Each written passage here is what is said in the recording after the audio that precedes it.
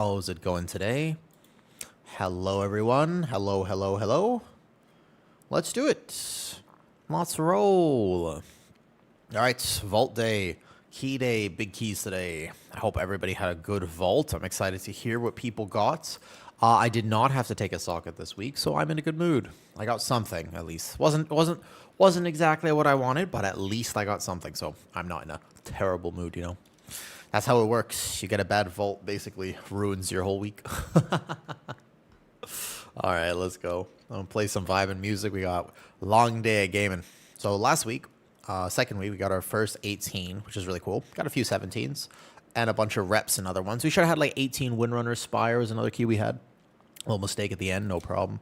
So this week, I think that's the plan is probably like Resil 17, maybe pushing into like a few 18s, but that'll be the goal. Not in a rush too much, though. I need to go check my vault. Ooh, Christopher, let me know how it goes. I'm always so curious to hear what people get in their vault. It's basically the highlight of my... It's like a highlight for me, right? Because I want to know. It's the biggest either dopamine or not dopamine you can get in the week. You know how, like, WoW players, the funniest thing is our week starts on Tuesday, for me, personally. Your vault was buns? Uh-oh. What'd you get? What was the answer here, General? What'd you get? What'd you end up getting? My first vault, my first ever Mythic vault, I had to take a socket, basically. I took nothing. I was actually just the worst, like the turbo worst trinkets I could get. That sucked. That was not fun. So, I'm glad I got something, though. We'll see what keys we're doing, and then we'll figure out who our fifth is for today, and then we'll do some keys. Radiant Sunstone, Holy Priest. Okay. All right. Says D tier. Yeah, at least it's a trinket, though, right? Like, the fact that it's a trinket that you could use, I suppose. But yeah, you didn't get anything else. You just did, like, one key on your Holy Priest. I'm starting today, by the way. I have already a milkshake. I'm also changing up. So today, I'm going to make sure I move because I want to game all day. I haven't been taking the best care of myself, and I came up with a solution. You want to know what the solution is? Observe. If I just do something like 20 squats every time, aha, you see? If I just do 20 squats, like every timed key, then we win. Myth Weapon. I was planning on crafting the best. Oh, General, have you already taken the vault? Let me ask you a question. Have you already taken the vault?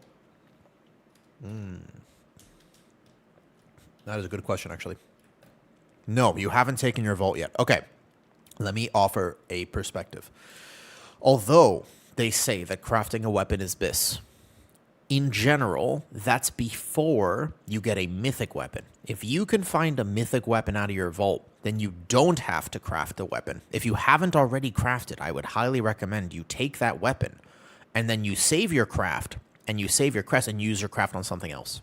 That means you could craft, for example, the bracers, ring, cloak, whatever else you want, and you take the mythic weapon. Even if the mythic weapon is not the best stats, it's in general always the right move, you know? Do you guys get upgrades out of your vault? What'd you get? What'd you get, Dizzle? Tell me. I did get an upgrade this week. It wasn't the best upgrade, but I'll take it. Compared to last week, right? That was rough. What's up, TH? Yeah, I'm a little early today, and the reason is because I want to be able to game with my friends, man. I've got friends to game with now. TH, I'm going to do a new pin. I have a new plan. I'm going to tell you. I got like a new plan. You ready? Alrighty then. Yeah, I've got a new plan. So, we're going to do some keys. You got Jelly Injector, Cloak, and Bracer. Okay, so at least you can take something, right? So you could take a Cloak or a Bracer if you haven't already crafted those slots, and that's not that bad. The key is, and the hardest thing is, if you actually get things that you would never use, that's a rough vault. At the very least, right? About to do World Boss for some Warband gear. For a class I don't play, it's true. But at least you have something, right? I got Mythic Heart of the Wind. I can't complain too much about Mythic Heart of the Wind. It's a solid trinket. Can't complain, so I'll take it. Before, last week, I got 3 trinkets, basically, that I would never play, even at 289. That was rough. Yeah. Yeah, so I'll take Mythic Heart of the Wind. Can't complain too much, right? Yeah, and then my Brewmaster, this is the thing. My Brewmaster, of course, it's my ult. And what does my ult get? Absolute permabis, right? Because that's what happens. Like, you play your main character, and your main character gets, like, the scraps. Your ults always end up getting permabis. It's just how it is. My Brewmaster got a mythic weapon with avoidance. It wasn't leech, but still. Mythic weapon with avoidance, and the previous was mythic tier. And my druid has had none of that. My druid gets 0 of that. What's up, Sir Duder? How's it going? How's it going? I'm excited to game all day today. So long as my internet doesn't go out, we're good. So now I'm 274. When I farm out the rest of my hero crests this week, I can spend some more upgrades. My myth crests, I won't be able to do anything with them until next weweek. But we'll see. Hey, K-Tom. Good morning. Good morning. Hey, Gabizzle. How's your keys going, K-Tom? Little milkshake. Any thoughts on the Nexus Point healing trinket? Which one? The only mythic piece your druid got involved. If it's your only myth piece, noob, it's almost certainly the right choice regardless. I've got a 259 ring with a prismatic socket. Not bad. That's solid, Christopher. You can't. I mean, that's an upgrade, right? As long as there's an upgrade, it can't feel terrible. You're referring to this one? Ooh. I've never seen anyone play this. I'm not going to lie. Even on beta, I have never seen a single soul play this noob.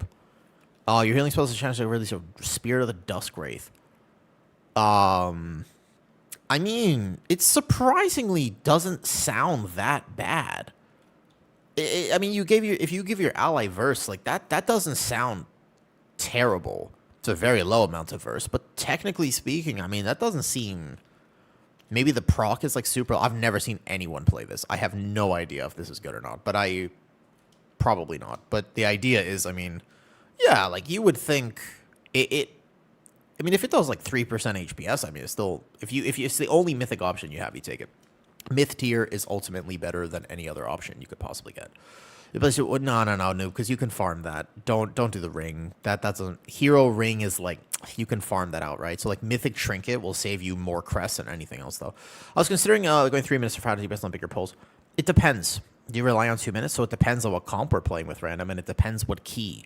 Random. The thing is, if Arson plays Affliction, we have an interesting dilemma, and it depends on who our 5th is. If we take a Devourer, there's only so much that a Devourer can do to change their rotation. Basically, they just blast. Same with Arson. You're actually the only one who technically could make certain swaps if we wanted more single target or prio damage. So let's say there were a few pulls where we were just really slow on.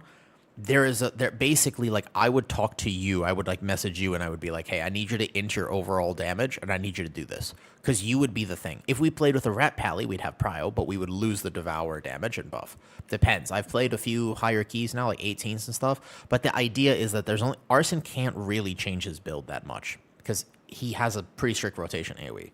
So it kind of is like a little bit. You know what I mean? There's only so much he can do, unless he plays demo. If he does swap to demo, that might change things a little. But the idea is, you are unfortunately the one that I would have to ask to just do less overall, but more single target on certain pulls to make them go faster.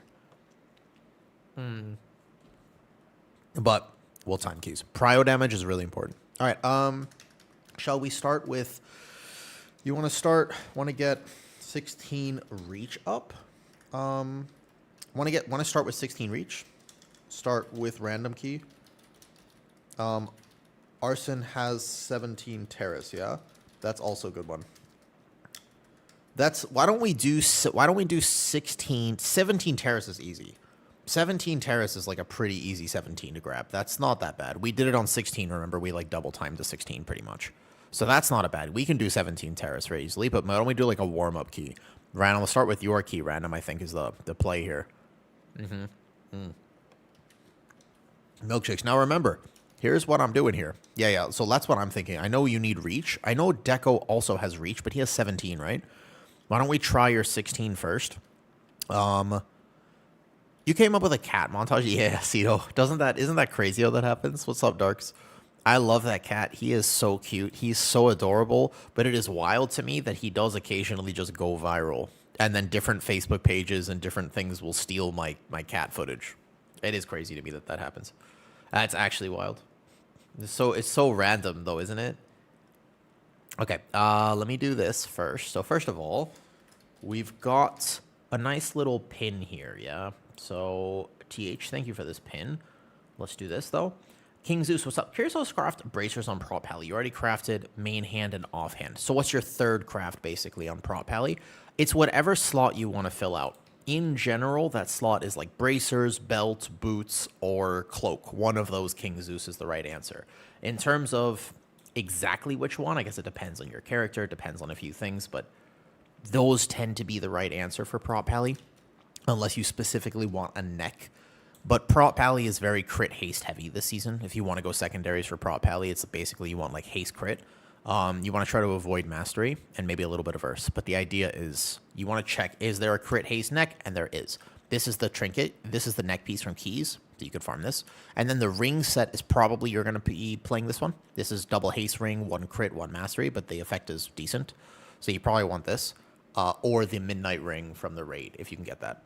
So the idea is on my Prot Pally, I would think I need a weapon, I need a shield, and then past that point, I would just fill boots, belts, bracers, something. I would choose one of those options, if that makes sense. But because crafts are so important, feel free to check with either the Prot Pally Discord or some people that are maining Prot Pally. Since I'm not maining Prot Pally, there might be some small min-max that I'm just not aware of at the moment. But I think it depends. A lot of times those sims are based on, well, you know, King Zeus. The best thing would be when you kill. This is how sometimes have you ever had this happen? You're asking like a question to like class Discord, and they go, "Oh, like you don't want the ring set because you're just gonna end up getting mythic. You know, when you kill mythic Lura, don't worry. Eventually, you'll just get your Eye of Midnight." And then that's why you don't want to craft a ring. But the problem is, are you killing Mythic Lura? Like, I'm not going to get this ring. There's no way. I'm not Mythic rating, so I do not have access to this. And then I could be like, well, on Heroic at least is still good. But it's like, but I don't even want to kill this on Heroic. So I won't see this ring, which means I'm going to plan to not have this ring. Does that make sense? That's kind of like, sometimes they do that, right? Where it's like, oh, like, well, when you get the big neck, it's like, yeah, but I'm not going to get that big neck. Like, it's not, you know, it's not my life. That's your life, maybe, but it's not my life. It ain't my life. So, yeah, that's the thing. What I do want, actually, and I was curious about this. Somebody mentioned this in my Discord. Yeah, but that's kind of like how guides, though. You know what I mean? That's kind of how sometimes guides are written like that. There's a chance to increase your leech. This is an interesting chess piece. I wouldn't mind looting this. If I looted this, I would use it. Because there's a lot of shadow damage in these keys, actually. Not a bad idea to try to get this chest piece. The leech chest. Did I miss your vault? I did, so I got... My vault this week was okay. I got Mythic Heart of the Wind. Not complaining. It's a decent trinket. I was hoping for Mythic Tier, because I'm not a Mythic Raider. But eventually, no problem. I'm sure I'll get some eventually. So yeah, heading to Reach. Question. Do we want to just run Deco's 17 Reach? Mr. Random, clarify for me. Are you Resil 16 after this or Resil 15? Let me look at your keys. You know what I should do? I should have your Raider IO pulled up so that I can just check. Because we all have different keys. You're Resil 15, so we just run your key anyways then. Because if it drops, it drops. The idea was if we can get you Resil 16, then we could all have keys. But the idea is if we can all get 17s, then we can re-roll to get what we want. All right, Mr. Tazdingo, let me pull up your Raider IO and see what you need. Because if we could just find you this would be the best. There are so many Tazdingos. Oh, my God. There are literally an infinite number. This is a very popular name. All right, I found you. Let's see. So you need Skyreach real bad, and then you need Algathar Academy. That's the hard 16, okay? So Algathar Academy, timer's better, though, and then now you need Windrunner Spire. Gotcha. So we'll take a look, see if we can get those. So let's just do your Reach. I think you can, you can lose 16 Reach, but should be all right. On the way. Let's pour it over there. I believe in my team. Enjoy. Yes. You know what? I appreciate that, Deco. Absolutely. Yes. You know what? Absolutely. I was about to offer. Yes. All right.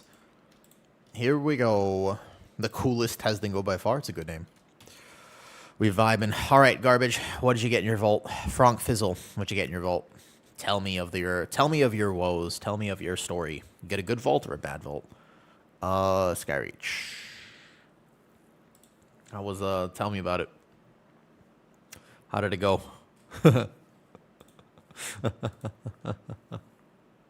I feel like I slept well last night. Also, I've decided it was a good experiment for a week, okay? No more energy drinks in the morning for me. No more energy drinks for me. I actually did start hearing colors yesterday. It was too much. So I had a little bit of caffeine, so I don't go through caffeine withdrawals. And then instead I got a Burger King milkshake because that feels good. I went too far. Oh, bro, we need to list the key. Pass me lead. I'm lead. Skyreach 16. Let's start with that. So the goal is to get us all Resil 17 this week. There's Five Guys open for a milkshake right now. Yeah, Five Guys milkshake's good too. Yes. So Windwalker and Get Out. Also Warlock. Also Warlock can tell you. And in higher keys, we should do it though. If he knows how. Alright. Yes, you can also gust the wind notes too though. Today I heard from a DPS on my tank was doing MasterCard pulls, meaning he was making them as a credit card. Wait, what? MasterCard pulls, meaning he was making them as a credit card installment. Now that is the thing. What is this? What do you mean by that? I might have missed this. Good morning, Paul Vanderseer. How's it going? Hello, hello. Good morning.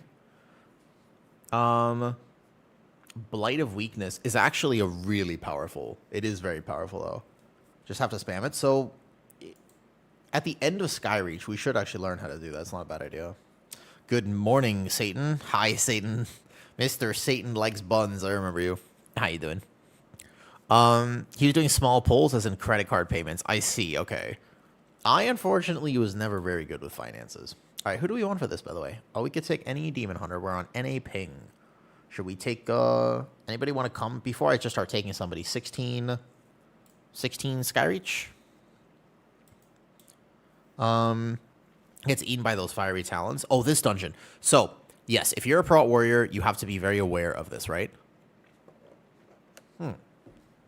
Wait, what? What is this trinket? This is OP now? Wait, why? Got mythic weapon. Oh, nice, nice, nice. Can I tank? No, I'm the tank. Got DPS. We need a DPS. Good upgrades. Oh, damn. That doesn't seem that powerful, though. Like 80% uptime on crit and leech. How much crit, though? Increase your critical strike by 135? That's not that much, though. Leech by 1%. It's only... so it's 135 crit and 1% leech. That's not that powerful. This trinket here? So you just get, like, 135 crit and 1% leech. I see, I see. Huge for you? I wouldn't use it. I like my Heart of the Wind. It's like 3% crit. Fair enough. We'll just take this guy. He seems decent now. Let's take this guy, and then we'll send it. First vault, Puzzle Box. Nice. Second vault, Bis now. Ooh, starting off a good season. Nice job, Soap. Nice job. Cappy, what'd you get in your vault? Mythic Weapon on your Warlock and Monk Tank. Nice. These are good vaults. Yeah, Mythic Weapon. You can't complain about that. Did you... Okay, so here's the question. Mr. Satan Liebuns. Did you already craft a weapon on your Warlock? Yeah. We focus up. That is the question. Because if you have already crafted, though, then, yeah, that's like I said. Then that's sad. But otherwise, it's good. Well, let me get Deco in here. Mr. Deco Lols. Deco Lols. All right. Our Mistweaver has begun attempting to stream his point of view for Mistweaver. So I will go ahead and knock on him. Boom. Like this. And he can join our stream together. Got 270 foot pads. Not bad. Not bad. Can't complain. If it's an upgrade, it's an upgrade, right? All right. So, two things. Number one, I don't know how to run giveaways, but eventually, soon, I will do a giveaway for food in America, if you want. I simmed and I said Ring is 200 DPS. Honestly, the thing with Sims is that it's right now, though. It's Sims are... You have to be careful about those, though. If we pick non-Bis Mythic Weapon, should we go for the crafted weapon? Still Mythic Weapon. Item level on weapon matters the most. First Baron Tank, nice. Ends it up with a +2 on a 13 pit. Nice. Congratulations. Nice, nice, nice. Nice job, Sea Steamroller. I'm glad it worked. I quite like my bear build. I like it. It's working pretty well right now. I haven't had any issues with it so far. I got the Mythic Weapon Obsidian, something crit verse. That's absolutely fine. Yeah, saves and parks, exactly. My problem is I already crafted a weapon. So my first vault, the weapon was not very valuable. But next week, what I'll do is I will unfortunately just lose this weapon, probably. I will... Most likely next week, though. Yeah, I am running the set piece. Like, I have 4 piece on. Yeah. That's the Redstone keys tonight. We'll see. So the idea, Crescens, is that if my key were to drop to a 16, I would play Resto to get it back up. But we'll see. We'll see. We'll see. Big poles, nice. Yeah, nice. I mean, my build is good for that. Well, yeah, Sims are wacky. Correct. Bro, Mr. Harem, how in the world do you have that name? Can you show your talents? Of course, yeah. All talents are linked in Discord too. Question for you. How did you manage to keep that Twitch name? That's a name. I mean, I'm looking at your name, and there's no subtlety to it. It's literally as direct as it comes. How did you manage to get that by security? That's my question for you. Like, I'm reading your name, and the more I read it, the more I wonder. How in the world did you manage to get... How did that happen? Yeah, that's what I'm saying. Like, how is this possible? What secret technique are you using? Also, although I'm not a huge raider, I did really enjoy this race to world first, and I'm kind of obsessed right now with "this cannot be." I thought that was very funny, and I might say that a bunch today. I'm just letting you know. I did think that actually "this cannot be" was very funny. You know what I'm talking about? This cannot be. You think Feather with Gaze will be our go-to? I think it depends actually what you're playing. So, Hags, interestingly enough, I think Heart of the Wind is decent. But the question is, y'all got Burger King over there? We do actually have Burger King, yeah. Absolutely wild race.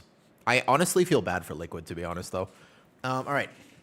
We got to do this. What are we doing here? Hold up. 3, 2, 1. Thinking about it. I'm thinking about it. Oh, right. Right. Guardian Druid. On Patreon. I've never updated this since the season started. I was going to update it today. I forgot, though. But who got world first? Liquid. Liquid won. And it was a dramatic win, too. If I already have hero... Grewins, good question. You asked me, do I pick a subpar Mythic Trinket? Do I still pick that Mythic? Yeah. Do you have a video explaining why no Apex? Yes. Mana is basically 90% of your damage. So, Millibub, when I play this build here, it plays very differently. I still do fair, decent damage. It's a little lower, but I feel uber tanky. And the video explaining it is on for YouTube members and Patreon. If you want to find it here. I did make the full guide explaining it, and the breakdown of the build is for members, but you're welcome to ask me a question here. Goddamn, that milkshake is good. Okay, give me like a sec. I'm almost done with the milkshake, and I have this problem where I cannot focus on this key whatsoever if I know that the milkshake is next to me. You know what I mean? Right?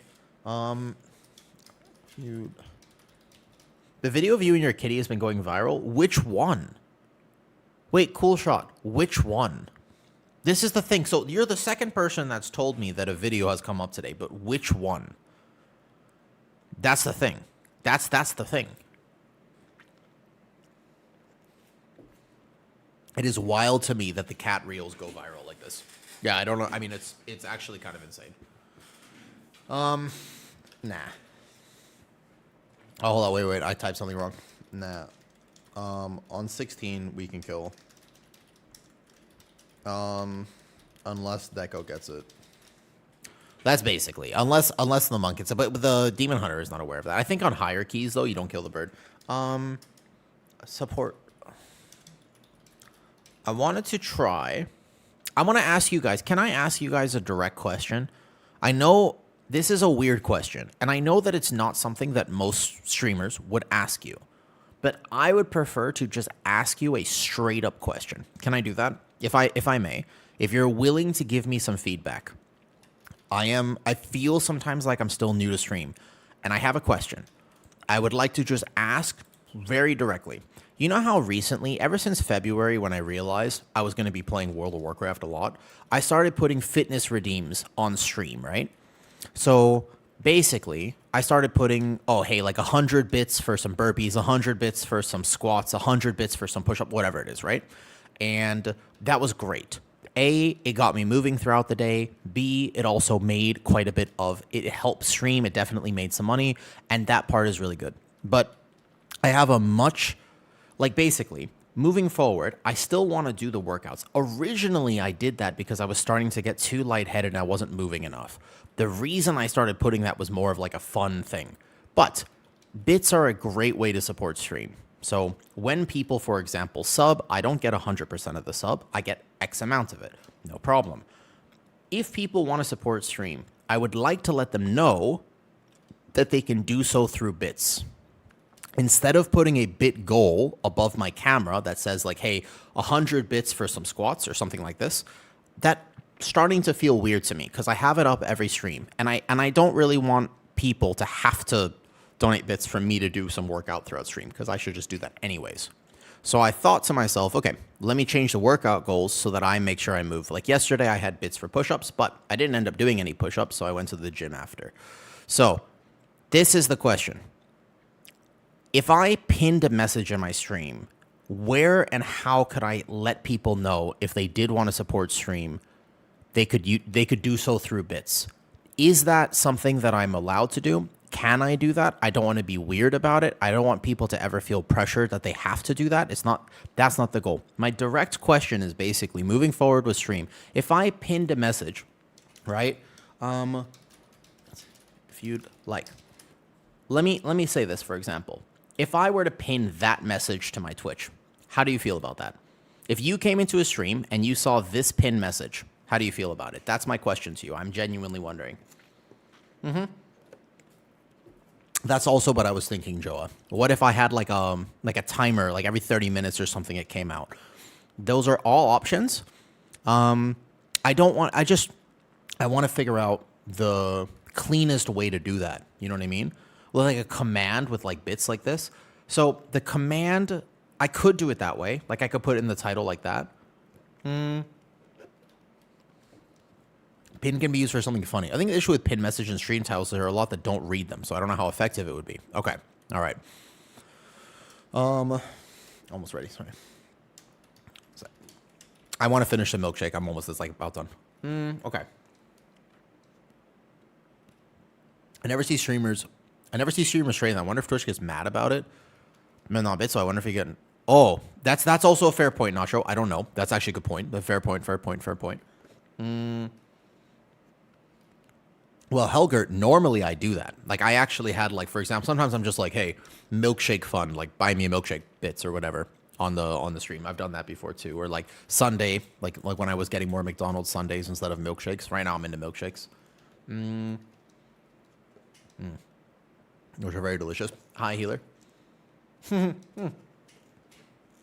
Well, you know. Are you the dude who keeps popping up on my YouTube shorts? Maybe. Awesome, Joa. I'm glad. That's awesome. That's cool. There you go. That's my popping up on the YouTube shorts. That's funny. So that's what I'm wondering though, right? What's up, Sam? That's basically, I just would rather straight up ask people, I think what everyone is comfortable with instead of just sending something. So what if I did a little timer though? Yeah. You can make an Aug Evoker this expansion. I have an Evoker, and he's kind of maintained. I do 1 Vault. Haven't checked my Vault. All right, I'm ready for Key now. I wasted everybody's time enough. Let's do Key. Aug about to be taken out back. You think so? The question is, I didn't look at the overall log. I just saw the Guardian Druid performance. Was Aug performing very well in the race? They only nerf based on race. Everybody knows that. Like, based on raid. Basically. So if Aug was not overperforming in raid, then it might get nerfed. It's the same as like Aug did top damage to bosses. Yeah. Then they probably do that though. Yeah, I know. I saw the Guardian on last boss. That's what I'm worried about. That's what I'm concerned about. That's what I don't like. Wow. What's up, Sam? That is the on-screen celebration. Look at that. What's up, Sam? So that's the problem, right? Here we go. Ready? Pre-Heart of the Wild. Go into bear form, but don't bug out the bear form. I thrash this guy. I moonfire that guy. I pre-frenzied regen. I could have actually done this even cleaner, by the way. This was a I just started my day, and I'm a little bit off with this gather, technically speaking. There was an even better way to do this. In cap that cast. Holy. We almost let the 1 cast go off on this pull. My job to get it anyways. Boom, boom, boom. I was saying that it was funny. People were complaining about Marks and Og was quite a bit above everybody else on their log. That's not... So that's not a good sign for Og, because if something is overperforming in the race to world first, it almost inevitably gets nerfed, even though those people have almost borderline degenerate ways of playing, right? So, yeah. How Bear will be with the nerfs that came through, though. So, the thing with Bear is that their Apex talent is basically one of the strongest AoE bursts in the game, including DPS. Which is a wild statement that that's true. So including DPS, it is actually one of the strongest AoE bursts. If you give Guardian Druid a perfectly timed damage amp where they can full send their AoE burst, yes, they're going to do massive damage. That's kind of the problem. You know what I mean? Some sort of running goal, like Trip has his daily goals. You could have today's daily goal. I tried that before, Noob. That's a good question. I tried it. I don't know if I like that. I just want it somewhere. Sometimes people come in and they ask, hey, how can I support stream? Where should I support? And it's like, in general, the answer is Patreon, because then you get some cool videos and everything like that. But I would rather just straight up have it somewhere. It's something, again, I'm the sort of person where I would rather just be honest about it, that I'm trying to figure out how to best approach it. I'm the sort of person where I'm just going to ask people, right? That's who I am as a person, is I'm just going to straight up ask you. Like, I'll be like, oh, what do you think about this? That's my preference for how to do these types of things. I need to pull that in. Hold up. A little bit lazy play right now. But cannot be playing so lazy. Okay, 1 repel, 2 repels. Okay, that kick was gone. I mean, I'll get this one. Nice. I always hold my kick here on a pull like this. And then from here, I'm going to rotate to 1 SI, and then I incarn. We're smoking this key, actually. Our damage is so high right now that pulls are going much faster than they normally do. Here we go. So there's going to be 1 more set of kicks. I'll make sure somebody will get that first one for sure. I incap. And then I'll kick this one. 3, 2, 1. My kick. Oh, shit. Oh, no. My kick was a charge. Cut it out. Cut it out. Cut it out. Cut it out. I was worried. That's why I didn't want to kick it. I thought somebody would get it, and I was like, oh, no. I had incarn, but I jumped into the circle. I jumped into the exploding circle because of that. I'm there. That's okay, it's okay. It was worth it. The kick didn't go off, though, did it? But the kick didn't go off. It's just that happens that my kick is a charge, and I was worried that no one else would get the kick. That never happened. You didn't see that. Lazy play today, lazy play. That never happened. You didn't. That didn't happen. Don't worry about it. You didn't see nothing. I don't know what you thought you saw, but it wasn't what you thought you saw.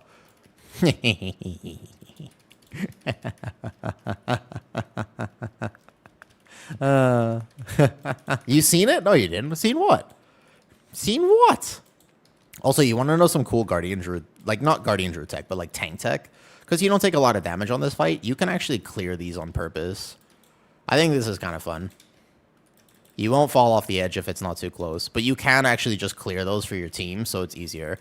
Will you lose a tiny bit of damage? Yeah, but it's a nice little piece of tank tech that you can do, because they don't really hurt you that bad. You just make sure you don't fall off the edge.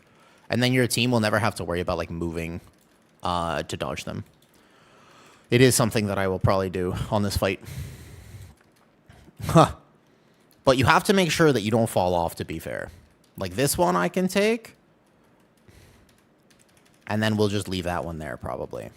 Because that one's a little close to the edge, and I want to make sure I don't fall off. Falling off would be terrible. I feel like you're a streamer. Yeah, man, anyways, it would be more fun if you do, like, viewer runs at certain bits and give advice at certain... Interesting. I like giving advice throughout the run, though. I'm trying to avoid those squats. I think it would be good for me, man. That's why I'm trying to do more squats. Can you charge the... Yeah, I can. It's just not necessary to do, so... Yeah, you can totally charge back as long as the boss is close enough. Wouldn't be a problem. It's more just like, is it worth doing? Is the real question. Because, like, it doesn't matter if some of the room is covered. It's just, if it's easy to do, you might as well do it. That's kind of the idea behind it. But you don't have to do it. It's not like it's not a mandatory thing. It's just that it's nice if that little area can stay clear, because that's where people want to drop their things on this phase. So I can pre-roar for my team, and then I go like this. And also I hope that random will rebuff me, because I did actually die before. Could use a little Sky Fury buff would be a nice little help. little Sky Fairy buff, maybe, at some point. Thank you. Yeah, so it's not necessary, because, like, your team can also just dodge. But for what it's worth, it's kind of nice. So, yeah, you can charge back, except that sometimes, because of the way that those work, they always knock you out, even if you walk into them technically in the right way. They do tend to knock you back out. So you have to be careful about it. Boom, ba, ba, boom. Okay, very clean fight. No deaths here is pretty solid. Nice, nice. And then they're going to basically position that there. No deaths, no deaths. Boom. Go into next pull. As you guys know, the next pull is a little bit scary, potentially. But if I gain distance from those, then I will reset my first bleed stacks. And then from here, I'll just be watching my bleed stacks. I go ahead and kick this. And then the first goal is going to be Vortex. Step back. Reset 1. Cool. And then from here, it's going to be a War Stomp if I need to reset. So I wait for my bleed stacks to get a bit higher. Wait. War Stomp. Reset 2. Tauren Tech. Nice. And then reset 3 is 3, 2, 1, Typhoon. And then you reset there. And they're still alive. So now what I'll do is I'll in-cap roar, backpedal, no problem. So as long as you have a plan to deal with the bleeds, every single tank can do it. You just have to understand how they work. And when you can reset them like that, it's no problem.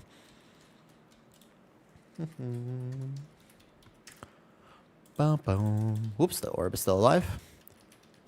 Yeah, you just need a plan to deal with them. Even Warrior, I would still basically rely on my Shockwave, my Leap, my this, my whatever.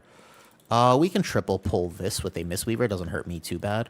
So I'm going to go Moonfire from range. Moonfire from range. Lunar Beam for threat. Thrash for threat. In-cap for threat. Boom, boom, boom. I actually might need to Sundering Roar a little early here, because I think my threat is a bit weak. I will go kick this, but not charge back into my death. Nail me with some 10s on your Fresh Hunter. I'm always normally down for 10s, Travis, except not today. Today I be pushing with my team. We got to get a few of my friends their Resil 16 keys. After we get them Resil 16, then we're going to be working on our 17. So if my friends are online today and we be gaming, then I cannot do weekly keys today. Another day. Normally, though, I am quite down. So here, I just watch my bleeds again. I'll Vortex Typhoon if I absolutely need to. And then I can save my Feral Frenzy for boss, because ultimately my damage here doesn't really matter too much. And I'll help off heal as needed. He has 2 stacks. He's in danger. He's in danger. I would love a proc, but I don't quite get one. That's okay. He can onk there. That was the dangerous one. Happened to be an overlap on the Shaman without shift. I feel that I'm done healing. So here I'm going to help my Warlock, and then bam. It's okay. Timer in this dungeon ain't gonna be a problem. Ain't gonna be a problem. I'm just gonna Feral Frenzy. Holy. Almost got one tapped. Nah, I knew I'd be fine. Okay, I don't soak. I think, Sam, on higher keys, are the tanks actually still attempting to soak one at this point? Is that something that tanks are doing at this point, though? Is there a regrowth macro to not shift? No, but you can always jump. So what you can do if you want... something that is nice little bear tech. We developed this back in Dragonflight when we originally got our Dream of Cenarius procs, yeah? Is just you can jump to use them. So, for example, I always know I have a proc because I'm just used to looking at it. But let's say I'm concerned. I'm like, oh, I don't know if I have a proc. If I'm just jumping as I cast it, I can't be shifting out. There is an add-on called Wildu Tools, but all of those have some issues. Like, you can actually macro it. So here, for example, I can jump and then do that. It was good on the second set of every cycle. That's what I was thinking, because there's definitely a specific overlap timing where there's not going to be a soak. Soak. I roar. Nice. Okay, good job.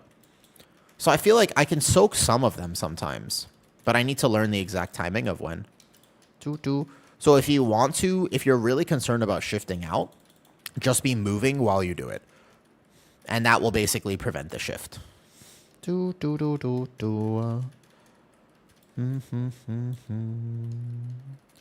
I'm going to go past here. Move him this way. Nice, nice. So here again, like let's say I want to off heal. I'm going to choose my target well. I'm going to choose my... this guy. Cool, everybody's alive. He's not quite topped, but it's going to be good at the end. Mistweaver actually needs to make a plan on a boss like this. It can actually be kind of tough for Mistweaver to do a boss like this, though. So weird, though. No one's signing up to your 10, but when I go on my Druid, it's just... I wonder... I think start of the week, people are not really thinking about their 10s yet. Go, soak, soak, soak, soak, soak, soak, soak, soak, soak. I'm going to take this one to the face. That's fine. I honestly think that I could just take some of them as well. I'm pretty sure I can live one with SI, too. But, like, that one right there, I can definitely soak one occasionally. But I get the debuff, and I don't think... I think, you know, with 300%, maybe with SI I could live one, but realistically, I'm pretty sure I'd just die. I'm not 100%, but I would imagine that I will just basically not be here if I try to soak two. I like it as a plus 10. I think it depends on when you're trying to do it as well. But yeah, sometimes it'd be like that. Do. Yeah, I should have Sundering Roared and stuff here too. Do.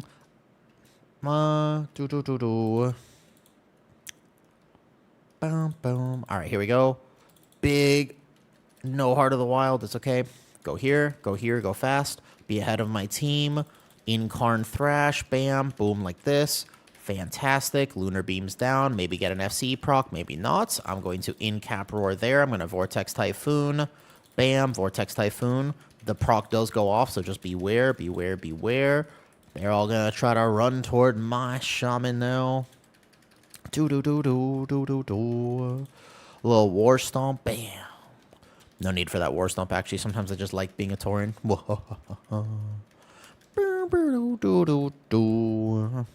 Are we chilling? Just gotta play this boss well. Try not to move the beam so much. What's the highest key you've done now, Sam? Where are you at?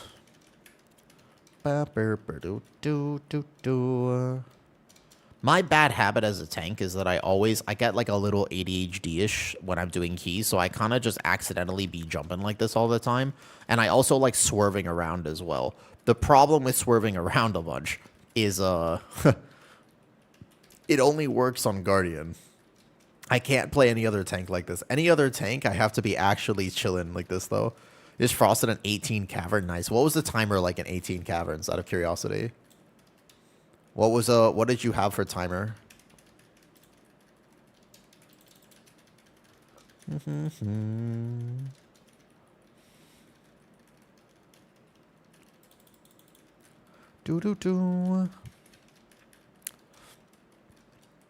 I'm curious if there are going to be any like moments right now where I'm just like, oh, like the timer is so tight. Kill that bird real fast with the Feral Frenzy. Boom, boom.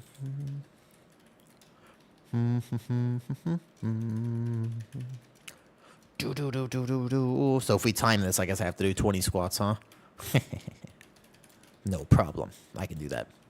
Okay, we're going to make sure I line of sight this one. I want to vortex this one right there. I think it's actually a good spot. I don't want him to die next to the boss. I want him to die right behind the boss. Like 1 minute, but was an awkward comp. Ret, Rogue, Frost. Interesting. How many deaths were there? Prot Warrior, Resto Shaman. Okay. So at least you have the Prot Warrior buffing everything. How many overall? I have 2 questions for you if you don't mind me asking. Number 1, do you remember what the tank's damage was in that key? Out of curiosity.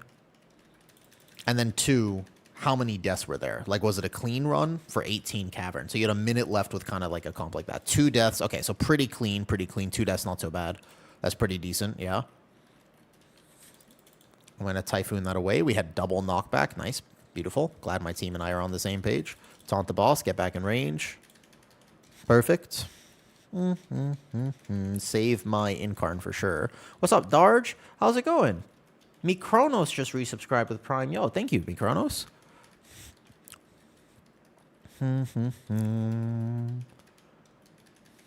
Pretty good? Nice. I'm glad to hear that. Pretty good is good.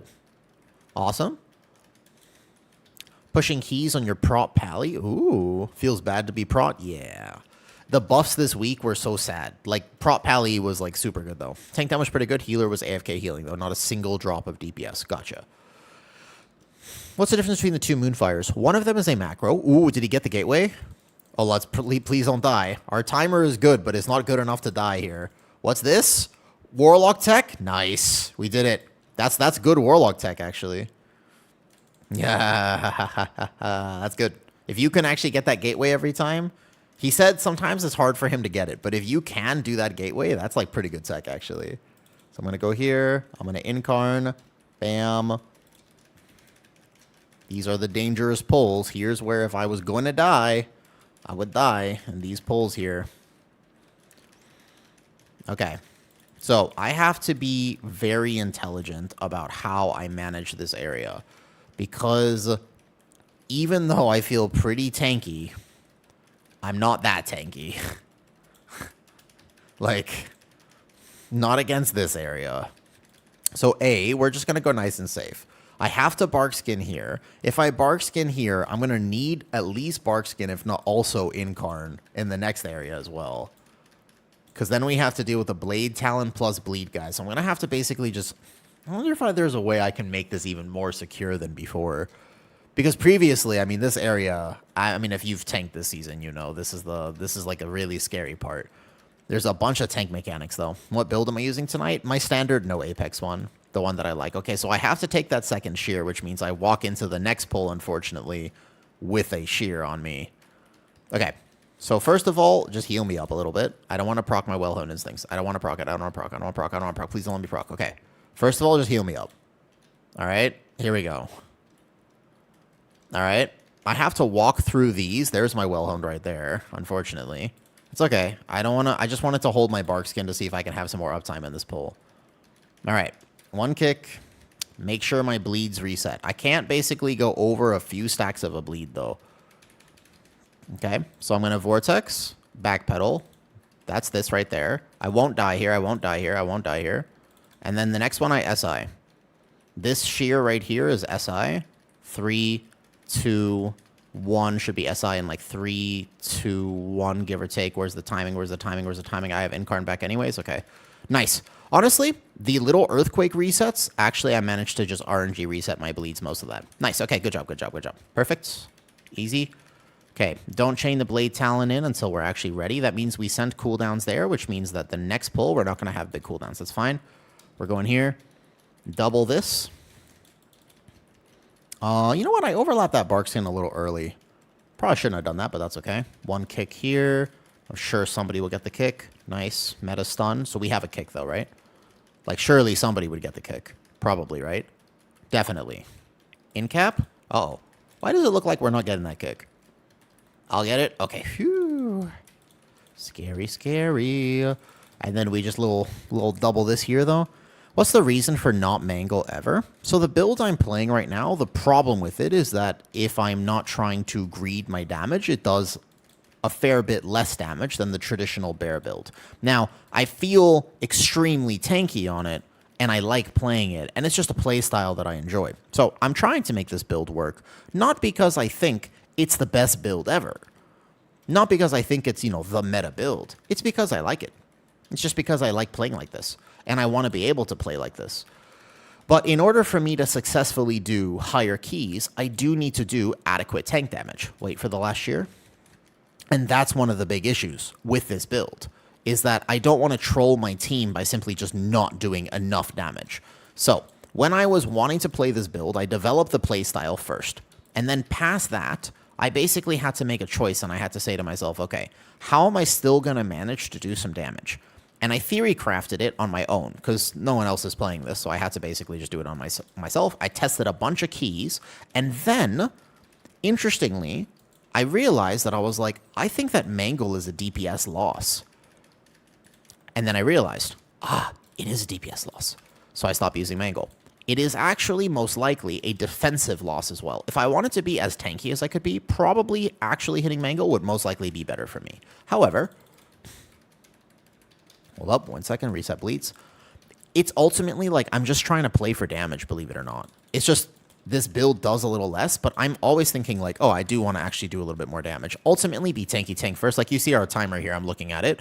We can't lose from this, right? It feels really good too. What kind of DPS do you need in hierarchies? We timed an 18 last week, and we'll be able to time all 17s. I think 18 Algathar, even with the timer increase, could be a little bit tight. But aside from that, I'm not worried about my tank damage in basically any key. Until 19s. I'm assuming that at 19 it might matter. But honestly, I'm not that worried about it at all. It does more than enough. For pretty much every key level, though. Yes. Correct. Because many reasons. I go over it in the guide, Mr. Babsek. But the priority of this build, if you were to pick it up and play it the same as you play a traditional bear build, your damage is going to be extremely low. But if you understand the nuance of how to play it, and there is nuance of how to play it, then you'll be able to do competitive damage. He can just teleport out. You don't have to kill that bird. Nice. That's it. Yep. Easy. Stay on boss. Stay on boss. That's huge tech, by the way. The fact that he can actually just teleport out the bird, that's insane. That's so much value on this boss. That's actually like a ridiculous amount of value. That's awesome. Yeah, that's the fact that Monk can do that is like giga value. Okay, let's see who the next one's on though.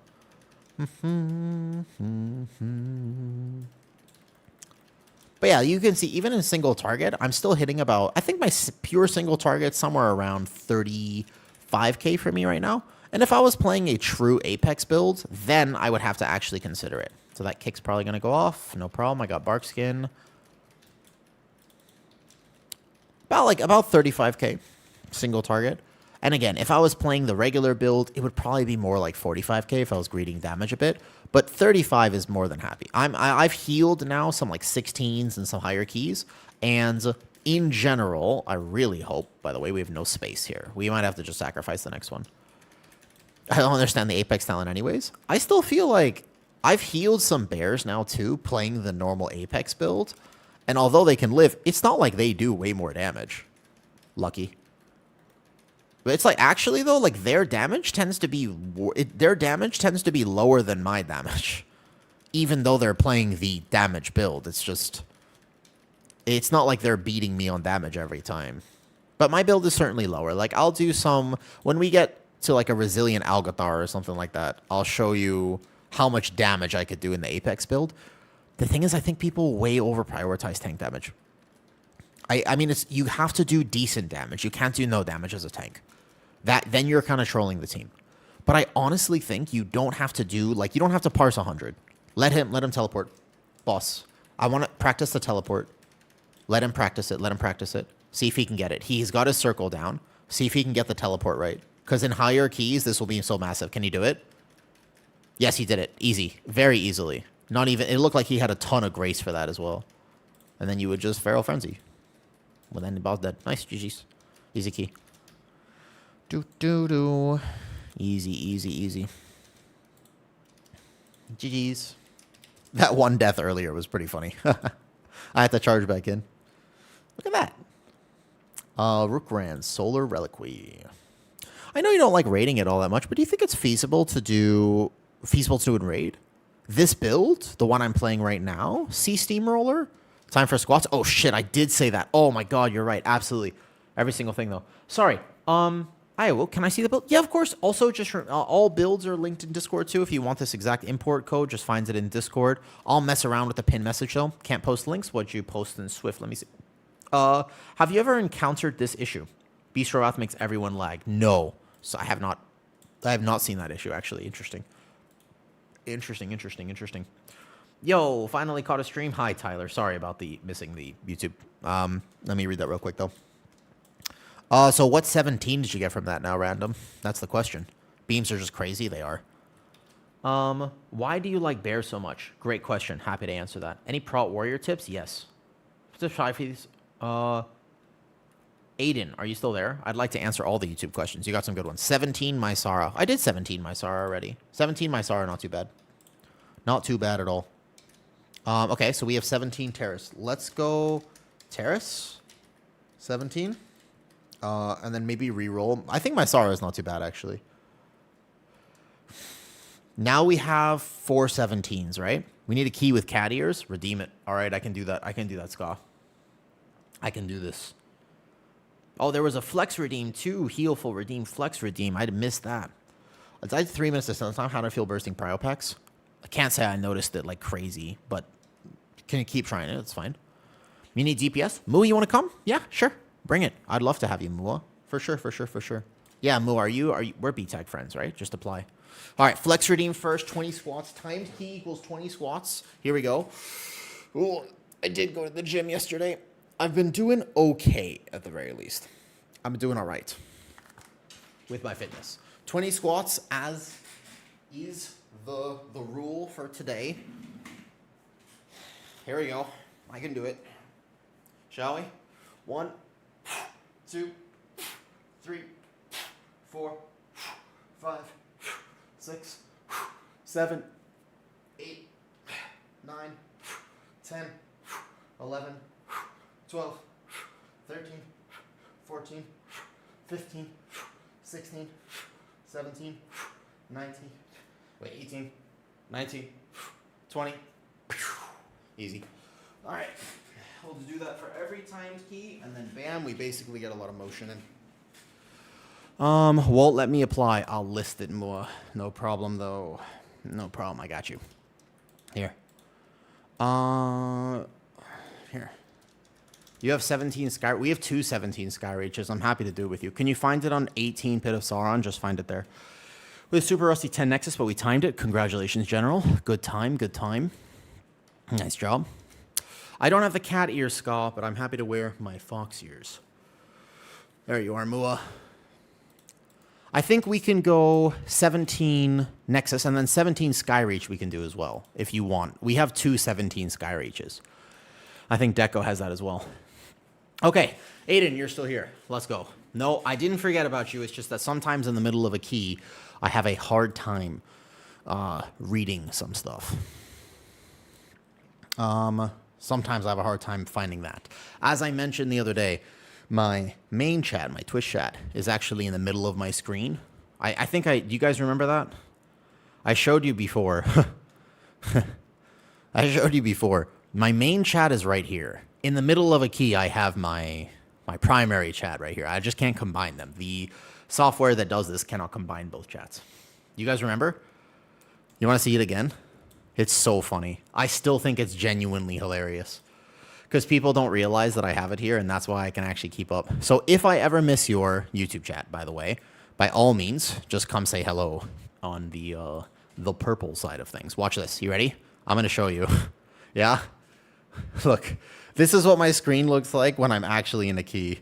Here we go. Watch this. Hold up. It's fox ears, this.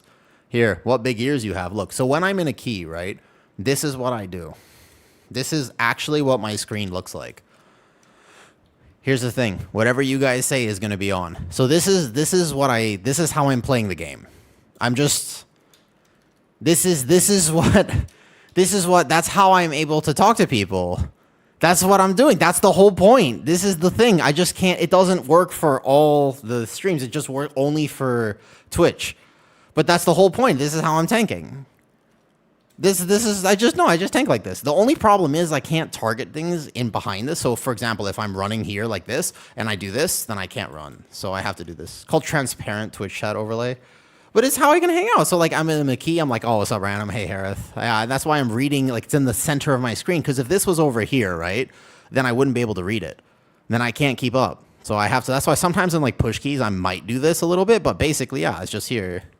That's why, that's how it works though. That's why you do the keyboard turning, so you can target behind it. Correct. Can you make it click through? No, you cannot. So that's the thing. I just get really used to it.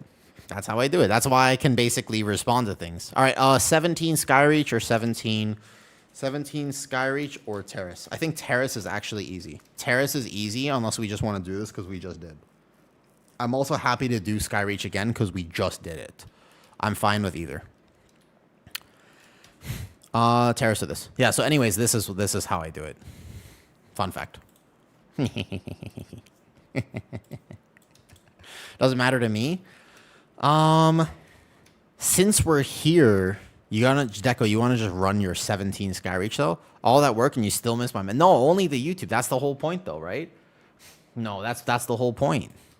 I'd like more practice in Terrace. We can just run it back. Down for whatever. Why don't we just run Skyreach since we're here? Why don't we just grab 17 Skyreach since we're here? We have 2 attempts at it, just in case. 17 Skyreach, I live. I'm not that worried about. I can live 17 Skyreach, but have to be careful. You can fall off that? I had no idea, actually. Okay. If we one-shot, we can reroll one. True. All right. Yeah, let's do it. I'm happy to play with you today, Moa, if you want to do some actual keys. Okay. To respond to the questions, though, that were asked on the YouTubes. Okay, first of all, Aiden, you said, any Prot Warrior tips? Time the Skyreach. First time ever, I want to make sure I'm doing everything can to key them. So, 2 things for Prot Warrior as you get better at Prot Warrior. Number 1, positioning is everything. You cannot get hit in the back, especially on gathers. If you are wasting your big defensives because you're running through packs and having to send it, or you waste your cheat death, or you waste, like, that's the first and foremost thing. It's not rotationally a difficult tank because you really do just, you could macro stuff and you could actually just shield slam thunderclap, shield slam thunderclap. But the idea is that what you want to be able to do on Prot Warrior is not get hit in the back, first and foremost. Second thing you want to do on a Prot Warrior as you get better is learn to use your utility. Stormbolt every pack. Okay? Shockwave every pack. Third, interrupting shout. Make sure you get the most value out of your interrupts and CCs. If you're playing through Javelineer, use that. Like, you have a lot of ways to stop things and support your team. Those are all very impactful. So that's really what you want to be able to do first and foremost. Rotationally, not that complicated. But all the extra things you can do, complicated. Does that make sense, Aiden? Hi, Gash. Your French bear tank? Hello. I hope you're enjoying your Guardian Druid this season. Gash, do you play Elune's Chosen or Druid of the Claw? Which one do you play? Yeah, what's up? Spucker. Yeah, of course. Dude, can you help me? I got a warrior tank, new level. Didn't craft anything yet. Got 235 gear score and no set. Okay, in your vault is 1 mythic weapon with haste verse and a heroic set chest. Spucker, it's a good point. I see the arguments of taking the chest for an early 4 set, but a mythic weapon is almost certainly the best choice. If I was you, I would take the weapon. That's what I would do personally. I would definitely go for weapon if I was you. 100%. I mean, unless you really want to play this week, and then maybe you're considering it, but the idea behind 4 set this season is, the extra catalyst charges dropping. I don't think it's the priority. I feel like I agree with Mac on it. I agree. Take the mythic weapon and get your tier later. I would agree with that. That's what I would do personally. Of course, Elune. I like Elunes as well. I'm a big Elune enjoyer. What's up, Miner Snow? Hey, Gemma Palmer. Just run March for Curios, easy GG. I mean, I'm not even gonna run March. I don't think I'm gonna do it. I enjoyed watching it in the race, but I don't think I'm actually going to play. I don't think I want to do that fight. It was fun to watch. I don't think it would be fun to do. Right? Like that Mythic Lura is an insane encounter. Holy. I'm not good with memory games. Skyreach 17. We're gonna do Skyreach 17 first. Found you recently through your Midnight Guides, fellow bear player. Nice. You have an amazing talent for talking and explaining things. Thank you, Tyler. I appreciate that. I hope that I can do my absolute best to explain things so that everyone can enjoy the game. Doesn't matter what tank you're playing or healer, those just happen to be my favorite roles, but I just hope that I can make it so that people can enjoy their keys. What I don't like in World of Warcraft is when there's so much toxicity and we forget to laugh at things. Sometimes, yesterday, I was doing an 18 Pit of Sauron. Big key, I really want that 18. And my Ret Pally, accidentally, he bopped me in the middle of a poll. Now, granted, I released that as a YouTube short because it's funny. It's just funny.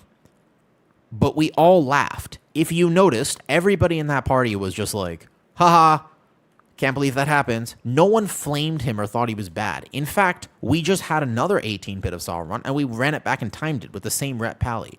We're not going to kick or flame him because he did that. It was hilarious. It was a misclick clearly. He meant to bop himself, and he accidentally bopped me. That's okay. Mistakes happen. And that's basically the biggest thing for me. It's just that I hope that people can just laugh at the game sometimes, you know? Let me quick bio, and I'll be right back, and I will continue answering the questions that I missed. Because, Tyler, you asked me why not Mangle. I'd love to get into tanking, but I don't have it in me to do the homework to know every nuance. Opium, it's a very good point. It's difficult to do, right? What's your favorite healer to play with? Dry Bones? Mistweaver. Mistweaver makes me feel very safe. I had a friend that started tanking, saw a lot of guides, and I showed him your channel as a new player. He couldn't understand. And I'm hoping that I can do that, Harith. Like, that's my goal, right? You show us the Thrash macros you have in your bar. It's the same one as Mangle. I'm just not using Mangle. Same exact one. I just put it like this. This is the Thrash macro right there. This is the macro I use. All right, quick bio real fast. I'll be right back before keys. And what's the reason not to use Mangle? I'll tell you when I get back.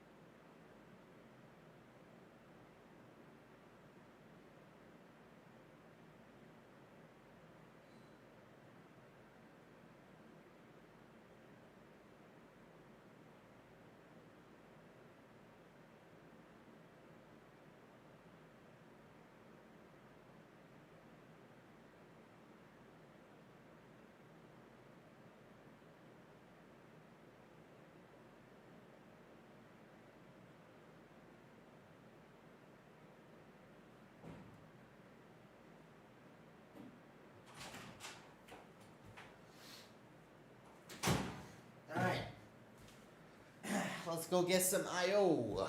17 Skyreach. Let's do it.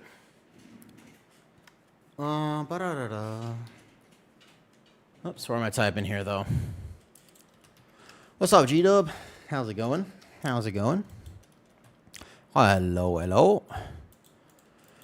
Alrighty then. Now, I still have some gear upgrades to get as well as this happens, though. So you like this build and think it has potential, and it does. You're doing high keys with it. I agree. But why does no one else use it? That's a great point, though. Yeah, and by the way, Riken, so that's a great... Let's fantastically answer this question. I will gladly rant about class discords absolutely hating on this build. Yeah, there's a lot of people who don't like me right now because I'm playing this. Great question. Great question. Here we go. If I were to ask you, show talents, of course. This is the talent build is the one linked to my Discord. I've been using the same one pretty much every time now. I like this build. I actually don't even need that talent here, but it's okay. Here we go. Ready? Pre-incarn. All right, we got to do some little bear tech. First of all, I'm going to show you some Guardian Druid tech. If you go in and out of bear form, you can pre-frenzied regen. And then you get a natural resilient shield walking into first pull. Pre-starfall here. Boom. Barkskin. Nice. Lunar beam down. Okay, I'm going to stay on the one caster and make sure I get the first kick. That's my job as the tank. Perfect. In-card now. Make sure I'm watching out. Little bit of focus in the 17, but otherwise no problem. So we open with the bear tech, and I think we're going to be able to win this. This key, honestly, is actually, do I live? I mean, it's a Sky Reach. Sky Reach, I think, is one of the more toxic keys to tank with. But you asked me a great question. I'd love to answer both of them. Number one, why no Mangle? Well, no Mangle is definitely a cook. I was testing it and this build. And the second question is, why is it that when you mentioned this build in the Guardian Druid Discord, does everybody hate you? And they say, you're wild and, you know, you're a terrible human being and you should never play this again and whatever, okay? I would like to answer both of those questions. Number one, I am a relatively independent person. I like doing my own stuff. Even when it comes to pushing keys, what you might not know about high keys is that most people are going to look at the highest keys done and they're going to copy them. This happens very frequently and it's kind of like the meta.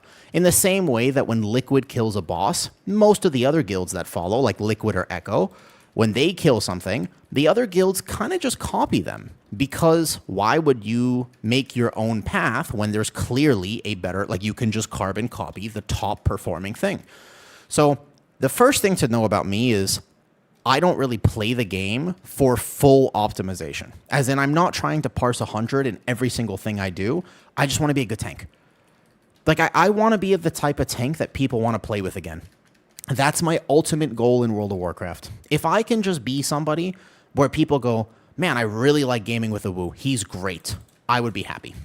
That's my goal. I just want people to say, I would like, and you know, when I come to tank their keys, I want them to think, I'm so glad that a Wu is here tanking this key.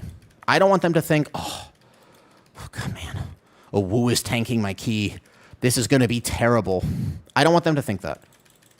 So my goal, first of all, is how can I be a good tank? Part of that is doing damage, but not all of it, because I don't care if I parse 100 in this. If let's say we time the 17 Sky Reach with 3 minutes left, does that mean that I've tanked successfully, by the way? Out of curiosity, if we timed this key with 3 entire minutes left, does that mean I did a good job, yes or no? Let me ask that question first of all. Nah. Okay, so what would be, obviously, like if you say no to that question, like what's the answer then? Like how much if I played a regular build, would we time it with 3.5 minutes left? Like does that really matter? There are some people who would say yes, it matters a lot. Because technically speaking, you really want to get that perfect. But the thing is that I just don't have it. I just don't care about being perfect. I want to be good. I want to know that I can do this tank tech of clearing the room and actually soaking these circles because it doesn't hurt me that bad. Like, I want to be able to help my team. I want to be able to support. I want to be able to lead my team. And again, I'm still going to do good damage. It's not like I'm doing no damage. But the problem is, class discords, oftentimes before the season starts, they don't always test from beta. And this is a generalization because sometimes there are people in there who are actively testing stuff. But a lot of times they work off of sims and theory. Sims and theory are not always a good metric for practice in keys. Doing the high keys is oftentimes quite different than what the sim-based perfect thing would be. And there are many reasons for that. A really good example this season would be Puzzle Box. You guys know how, like, Puzzle Box sims super well, right? Please don't fall off. That was a little close. That one, if it's close to the edge, I won't soak it because that one is, like, borderline too close. But the idea is, Puzzle Box is a great simming trinket. However, in practice, can you use it? Well, as a bear tank, yeah, because you don't have to worry about your dodge. You can totally do it. But bear currently in most traditional builds struggles with aggro, yeah? Like a lot of bears are like, man, I have really rough aggro problems right now. Would you really want to play a trinket with a 1 second cast time when you're trying to generate snap threat on a pull? 2 seconds of cast is going to really affect your snap threat. And you say, well, no problem, because what I can do about that is I can just game better. And it's like, okay, technically, yes. You could just game better. But in practice, if you're panicking on a pull, you might not play perfect. And one of the problems I have with sims and class discords is there's this weird assumption that somehow, not only are you going to play perfect, but that you want to play like the rank 1 player. I don't want to compete in the race to world first. Do you know why? Because that doesn't sound fun to me. I like watching it, but I would not want to, dude, 16 characters, 3 weeks of splits. Like, I don't want to do that. That doesn't sound fun. And people would look at me like I'm wild for saying that. But I prioritize my enjoyments of the game. This build that I'm playing right now is fun for me. And that's the end all be all. It is literally that simple. Like, I'll make it work. If there is a key level, which we just straight up don't time because I'm doing 10%, 15% less tank damage, congratulations. I will swap builds. Respecs are free. In World of Warcraft, it doesn't cost gold to respec. People treat this game like it was like, if you mess up once, it's, your entire income is destroyed. Like, you've lost your job or whatever. It's like, bro, it's a game. It's okay. And also, we're going to time this key, so long as I don't die. And this build is incredibly tanky and has perfect snap threat. In fact, I have not really felt the snap threat aggro problems that a lot of people have been feeling, because this build is really good at it. But I also know the tank tech for this. So if I Vortex and I walk back, yeah, I will reset the first bleeds, and I will keep things very stacked for my team, right? Because I don't want my team to have to lose damage. And I know my Elemental Shaman is going to have Earthquake. I know my Affliction Warlock is going to be using his Seed. So if I War Stomp now, and then I just go here, I'm going to die, actually. 1 second. I didn't quite get the War Stomp. That's okay. I reacted in time. No problem. So I'm just paying attention. I'm trying to explain and pay attention. That was a little bit off, I will say. I thought the War Stomp would hit, but I got a little RNG'd because it's 5 targets instead of 6. No problem. And then here I'm going to in-cap, backpedal, Typhoon, backpedal. Now here, this is an efficiency loss. But what's funny about this, actually, you know what's interesting? Me tanking like that, my team loses more damage for me being scared and not being able to do that perfectly than I would by playing a different build. Because my job as a tank is to enable my team. So that was a misplay. Because if I had kept things perfectly stacked, guess what would have happened? My team would blast because my shaman, look, everybody had cooldowns. But I didn't keep things perfectly stacked because, whatever, my damage is irrelevant. Did I hold threat? Did anybody struggle for threat? There are so many things that are just weird about how, like, simming for perfect tank play. If I had hit Barkskin a second earlier, I could have saved this. Would that have been better? Yes, but does it work? And I feel like that's the thing that everybody is missing from these conversations is, does it work? It's like, but we haven't lost basically any key to timer. There was an 18 Windrunner Spire last week, which I tanked really well. We had 1 puddle death, another death after that, and I held aggro pretty well. And then at the very end, we had that timer. Like, we were going to win that key. We definitely had it. That's an onk. It's unfortunate if it targets him without Astral Shift. We were definitely going to win that key, right? Now, we didn't end up winning because the DPS got clipped at the end, and then we lost it by like 10 seconds. Technically, that key right there was an example of if I was playing a slightly higher Druid damage build, then maybe we would have timed it. Does it matter? Is a genuine question. Maybe, in that case. But there were so many other... Like, if my Ret Pally didn't get hit by a puddle and die, we also would have timed it. If my Demon Hunter didn't get clipped at the end and die, we also would have timed it. So, is it on me? I'm going to off-heal my Shaman here, keep him alive, do-do-do. And it's like, well, there are so many factors to it. But technically, yes, if I had been playing a slightly different build and also managed to not die, do all the same pulls, and keep everything exactly the same, maybe it matters. So there's a key level where potentially it does. But the idea here is that class discords don't operate based off of practice sometimes. They're raid focused. That's one of the big things. And I have to be careful because there's a lot of great people in class discords. This is called mini CC that tracks defensives, but it does not account for CDR, so just beware. It's not a perfect. So for example, my Incarn shows 120, but it's actually 30 because it doesn't account for CDR. So you need to know what abilities won't be tracked properly if you're going to depend on this information. Off healing here. He has Astral Shift. I should have off healed my healer. I'm assuming he'll be fine. Mini CC. So there are so many things that make a good tank. And it's not just your overall damage. I mean, there's even so many things that make a good DPS. And it's not just their overall damage. Evaluating performance based off of overall damage is kind of a wild metric, actually. What's your prio damage? What's your this damage? What's that damage? And it's like, holy, you know? No cooldowns here? Okay, I got him. I got it. I can help off heal. I'll bank my stacks. I won't hit Frenzied Regen, so I can bank some Dream of Cenarius and see if I can get it to proc again.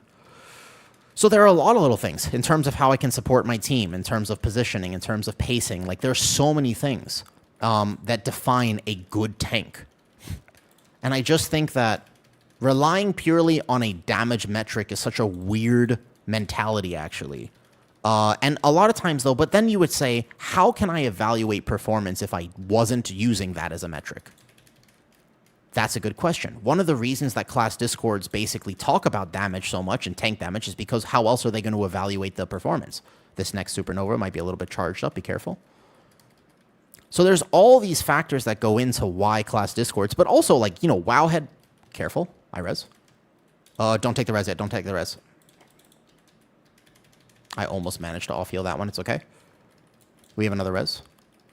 Watch it, watch it, watch it. It's okay. We gotta live, we gotta live. We just need to live this key. Timer is no problem. We just gotta live, we just gotta live. I will watch my off-healing a little bit more if I can. Come, come, come, come, come. I can't actually. Okay, I'll soak one. I can soak one hit, but I probably can't soak two. Soak, soak, soak, soak, soak. Help, help, help, help. Okay, I did that one. But I have to be careful here. Hold up, focusing. Locked in now. Locked in, locked in. There's a lot I can do for this boss as an example. Like, my damage here. Like, imagine somebody looked at this key and they were like, oh, if you were just playing a different build, like, my damage is irrelevant. What I need to be able to do is see if I can bank Dream of Cenarius procs and maybe even shift out of form to off-heal a little bit so that people don't die to the supernova. That would be more important. Now, technically, what I just did, that's a DPS loss. Unfortunate, right? If only I just did more damage. It's like such a weird mentality for tanks in particular. Same with healers, by the way. Like, a good Resto Druid right now will be able to eke out a little bit of damage. But their 5k DPS is never, ever, ever worth somebody dying. I might even just Heart of the Wild out of this. I'm seriously shifting out of form just to get one regrowth out because that might make the difference. Not even a proc. Just a regular-ass regrowth. And again, if that saves a team member, then that's great, though. Oops. Almost got hit by that. It's like the most important thing to do. Okay, I'm just going to take this one. It's okay. It's okay. I'll take this one. All good. All good. All good. Okay, boss dead. Nice. Okay. We got through it. Nice. We just don't have any more reses, so we got to be careful. I think you want to do DPS as a heal, play it blue. Just everything else is just vanity. Well, like, I mean, so, kind of. But there's a lot of good arguments for both sides of this conversation, but the idea is the original question here that sparked this whole thing was, why is it that when I mention your build in the Guardian Druid Discord, do they yell at me? And I'm like, I don't know why they yell at you, man. I don't know why they yell at me either. It's not like you have to play this way, but it's a great option. Like, if you're telling me that you're like, oh, well, I have to play this way, but I've seen so many also, they always assume perfect play, which is the weirdest thing because I don't know about you, but I've seen most people in as they're learning how to do 10s and 12s, like, they're not playing perfectly. I will out DPS a lot of Guardian Druids playing the quote-unquote meta build in an average key because they're not min-maxing. If you play Druid of the Claw and you're not actually aware of how to play Druid of the Claw, it's not like you're magically going to do more damage. In fact, you're magically probably going to be very squishy on top of some other problems that you might have. So, I don't know. Forgetting to rebuff there is a mistake that I made. But the idea is, you know what I mean? Just when it comes down to it, good tanking has so much more to do with not just numbers. However, how else are class discords supposed to recommend things? Because a lot of people go into class discords and they ask questions. Hey, what should I play? What should I do? So you have to keep in mind that this conversation is dependent on understanding that they have to make a suggestion. The only problem I have with them is that oftentimes the social skill is lacking of nuance. Rather than say, oh, well, it might depend, they tend to say this one, and then nothing else is ever a potential. That's one thing I don't like, is that it becomes very, very, very dogmatic. Well, now you have to play this build because it technically is the best, and that's what we're going to tell everybody. That's fine if you identify the potential best build. But I think that forgetting to take into account the fact that A, that build requires perfect play, but there's another build which is simpler to play, but maybe does 2% less damage, but has 3 less buttons. That build's going to be way better for most people. That's the thing, right? But that build is going to be so much better for most people. Okay, I have to vortex this over there. Does that make sense? But that context is completely missing from the conversation, and it boggles my mind that people don't understand that. Do you know? Does that make sense? Like, for example, I don't know. I'm just throwing something out there. Let's say Arcane Mage is, this is a bad example, but let's say Arcane Mage is 5% ahead of Frost Mage, but Arcane Mage this is like pre-Midnight Pruning, where that spec still requires a damn calculus level rotation and understanding and nuance, right? Whoops. We have no res. Okay, this fight's going to get a little hard now. A little bit tough, a little bit tough, a little bit tough. I will incarn. We might die, especially because we can't walk over that egg. Don't walk over the egg. Careful, careful, careful. Yeah, good Ring of Peace. I think if we... It's starting to push into a timer problem, actually. Now we're going to have some issues. Class Discord's like 9 out of 10 nerds being mad at new players for no real reason than just asking something. Oftentimes that's true. I'm trying to have both sides of the conversation be represented. Because on one hand, yes, and it upsets me. But on the other hand, they also do a lot of good. So you can't, it's not, what I don't want to do is do, honestly, with respect, I don't want to do what they do, which is tell you that only one thing can be true. The fact is, many things can be true. There is no actual answer for this question. Sometimes, class discords, they can make a massive difference, and they can really help people. Sometimes, they can really hurt new players. When new players ask fair questions and get absolutely shunned for asking those questions, that's not okay. When you go into the Guardian Druid Discord and say, hey, is it possible to macro my Ironfur? And they go, if you do that, you're not only trolling your team, you're trolling your family, and no one will ever love you, and also you're a terrible human being, and if you ever come in here and ask that question again, we're going to ban you. I'm like, bro, whoa. The dude is just asking a question. Like, why so aggressive? Like, why are we attacking him for asking? He's probably just trying to get better at the game. Like, there's no reason to have this much vitriol for something like this. You know what I mean? But that happens, and I've seen it happen, and people message me, and they're like, oh, I went to ask about your build, and then people, like, really told me that I was a terrible human being. Like, what's up with that? Like, can I play the build? And I'm like, oh, yeah, like, if you want to play the build, don't worry about it. It's absolutely fine. You know, if that's something you're interested in, don't worry about it. It does work. You don't have to play it, but if you'd like to try my build, here's what you need to know. And it's just, like, crazy to me that nuance is completely missing from the conversation. They don't ever get the chance to actually have a conversation with the people. They just are like, nope, that a woo guy, they fucking hate you. Like that guy, and I've been told, and I've literally been sent screenshots, man, of people being like, I asked about this, and they yelled at me, and they told me that I was really, really bad, and they told me if I ever play this build that I'm literally trolling and I can't ever play it. And I was like, well, that's not fair. Like, I feel like they don't have to like the build, but you know what I mean? Yeah, they really... Oh, no, I mean, I've literally seen messages, don't ever watch a Woo's videos because he's bad. And I'm like, okay, it's totally fine to have that opinion. It surprises me how much hatred, like literal, actual hatred there is. Not hatred, that's a strong word. But you know what I mean? And it's like, I don't think that's positive for the community. I cannot chain this Blade Talon, and I have to take the shear. Okay, I know our timer's a bit tight right now. I'm trying to think about how I can make up the time difference here. I'm thinking about this for a second. I can chain in, like, now. I really need I'm going to need to SI right on this gather. Actually, if I could somehow ask for a Tiger's Lust in the future, because he's going to hit me right away. These guys sync on me. So I need to burn one SI, and then I'm going to go to Barkskin. I'm going to Frenzied Regen now, and I'm not going to die on this gather. It's okay, it's okay. And I'm just going to pay attention to this Adept of the Dawn. I'm going to Vortex right away, because I have 5 leech stacks. I backpedal the Vortex. Okay, Blade Rush is fine. I'm really a little bit weaker here than I'd like to be, because the next shear is coming. I need to SI this next shear. 3, 2, 1, SI now. I can't die through SI. There's no way. Okay. Okay. I need a Typhoon away. It's a little bit of a DPS loss, but I'm just shy of the Barkskin.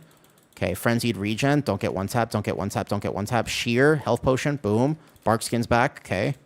And then I'm back to Incarn, and I'll be fine. Cool. War Stomp it. Good. Reset the bleed stacks. Okay, 2, 3. Incap it. I need to reset bleed stacks. Good. Incarn here. Okay, now I need to start chaining though. Now, yeah, our timer's tight because we had a lot of deaths. This timer actually does get a little bit tight. But if you were to look at this, and let's say we missed this by 5 seconds, that would suck. And technically, if I was playing a higher DPS build, it's possible that that might not have happened. However, we've also had a ton of mistakes. Like several deaths that had nothing to do with my build. Granted, there's absolutely an argument, though, like, well, woo, if you were just playing a higher DPS build. Let's see if we can still time it, though. I think we can still do it. Right now, I think our timer's okay, because only 2 pulls left. I know my route here. I'm confident in it. And we just need to get through this pull and the next pull. And it basically just becomes a DPS check right now. I might miss a little comment or two. It's just because I'm a little locked in. Need to make sure I tank well. This last area is quite dangerous. And I need to make decisions about when to chain. We only need 4 minutes with boss. Boss is 4 minutes. So we have time right now, but we also have to make sure we don't die. And that's not a given, by the way, on this boss. Okay, I don't want to commit my... I don't have anything here. Just Frenzied Regen Shield, Natural Resilience. Make sure I don't get one-tapped. Chaining the Blade Talon is not acceptable with the Solar Construct is still alive. So here, I Barkskin now. He's going to get one more Blade Rush off. I have to wait. See, that chain, if I had chained right now, we'd be dead. But right after is okay. Because I pull the bird, and then we're going to get 2 things happening. Number 1, I'm going to get clapped on this pole, and then I'm going to commit my SI here, and then I'm going to Vortex away, backpedal. Good. Reset Bleed Stack 1. Good. Go back in. Immediate this. War Stomp it. Reset Bleed Stack 2. Good.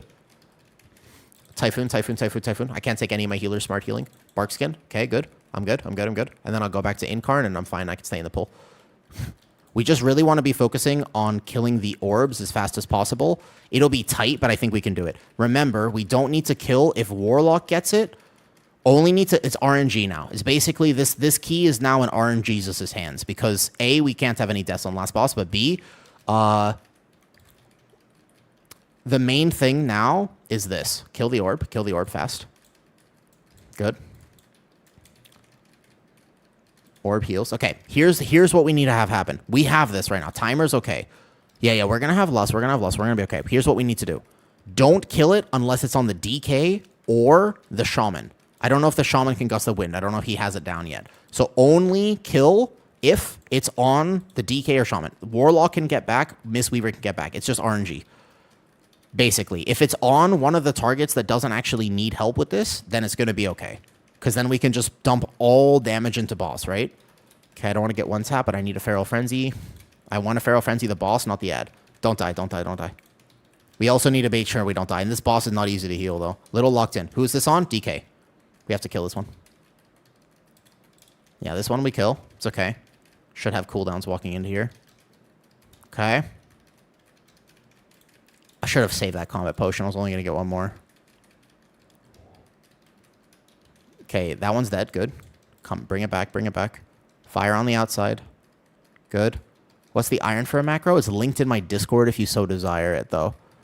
Yes, but we don't want to have to kill them. Because this guy doesn't have a lot of health, but the RNG is this. Watch this. This is actually really interesting, by the way. I want to keep myself full health so my healer doesn't have to worry about me. Who is this on? Oh, Warlock, Warlock, Warlock, Warlock. Keep up boss, keep up boss, keep up boss, keep up boss. So the Warlock, so this is where the RNG starts to matter. We don't have to kill that bird. Because my Warlock, if he's good, will be able to circle gateway back. Did he get it? Please. Okay, thank God, thank God. Okay, I'm going to off heal. So see that? Now we don't have to commit damage to that bird, which is good. Now we can dump everything into boss, which is excellent. Just watch the fire positioning.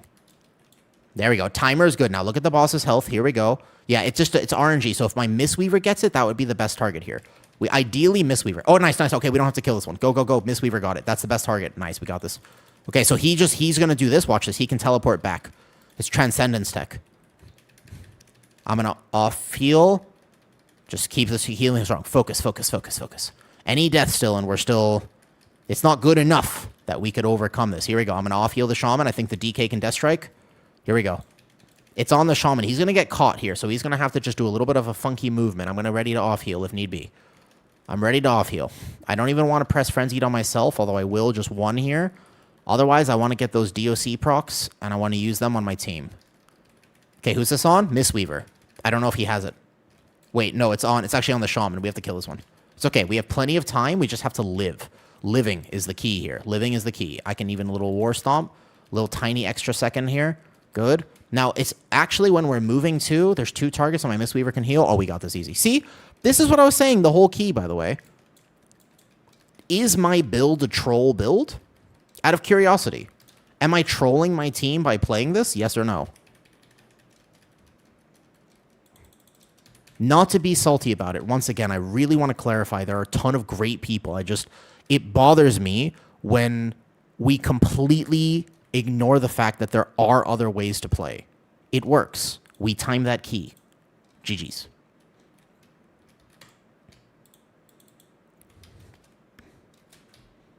Nice job. Nice. That was a good lock-in. We almost dropped it, but we got it. I'm thinking crap out of this build when I play Guardian. I love this build right now. I've got to get double. Yeah. So that's also true. Also, I can elf heal in the future too. It's that double is just tough. Yes. Yeah. I can also watch you too. But that is gonna be a factor for sure. Nice job. So Riken on YouTube. Does that answer your question, by the way, about how that works, about how the idea behind this build and why I'm okay with it, but also if you mention this build to the Guardian Druid Discord, they're going to tell you you can't play it. Like, you're crazy for playing it, but you just watched that key, right? That's the thing. But you just watched this key. Did I fail? Like, was that a terrible key? Maybe I'm showing if you don't know how it works. Been tanking cutoff keys since Shadowlands. I'll always choose tankiest build out there. It's so helpful to just be, this is giga tanky. And it also performs just fine. Like, you can see, it's not like I'm trolling my team by playing this. Now, if it was an 18 Skyreach, potentially, like I said, there is a key level where I have to consider it, but not yet. Playing the meta build can be trolling too. I agree with you, Kitsura. I 100% agree with you. This build does work. And the build, if you want the macro or anything, it's linked in Discord, by the way. On YouTube, I have a guide for this build on YouTube for YouTube members and Patreon, Crankio. Either one. There is a full guide explaining it on both YouTube members and Patreon. I want to try tanking for the first time, thinking Blood DK. I would say Blood DK could be a little tough, though. Bloomin' Onion. What's up, dude? Bloomin' Onion. That's not a... Is that a The Boys reference? Or is it just actually an Outback Steakhouse restaurant reference? Hi, Abuelita. I think Blood DK is a challenging first tank for what it's worth. Just the food. Fair enough. It's a good guide. I got the Patreon. I'm glad that it helped. This build is just different. It has a different priority than last time, though. Yeah, I crafted a 2-hand mythic weapon last week. Now I'm swapping prot. No, Mr. Higgs. You're not screwed. If you end up losing a craft, it's not the end of the world. You'll be, 1 item level behind, but it's all right. It's okay if you're not completely up there. You spam Thrash, no mangle. This build is no mangle. Check again. No mangle whatsoever. 0 mangle this build. Nothing at all. No mangle whatsoever. I'm not a rank 1 player focused on min-maxing, but like those are things though. Yes, I agree with you, Phelps, for what it's worth. But yeah, this build is actually, I didn't cast a single mangle there. What did we get from this? So we have how many 18s? Why don't we just go 17 Terrace? Let's clap that. Let's clap that and see what we get. I think we go 17 Terrace. We'll own this key, and then we'll go to the 18s and see what happens there. Now, in Terrace, I do not need Curse and Poison, so I can just swap to Lingering Healing, though. Usually, I'm Mythic Rain being locked to one piece. Yes, that's my problem as well, by the way. My first vault, by the way, on Guardian, it's not like my item level's carrying me. My very first vault, I got nothing. Fury Valoon. Well, we can't Fury Valoon, but basically, my damage breakdown looks like this. Some keys Thrash is higher. I was missing a lot of Sunring Roars, but it's basically just going to be Thrash, Lunar Beam, etc. And remember, even if you're playing this build, always play Circle of the Wild.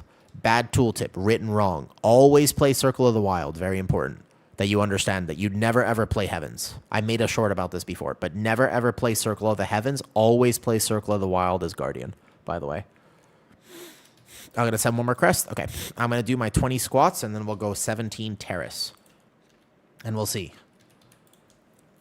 But yeah, the reason I don't mangle effectively is because my priority is Lunar Beam uptime. One of the reasons this build is tankier is because Since I fill with Moonfire, Lunar Beam is more damage and also way more survivability.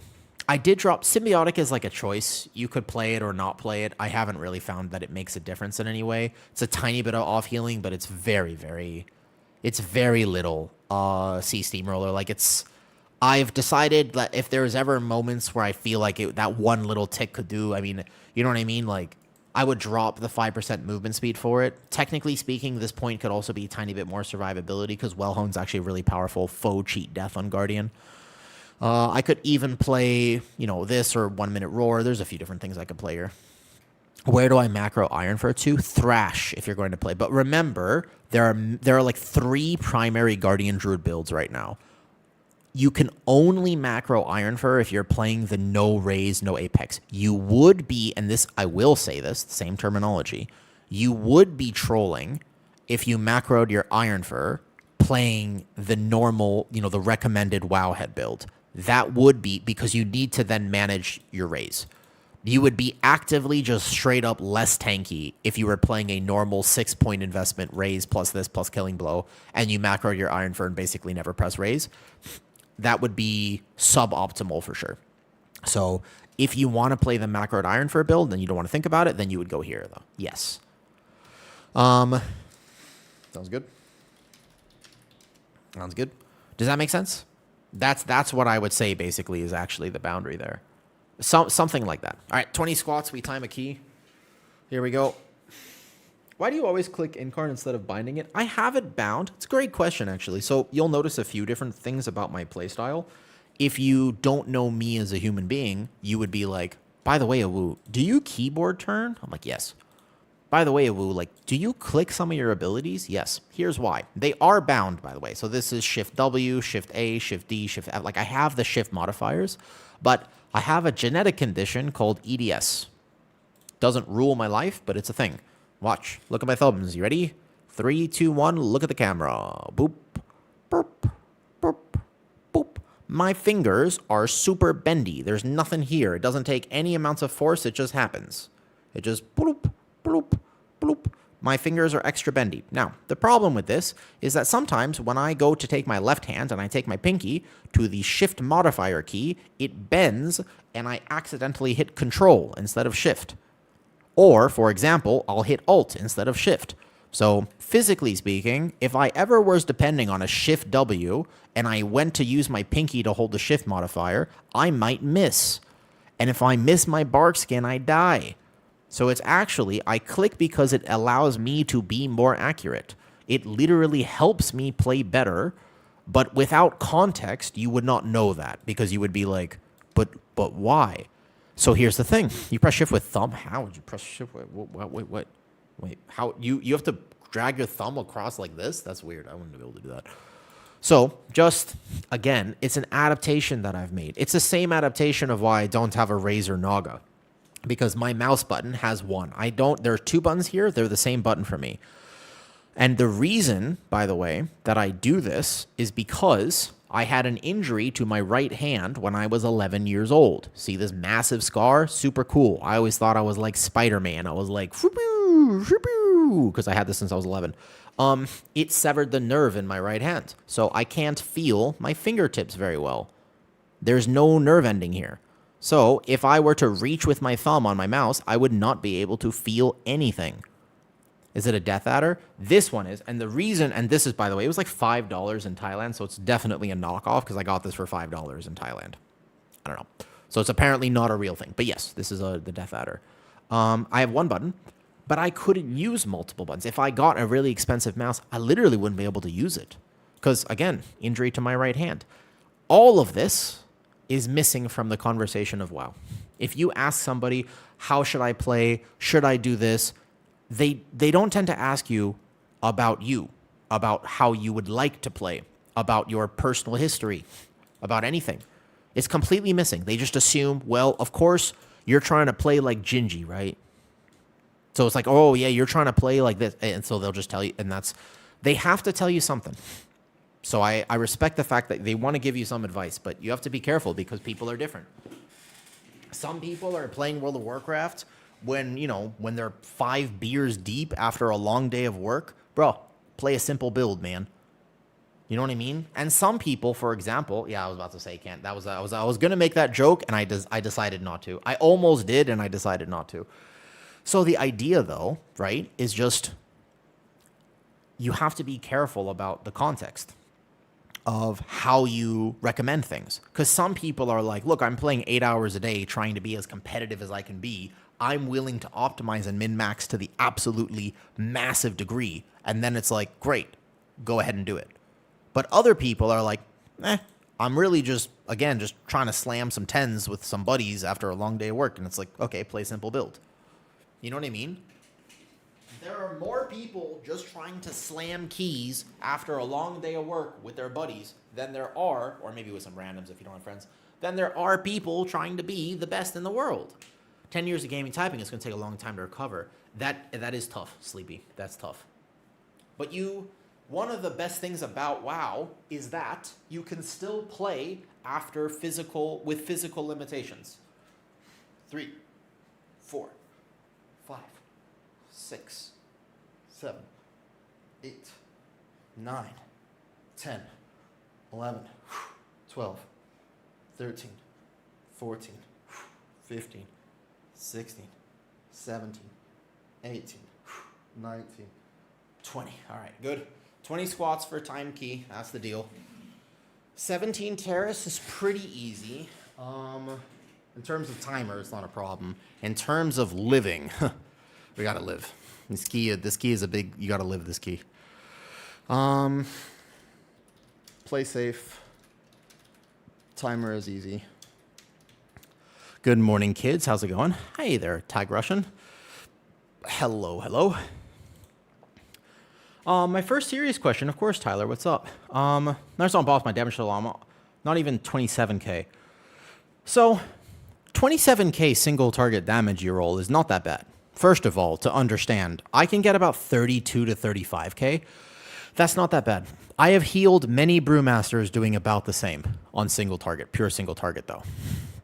And I just think the first thing to understand your role is that first 27 is not too bad. But if your single target is low, make sure that you are still using Lunar Beam on cooldown.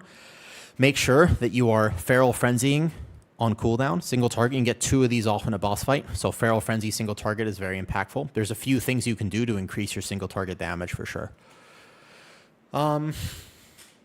My first serious question, what do you bind your druid forms to? You mean just my regular bear form? Or like, how do I get different druid forms when I zone into, like when I shift into bear? Because I have a glyph that basically just makes me shift. Now, granted, it would be hilarious if we time a 17 when we're all literal pangolins. I'm kind of down, but at the same time, I can't see what form I'm in, so could be problematic. Otherwise, Tyler, the actual question is this. Watch, observe. Outside of bear form, literally every single button on my action bar is bear form. Literally every one. And the reason is because sometimes you accidentally shift, right? And so I need to be able to hit 1, 2, 3, or 4, anything. They will all be bear form. I recommend this, by the way, for every bear tank.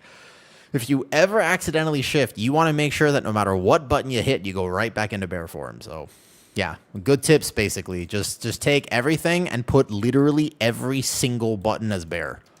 It's actually not a bad idea. I'm like dead serious about this. Like, okay, you know, it will sometimes save you. It shouldn't happen too often, but for what it's worth, you could literally make every single bind bear form on your human form bar, because you'll never actually have to do this, though. You know what I mean? Like, for what it's worth, this does work. You know? Oh, yeah, you could do this. I would say every form outside of this. Yeah. All right, here we go. 17 Terrace, let's get it. Same with bear form buttons. Same with Moonkin while playing Moonkin. Correct. Have you checked out that Mythic plus count add-on? Ooh, I need to get that. That was actually pretty helpful. Remind me after this. I'll get it. Does damage go down the higher key level you go? I forgot Feral Frenzy. Feral Frenzy's huge. It'll immediately make a big difference. Like twice in a boss fight, you roll. Twice. Do it twice. And if you have any damage amps, get it in the damage amp. What add-on? This is called Benjamin. This one is Mini CC that shows my teammates' cooldowns. Mini CC. Ready? Let's do the key. Let's roll. I actually have problems with aggro with your Guardian Druid. I'm using Growl, Thrash, and Mangle, but I don't toss... Luis, what build are you playing? Luis, what build, out of curiosity, are you playing? Are you playing the Wowhead build, or are you playing the macro Ironfur build? Just to answer that question. Also, when we start key, in case for whatever reason, by the way, if I get distracted in the key or we end up locking in a little bit, come here, just in case, okay?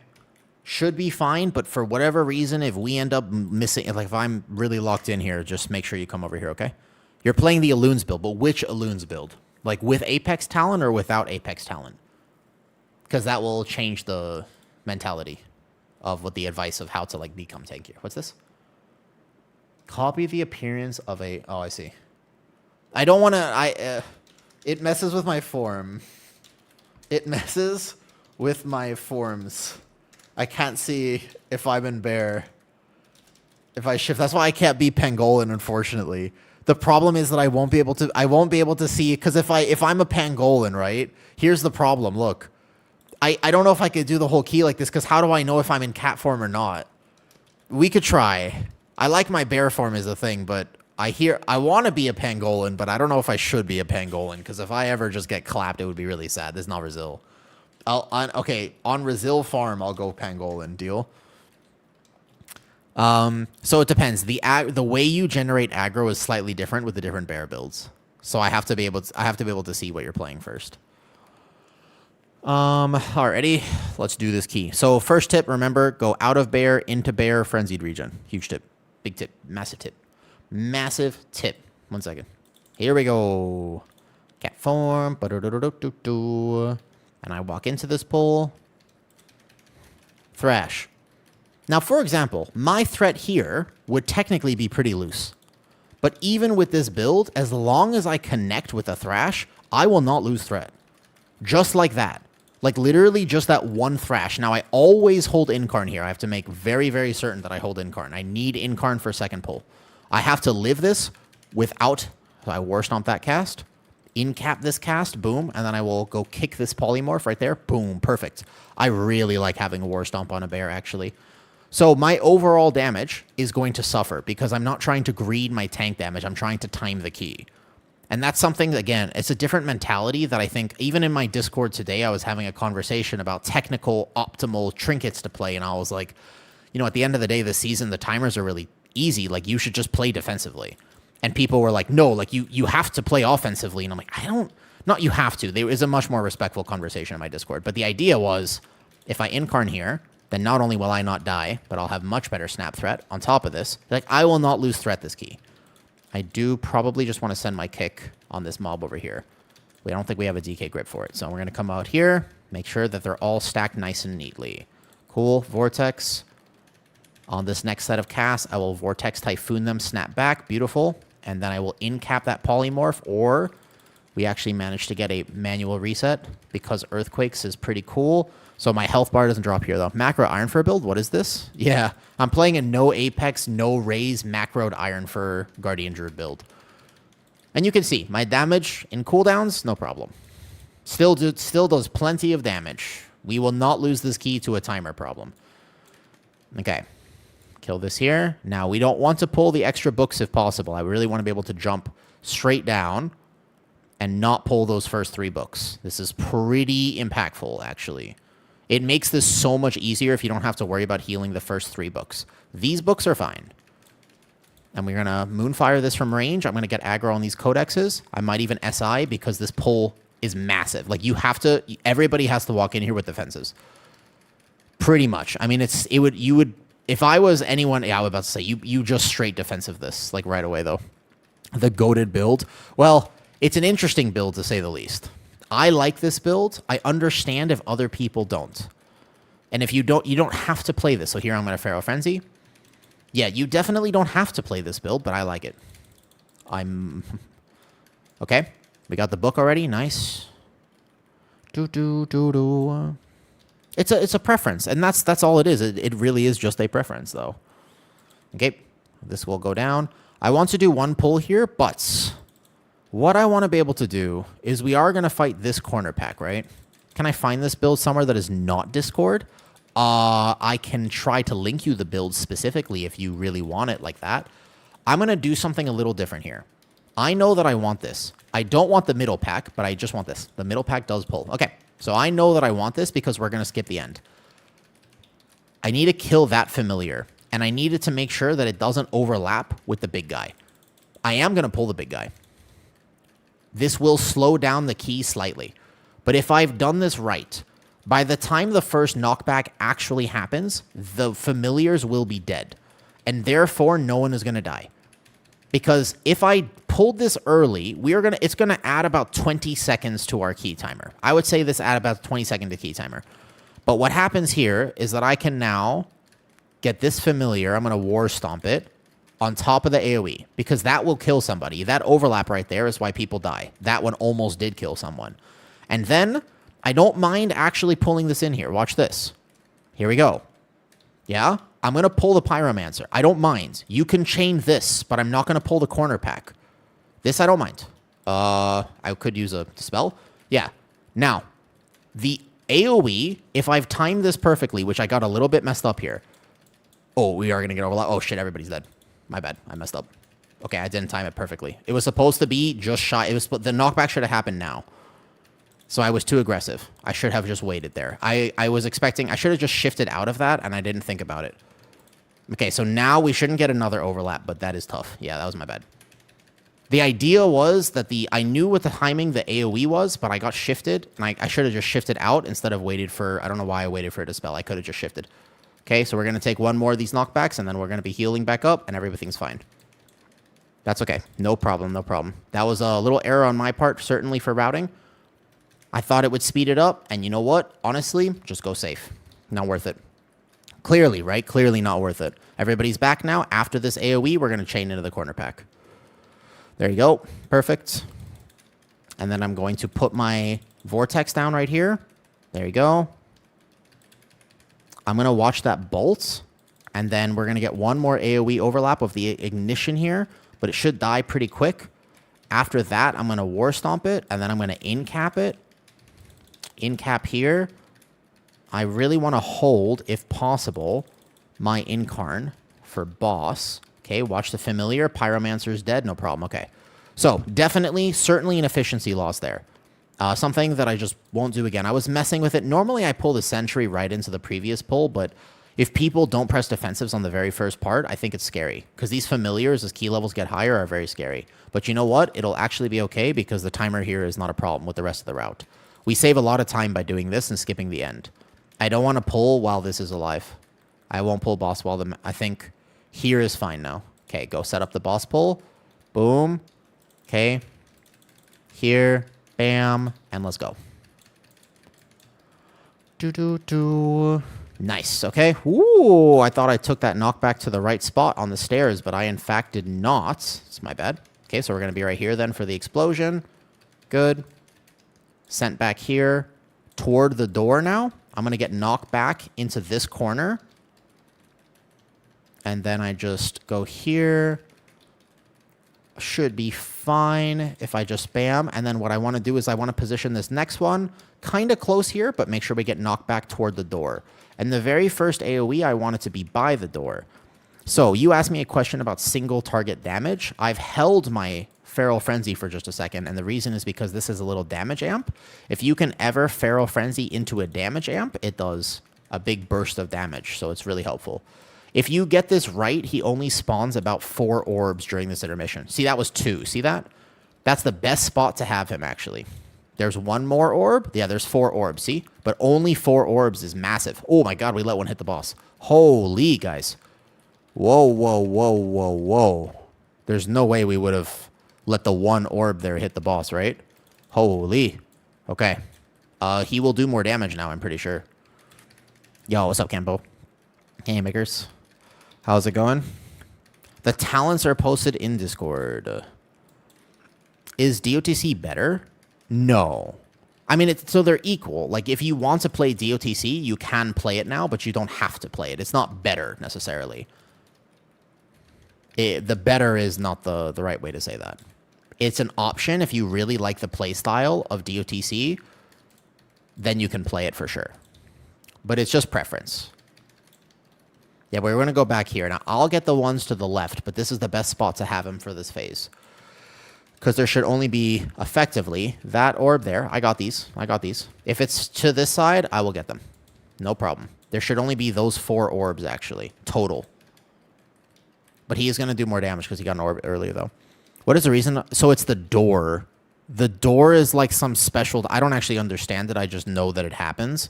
For some reason, if he is by the door during that phase, he simply spawns less orbs. He only has 4. If you can get him by that doorway, it's 4 orbs. I have no idea why. That, yes. Tank by door equals... That's why I've positioned him like that on purpose. Tank by door equals 4 orbs, not anything more than that. I literally have 0 clue why. That mechanic is not exactly very well explained. Weird, but I know. Super cool. Not that it matters too much, because it shouldn't matter that much. Like, you should be able to kill him anyways, but all good. Okay, so little bit of this, but now we're going into the hard part of the key. That was the easy part. And then we're here so we can min-max our motion. I'm going to pre-Starfall so that I can make sure I have threat. I want to thrash this as well, just in case people do start building resources on it. I'll just get 1 thrash on these worms here. Perfect. Yep, and then they're going to defensive the explosions. That is the tech here. And I will vortex these familiars. Just make sure you do defensive when these worms die. As long as you defensive this overlap, it's not the end of the world. Everybody's got a defensive rolling except my warlock, but he's good. He's got a plan. No problem. Solid. Okay, now I have to live the next ones, though. At Veximus, it might also soak all of us. You can soak most of them, but not all of them now, because it's no longer dispellable. Since they kind of changed how it works, you have to be careful about how many you decide to do, right? Okay, so I'm going to go in here now. The timer is so free, but I'm going to have to make sure I live this. These pulls are so toxic for me. I mean, for the healer, too. This whole hallway, right? I don't know. You guys have probably done this now. God, these pulls, I mean, they hurt so bad, right? Unbelievably bad. And I don't want to take any of my healers healing. So I have to make sure that I have a really solid plan. Like right there, I Lunar Beam. I want to make sure I use everything that I can use to make this as easy for my healer as possible. So I'm going to Frenzied Regen here. Yeah, this hallway is tough. Lot of healing, lot of damage, just tuned very high. My Warlock's in trouble with that Dispel plus the Glaive on him. I want to position these tank... One thing I can do is position the tank frontal so it's like away from my team so no one has to dodge. So if I'm positioned... See how I'm in this kind of tight corner here? My Warlock... Uh-oh. He might die as well. It's okay. I send another SI just to take less smart... You see that Shield Slam? I can position it there at the very least. I can Typhoon that one. Okay. Healing potion. It's okay. We made it through. It is a tough hallway for sure. However, even with several deaths, it's not the cleanest key thus far. I'm going to let my healer settle. Let it settle. Let it settle. Make sure there's no other glaive that goes out. Okay. And then I want to basically chain into more targets. Remember, more targets for Mistweaver actually makes it easier for him to heal, not less easy. Cool. Boom. Send the Lunar Beam down for threat. Vortex for the familiar. Off-heal my Warlock. Good. Off-heal my Warlock again if needed. Cool, he's fine now. Make sure I kick the thing here, though. I need your knowledge on this. I know you're a bear main, but does VDH not use Sigil of Flame anymore? Not for defensive rotation, no. The reason you used Sigil of Flame before was because you had illuminated sigils as a talent official Maddie. But you no longer have illuminated sigils, which means you no longer have increased parry chance from just from having that on the enemies. So because you lose the parry chance, it's just kind of eh. Yes, it is, actually. Yes, it is. So now it's basically just for aggro, because it is a good aggro tool, and for... I think that if you're playing, there might be a build where you have like some, but even on beta, you basically just didn't use it. It might be like a 1% DPS difference to actually use or not use on specific target counts. But effectively, no. The answer is that VDH no longer depends on having that maintained on targets. Our timer, by the way, is totally fine. Like, no worries on timer. We've had a few mistakes for sure, but we'll be okay. As long as we play this boss well, we won't have any issue. And again, for those following the fact that I'm using a no Apex, no Raise build, my damage is pretty decent. Have you linked the new build? You going with this week? This one, I'm maintaining consistency. I think I found the build I like. This is how I am enjoying this, but I think I finalized it basically. Now that I'm kind of getting into more like push key area, I definitely am happy with the way that this build is playing at the moment. Yeah. So Bloomin', I'm playing this one. And Vadin Sorkin, it's in the Discord for sure. There's another corner that only spawns 4. Honestly thought it always spawned 4. No, so I think it's just you have to be by the corner for some, I don't know exactly what it is, but it's something about being the first boss being by that corner position. And you're only doing... So I think that's one thing that I was mentioning earlier, that if you don't play the Apex build basically perfect, you don't actually necessarily do more damage than me. The Apex build is a lot of things, though.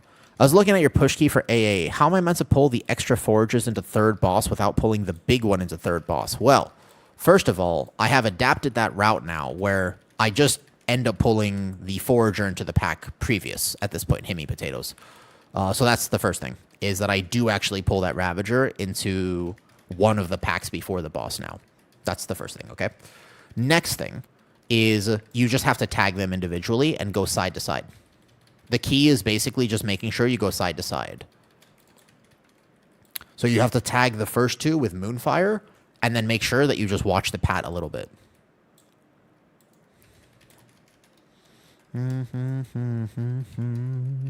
Yeah, so you just have to go 2. The right side is easier. The left side is like just ever so slight out of range. But you basically stay on the platform.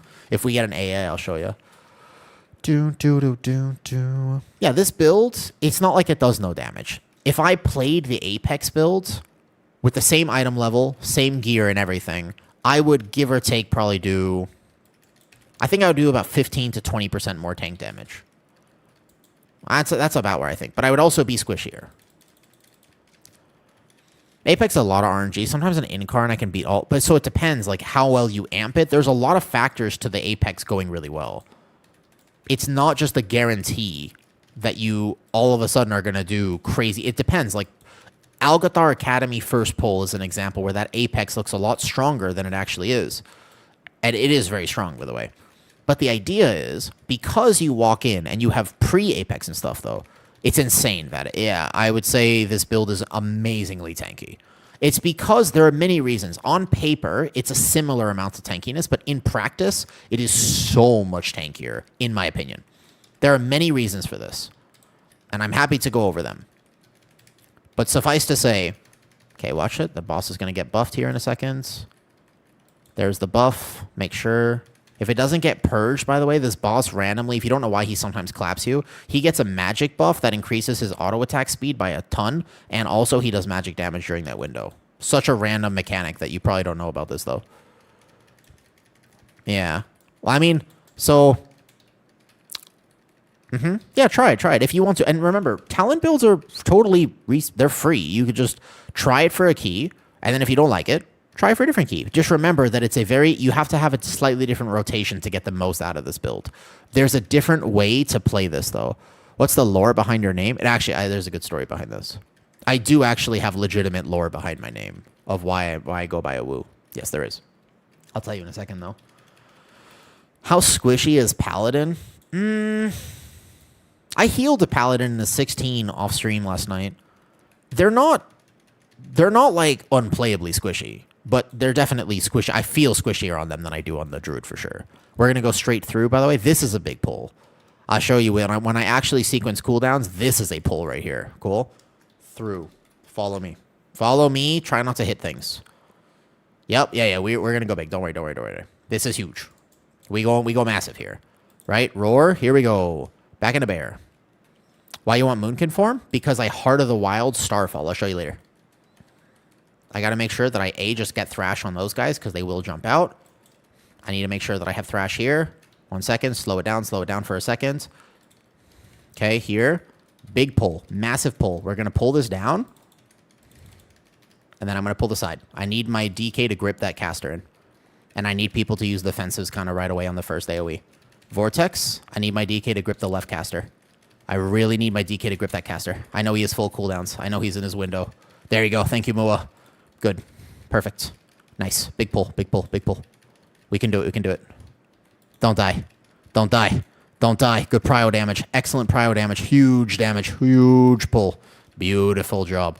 This pull is kind of like a you need to kill this before it kills you type of deal. Like you need to have big damage here. I'll show you on the next pull why I would have a Boomkin form. It is a way for me to generate a little bit more aggro, but not just aggro. It also does damage. Nice. Now we can skip the end. Beautiful. I actually think we're going to be over percentage because of something that pulled earlier. So we walk through here. Watch this. Yeah, I show you. You go Boomkin form, Heart of the Wild, and you have pre-Starfall. Starfall lasts 8 seconds, by the way. So since you have 8 seconds on Starfall, it'll go into this pull with you. Why is there a Shredder at full health? Okay, that's fine. I kick the first fear. Watch the fears, watch the fears, watch the fears. Try not to overlap. If it gets stunned by Earthquake, I'll Vortex Typhoon. So Starfall doesn't do a ton of damage. It's a little bit in AoE. First pull Algathar Academy, massive pull. Starfall goes hard. But if you have Boomkin form, then you can basically do a Starfall tech. Okay, somebody will kick that first one. I'm going to hold my kick. Panzan Mata, thank you for the sub, by the way. Appreciate it. Cool. I incap. Yeah, I'll use it. Like, there are some times where it's to do damage, and sometimes, but these days, mostly, I've just been using it for aggro. Like, walking into a pull, if you have Starfall, it'll hit everything, but only the things you're in combat with, by the way. Fun fact. It does not hit things you are out of combat with, so you don't have to worry about doing it, like, in this area, for example, it's not going to randomly pull the right side. So, you can feel like safe using it, basically, which I think is important. Vortex Typhoon for that fear. Good cap totem. I'll Vortex Typhoon after. And then we'll watch the kick. Watch the kick on this. Good. Earthquake stun. Okay. I'm going to incap it, and then I'll get the kick. Okay, Mua got the kick. Nice. So then I can get I can get a different kick then. I have incap left. Cool. Watch aggro. Immediate thrash. You'll notice, though, I mean, have I lost aggro at all this key?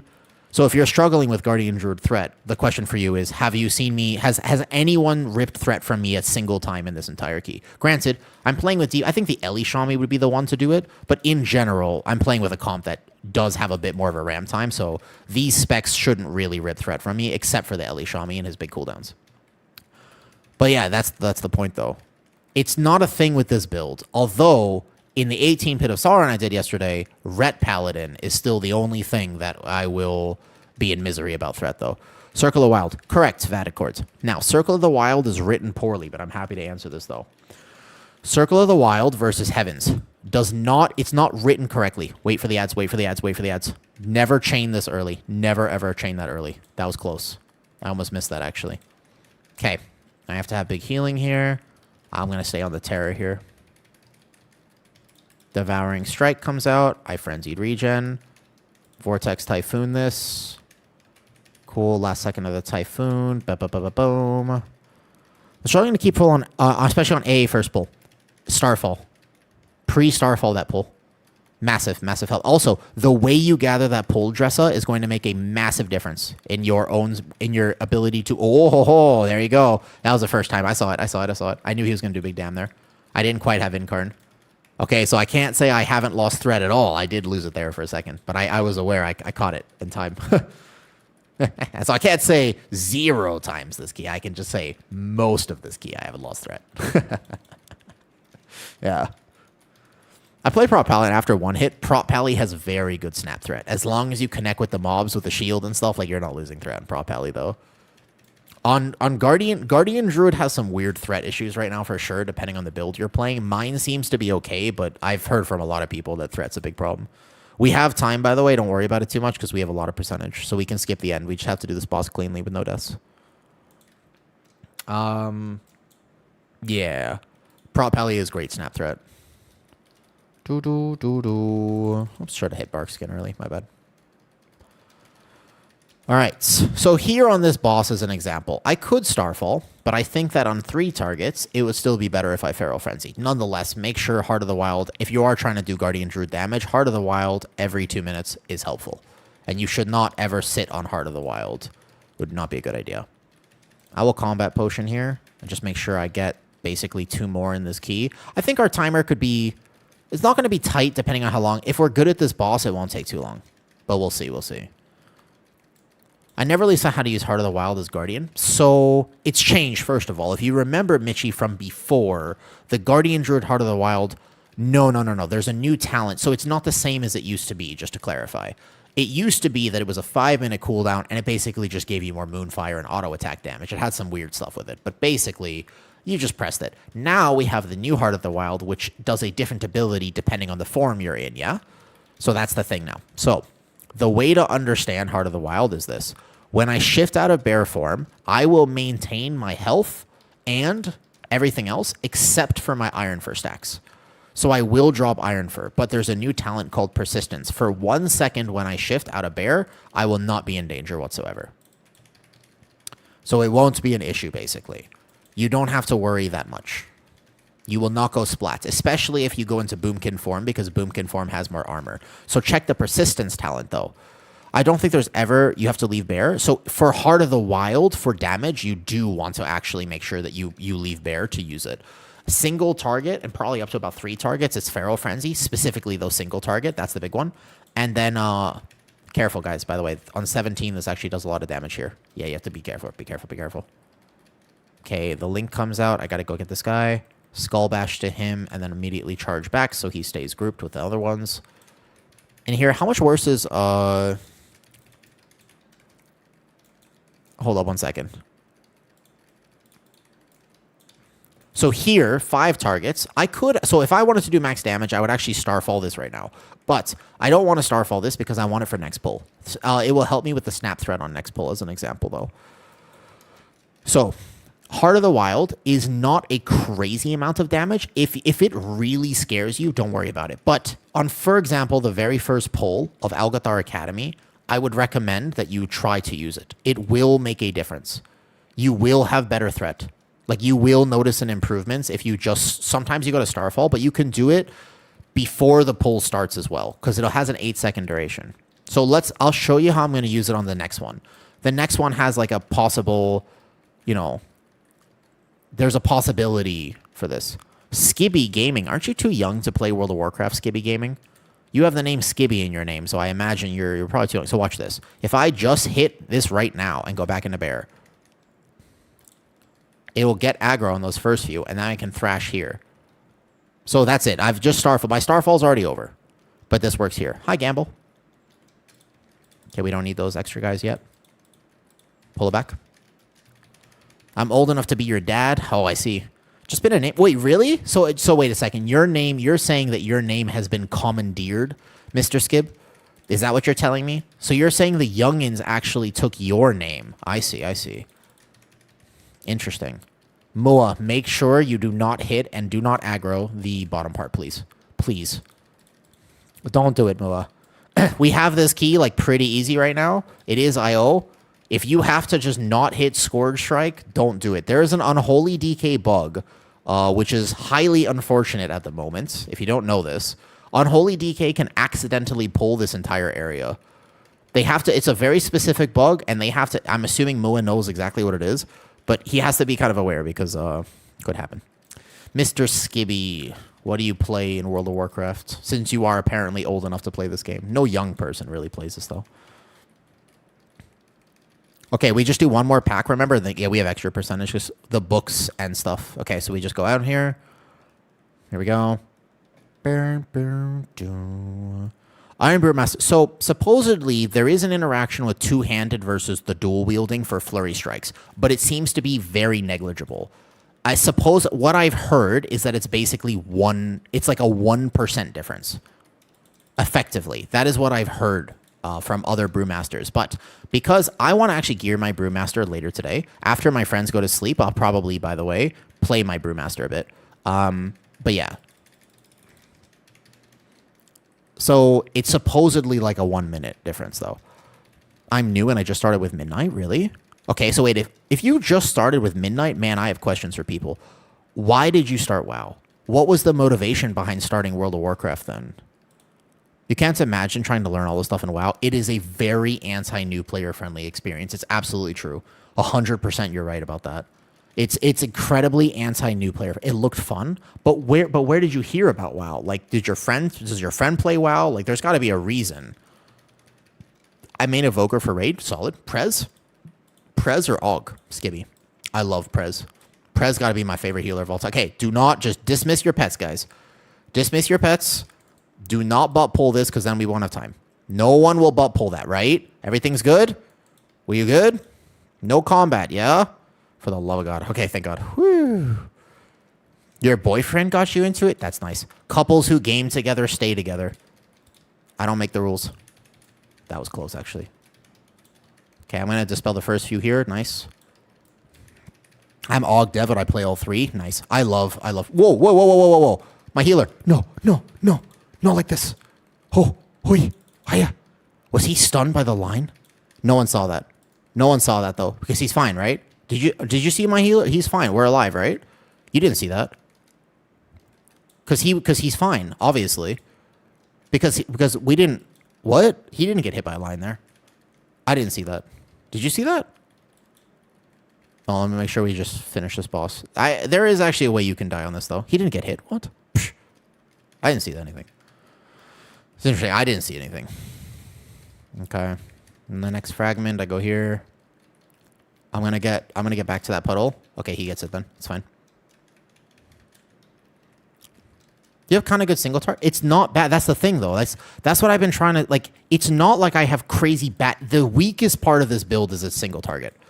That's the hardest part about this build right now, is that its single target is a little lower. But it's not nothing. It's not nothing, Vat.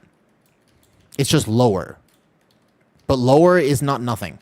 There's a big difference. So I'm going to Sundering Roar now. You just have to understand, again, the rotational differences between the builds are there's a lot of things that I do differently. You'll notice, for example, if you're a bear player, I haven't hit Mangle once.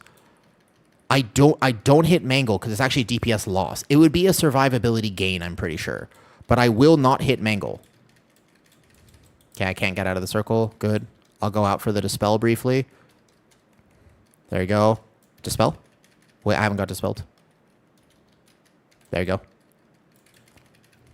But yeah, my single target is not nothing. It's just... do I have to SI this one? Probably. Yeah, I'll SI this. Okay, I'll come back and just Heart of the Wild in a second, though. I want to save SI just in case. Any overlaps like this. So there, I lost the tiniest bit of damage. But yeah, this one I'll show you, by the way, for Vati and everybody who was saying earlier. The double Feral Frenzy into this, you'll notice, I'll show you how much damage the Feral Frenzy does in a build like this. It is quite impactful to make sure that you don't miss a Feral Frenzy. Like, make sure you do it twice on a single target encounter.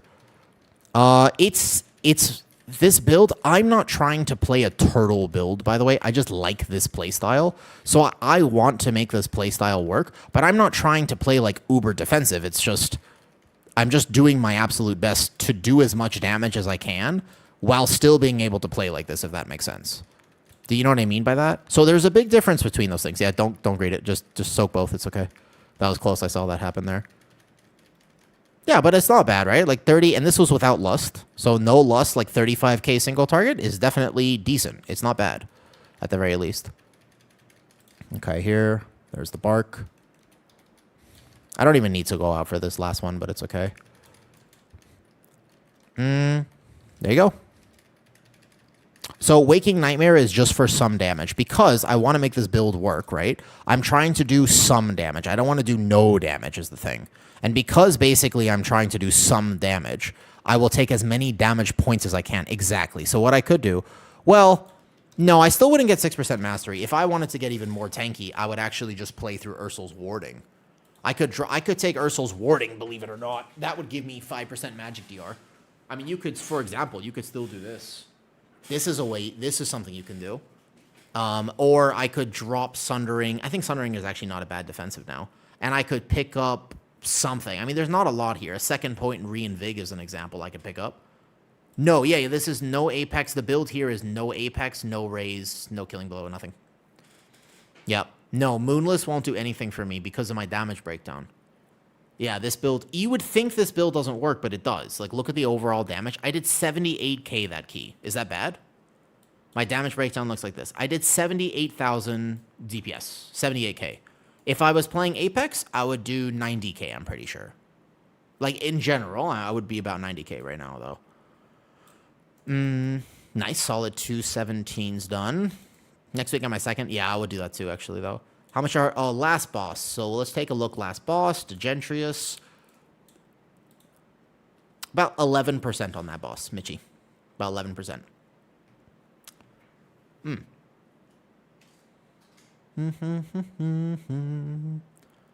No, yeah, it's not bad. You want to use it for sure. But does that... You know... I'm new, ran a Warlock for about 3 months, and just started tanking using Guardian Druid. Then was referred to you after getting thrown around a few dungeons. You were referred to me? Oh, thank you. I hope that this helps. I hope that my guides and my videos can help. I just, you know, when I'm doing this, for example, when I'm doing keys, like, I'm chilling. I'm not that stressed about keys. I kind of hope that I can help people feel just more comfortable, right? Like, I just want to help people feel chill in their keys, because keys are fun, tanking's fun, and whatever. No, Mango Knowledge is arcane damage and Ironfur. Yeah, pretty much. Well, Ironfur doesn't do damage, though. Yeah, what's up, Healful? What's up, Link My Mind? I just like this playstyle, and I want to make it work. If it works, then I'll use it. And if it doesn't work, then I won't use it. It's really not that... It's not that complicated. But as of right now, I find that it's working quite well. What's the add-on to the left of your nameplate? It's called Mini CC. It's in Discord, but it's Mini CC, like this, though. And I'm all interested in as a tank, and I'll tell you, if it weren't for your videos, help me get started, I don't think I would have stuck around. Honestly, I'm glad to hear that. I hope, like I said, I hope that I can do this, though. No one saw that bug? What bug? I didn't see anything, Deco. Deco, I didn't see anything. You saw something on the last boss? I didn't see anything. All right, what keys we got now? What keys we got now? We got a... Did we re-get a 17 that we all need? Because I would rather get 17s up real quick, see if we just grab that, though. He means a huge bug on your wall. You have 18 Algathar. Well, 17 Algathar is going to be a key. 17 Algathar is tough. We have a 17 Cavern. Okay, we can get the 17 Cavern up. I don't need 17, but that's fine. We can get that for everyone. There's only 3 17s left now at this point, though. I'm learning Guardian. I'm still confused how to use Incarn. So it depends if you're playing Apex, though. And of course, no problem. Oh, no. You guys can ask me any questions. Never feel worried about that. 17 Nexus. I've done that, but I think we got 17 Nexus last week, correct? But Mua, if you need it, we can do it for sure. I think we'd prioritize other. We can do 17 Cavern real fast. I don't mind. I need to find... The Algathar is appealing. 17 Algathar. What's the timer increase? How much do they increase the timer, by the way? I am 274 now. 274. 1 minute? Okay, that's still decent. So 17 would be very easy then. I would like a 17 Algathar. They increase the timer by 1 minute, yeah. You guys need that I can roll it? I think we did 17 Nexus last week, I'm pretty sure. You can confirm for me, but I'm almost positive we did it last week. But don't worry about it, Moa. Like, if you want it, because that's an easy 17, so it's up to you. Set rings. I do have the set rings. Yep, I got the set rings. These are just hero from keys. This week, when I get my hero crests, I'll send all of them, though. My Star Cavern's 17, so we have 2 17s, though. Okay. Deco, it's your Algathar, right? Deco, how long are you on for tonight? You're off tomorrow. Could we try the Algathar first? Could we try AA first? And then go Cavern after? I would like to try Algathar first and just see what the timer looks like. So, with 1 minute, 17 is just, live and we win. 18, I don't know. 18 is hard. 18 Algathar is the first key I think we're going to get real checked in. Holy, how do you have so much haste? Oh, this is just the no bear I'm sorry. Haste is like this right now. It's Arson's key, I think. Oh, okay. So Arson's around tomorrow, but I know you're... How do you feel about... I kind of want to go Algathar preferentially, though. So we have the gate skip. I haven't done it, though. I want to see the gate skip. They said they figured it out, but I haven't done it. The problem with the gate skip is... No, sorry. I will answer. I got you, Tindris. give me a second to finish deciding what key we're doing, and then I will gladly explain why I don't use the Apex, though. What is the purpose of Moonkin and Starfall? David, it's just to get the, literally, just for here, though. Right in the beginning, if my earthquakes get turbo, not your fault, of course. If I throw, yeah, you can. No, for sure. Stat priority, basically same. It's haste, then whatever. Verse equals mastery equals crit, basically. Let me see the gate skip. So they want to do some route here where basically they don't want to play. They want to skip, but actually pull these two. Wait, where is the gate skip? I'm confused where the gate skip is. I would love to see this before we try it in a push key. I wish we could do it in like a 15 or something just so we could see it. Because I don't understand it. I figured the gate skip would be here. The 2 casters before last boss. So basically, if we could gate skip right there, then you wouldn't take these 2. The 2 casters before G20. So you have to skip this, though? Well, the idea is that where is the gate, though? Because if we can skip these 2, then there's a much better route here where you're going to pull... There's a better route, basically. Because you can do this. You can actually just completely get rid of that pull completely, though. But the question is, do you have to pull... Because of the gate skip, do you have to pull G29? That's my question. Because otherwise you do this with Veximus, of course. And then you pull 10 with this. And then the percentage is you just need to grab these 2 foragers, and it's easy. You just play this. Look. This would be the easiest way to do it. And then you can completely remove G29. But the question is, can you skip not pull G29? That's the question. That's why I needed to ask. That's the question here. What's up, Vivism? So, okay, in terms of the no Apex build, if you want to do this, though, right? You can go into 0, kill the first boss quick to see. I think you need to kill all the bosses. I'm pretty sure you need to kill all the bosses, no? To actually unlock the path. Yeah, you would need to kill all the bosses. I mean, so if the timer's increased by a minute, we would just win 17. 18, though, is where it starts to get hard. You could win 17, like, no problem. It would just be the 18 that's the check. Like, assuming, like, a few deaths tops, you would still win 17, no problem, though. So, I didn't know it was blocked until you finish the whole dungeon. The question also is there a way to snap this pull to pull 3? Because there used to be a snap, and it was on beta, but then it did this here, though. And proc Moonless. Try to Thrash. Might play around. No, it doesn't proc Moonless. There's no way. Thrash does not affect Moonless Knight. It does not. There's no way. Moonless Knight gets affected by Raise, but it doesn't get affected by Thrash. It gets affected by Mangle and this, but it will not get affected by the other things. I promise. There's no way, Omega. Something's weird about that. I'm just curious, too. Thrash should not hit it. Unless they somehow have recoded in the last week or 2. I can test it real fast, but I don't think so. So Starfall, David, is just for AoE damage, but also for aggro. In Alcathar Academy, there are plenty of uses for it, though. Let me check. I'll check right now. We can just do Mysara Caverns, too. I have no problem doing the Caverns real fast. We can just get you guys that. I'm chill with that as well. No problem. We can do that, and eventually I can see if I can test it later. Let me see. Okay, Moonfires. Thrash. There's no way. The only thing... The direct damage from Thrash...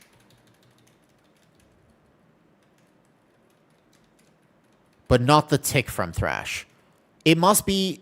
Is it... I don't think it's Thrash. I think it's GG procking.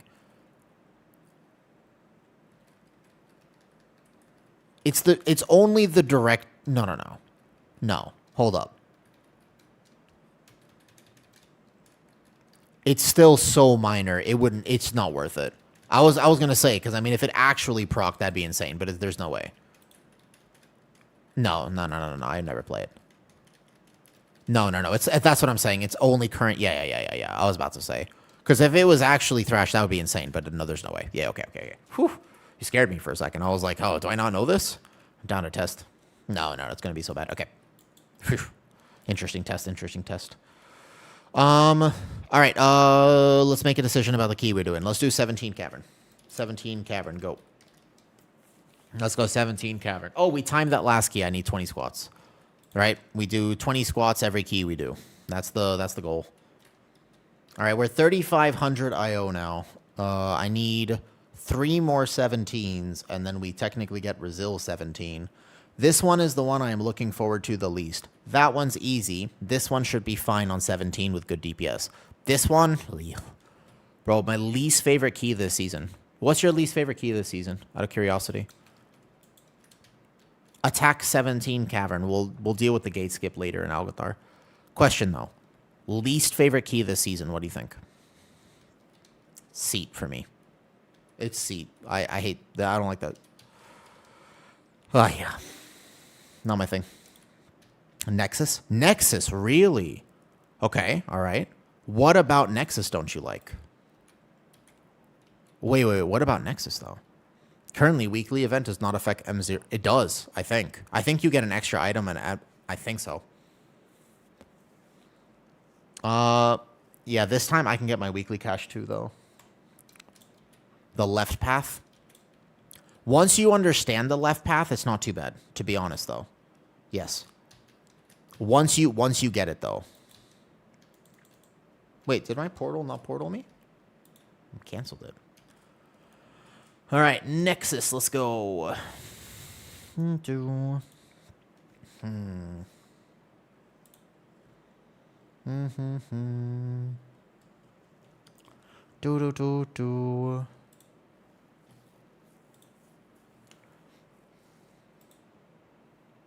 whole left. Seat or Magister's Terrace?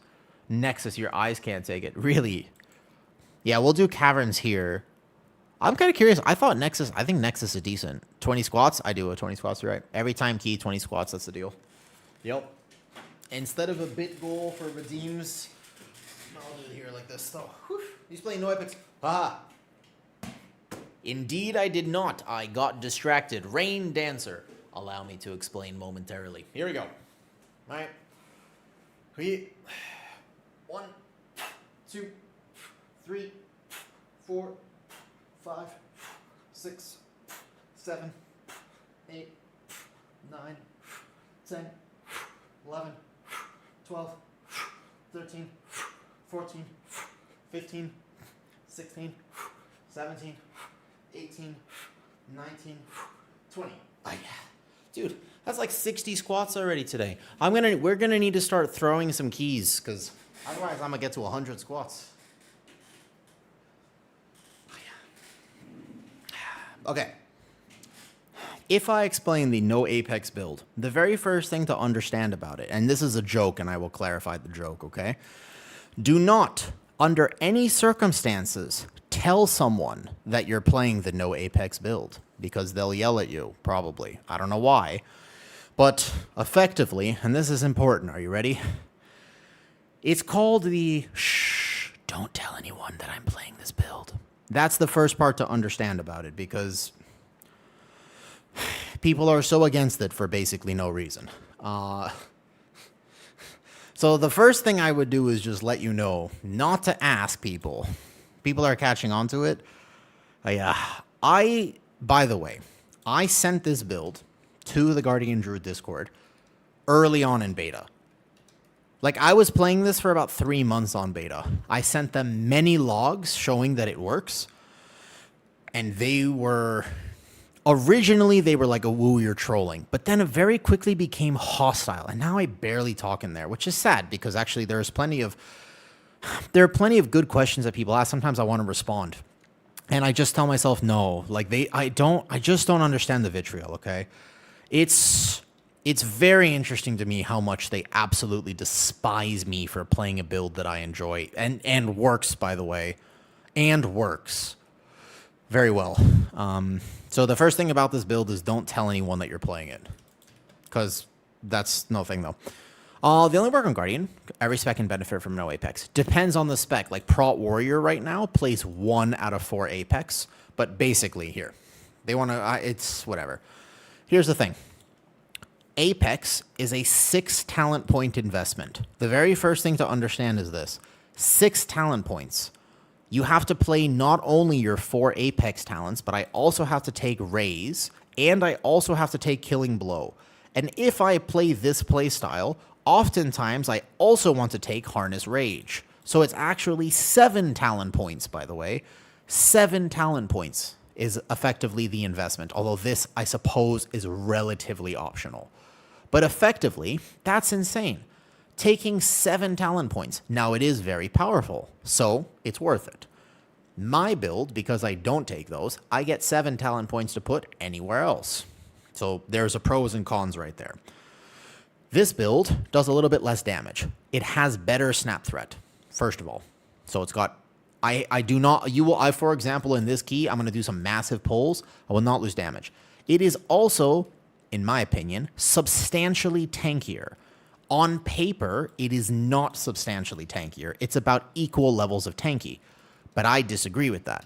It is tankier because I have so many free globals that I can basically just blast frenzied regens and everything. I am not ever competing for globals. The other build has to be at all times thinking, how can I generate more rage? How can I do this? How can I greed that? How can I play this? My build, I don't have to think about any of that. I just thrash, lunar beam, moonfire to fill, and instead of moonfiring, I can do anything else with those globals.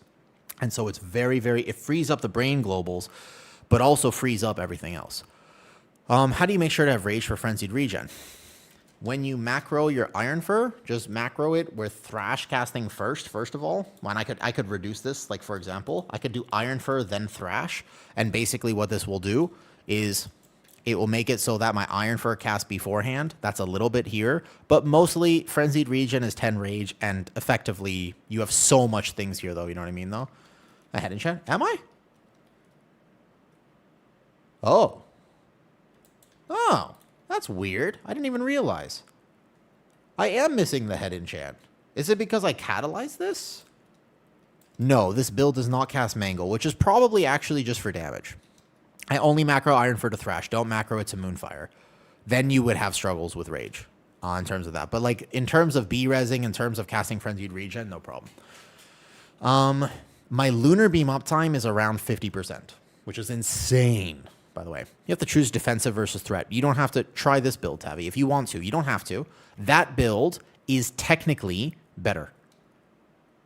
It is technically. I'm not recommending this. I'm not saying you have to play this. I've never said that ever. Okay? I've never, ever thought that.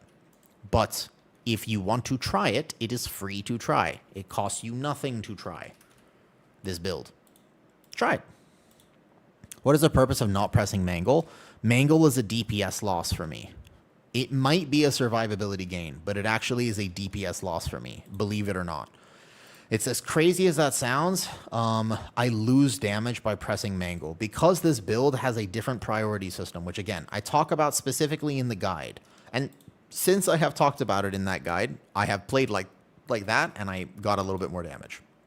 Oh, that's nice. I had no idea, actually. Wasn't have a helm enchant. This build, by the way, first key, I might die. I'm curious about something, though. This key is, if I was ever going to die, by the way, it would be in this dungeon. This dungeon is, the way I pull it is very tank-focused. So once we start, I'll need to focus just a little bit. Just the left hall with all the electro, I get brain scrambled. I wonder if it's just visual clutter, yeah. That thing is, the left hallway is pretty wild, though, for sure. In Nexus. Or Shield you were. No. I'm not. I'm worried without actually being worried, for what it's worth, yeah? Also, can somebody just take screenshots? I had 78k and then I went to the target dummy. It's okay. I think I've been screenshotting my overalls, but I want to keep it here. Okay, here we go. Shall we? I'll put a little headset on. Let's go. So, the no Apex build. I'm not saying it's better. I'm not saying it's significantly tankier. I'm not saying you have to play it. I liked Thorns of Iron. The thing is, I really miss Thorns of Iron. I know a lot of Guardian Druids didn't like that playstyle. I also know a lot of them did like that playstyle. I miss that talent. When Blizzard decided to remove Thorns of Iron, my first mission on beta was how can I find a way to play that plays exactly like Thorns of Iron. I tested so many different builds, and I eventually came up with this one. This one works. So, Because I like playing like this, I play like that. It's that simple. All right, hold on. I'll play this. Let's go back to 21 Pilots. Little salt for me real fast. Take some salt. And then let's go.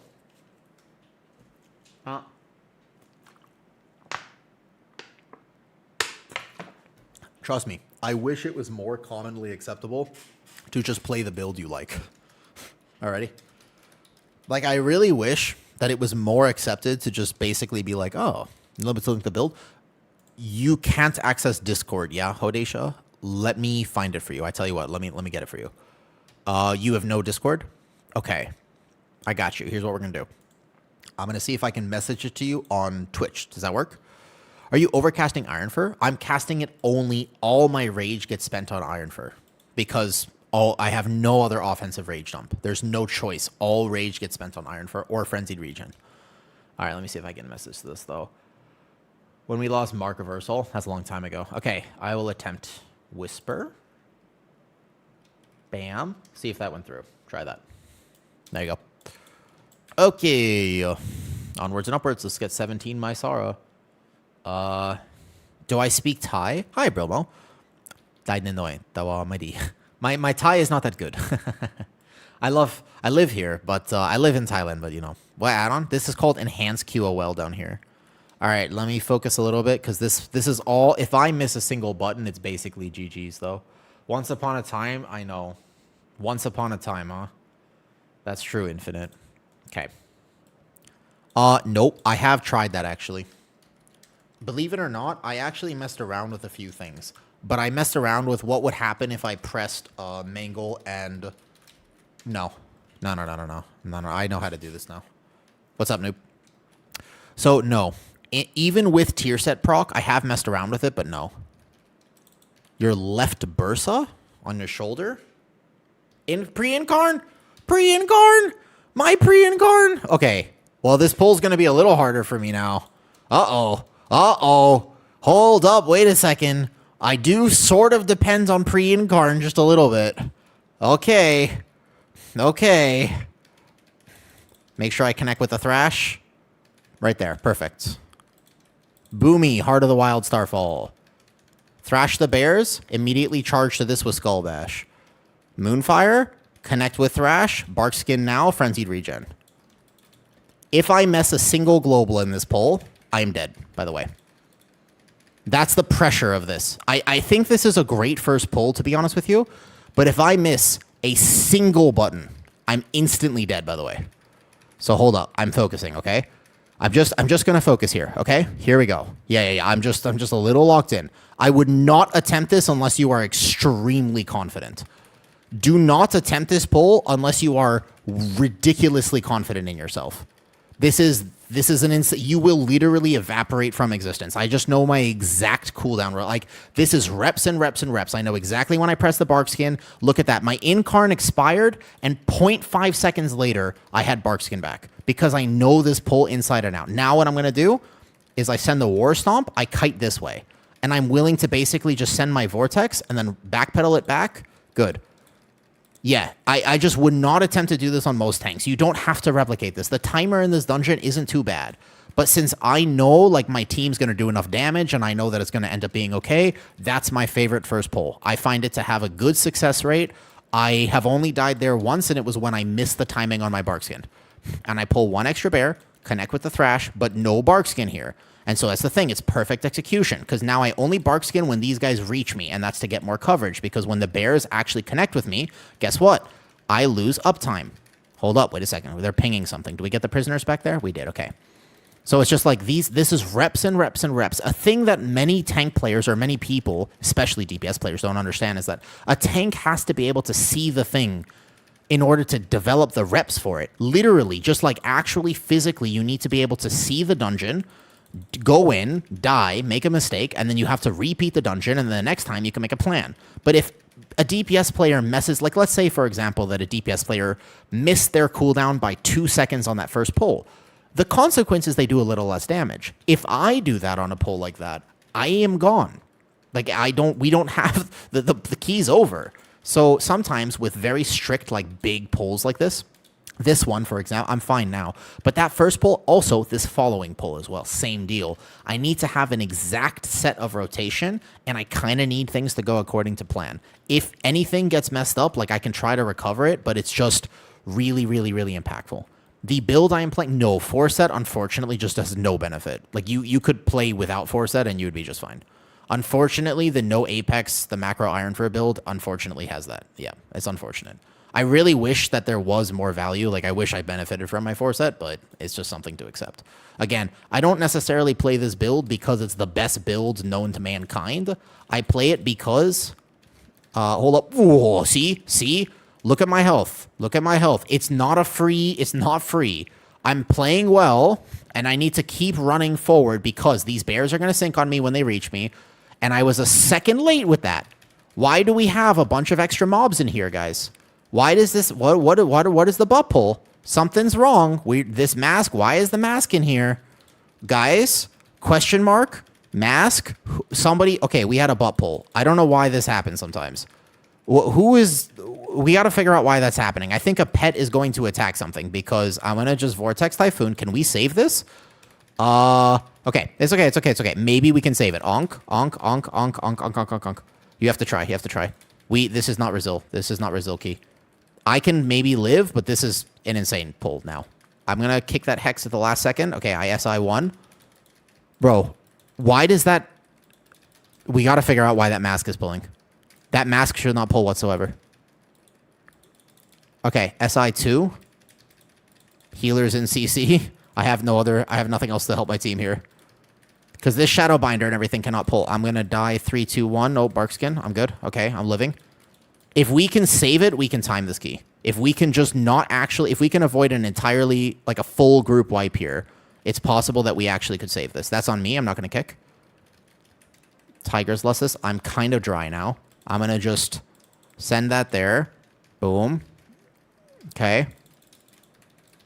Okay, Lunar Beam's back. Holy... That was not an intentional thing, though. I know, but it also only happens with a specific comp, so I'm thinking that a pet must be attacking. I gathered very specifically every single time the same way. I'm shocked that we're alive right now. We are, however, alive, and I would say... Yeah, technically, if the thing... That has happened twice now, I agree, Sam. That's why I'm thinking about it, too. I'm like... It's the Lock Imps? He's playing Affliction. He's playing Affliction. I gather right there on the bridge. I always walk right there. Yeah, we're okay. We're technically alive right now. And actually, you know what? Giga percentage. I'll call that extra percentage, though. Look at that. Remember, if you're a tank player and something butt pulls, but you don't wipe, it's tech. Just remember that. This is very important. Biggest piece of... Can somebody exclamation clip what I'm about to say? Get ready. Type exclamation clip in Twitch chat, please.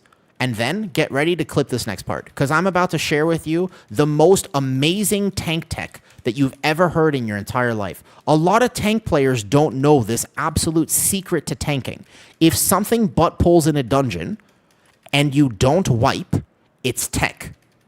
If something butt pulls in a dungeon and you do wipe, it's someone else's fault. But if you don't wipe, then it was tech. Remember that. Exclamation clip, please. Somebody do it. Thank you. Perfect. This is very important. I feel like people, you know what I mean? Like, I need to help the community understand some secrets to tanking. I'm giving you the secret sauce.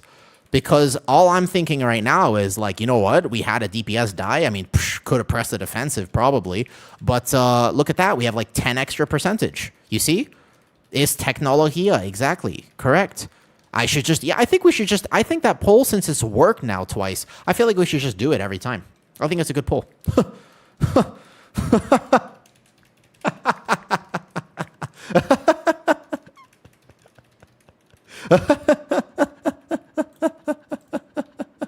What do you think, Healer? Healer, what do you think? You think we should just do that poll all the time? It seems to work. It seems to... You have no idea, trust me. My DPS are scared. You have no idea how scared my healer and I are. My healer and I are fucking terrified on a poll like that. Okay, watch the bears. So this is tech. I can't let the bears reach me. Trust me, like, you have there's like zero respect for just how much actual fear, like literally crippling levels of anxiety and fear that my healer and I feel on that previous pull. Okay, where's the second eagle? I need to have aggro. It is such a ridiculously hard pull. Like, you would never, ever, ever in a million years do that pull. There's... What's up, Gamble? Yeah. So technically, if I wanted to do max damage, I would actually just go Starfall right now. If I wanted to. So I would basically get the Lunar Beam down. I would hit this Thrash. And then I would go Starfall. And then I would go back into Bear. And you can see my health doesn't drop.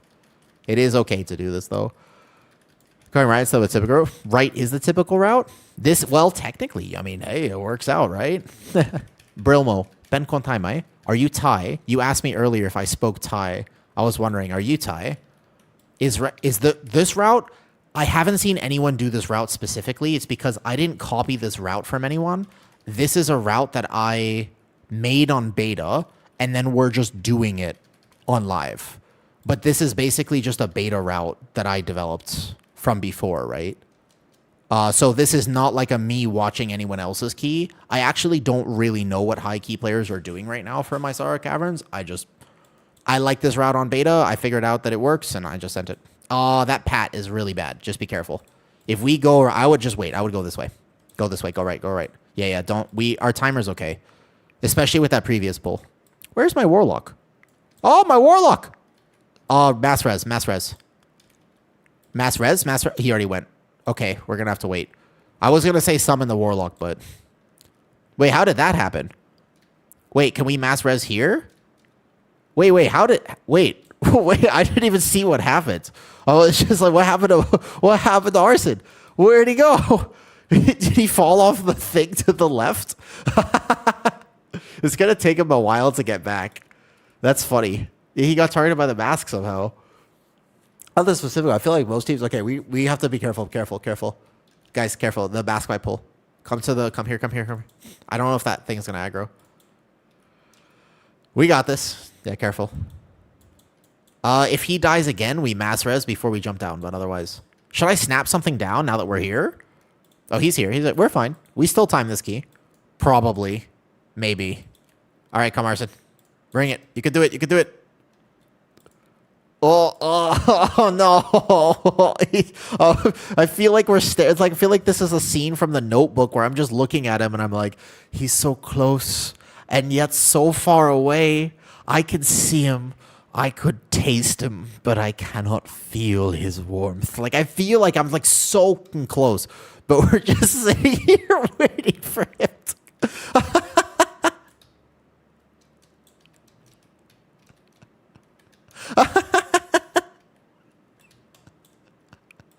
Come on. We have a lot of extra percent. I would not give up on this key. I feel like it's doable. I actually feel like you could probably win this. Yeah, I wouldn't say it's GG's just yet. Dude, imagine we timed it and that's how the beginning of the key went.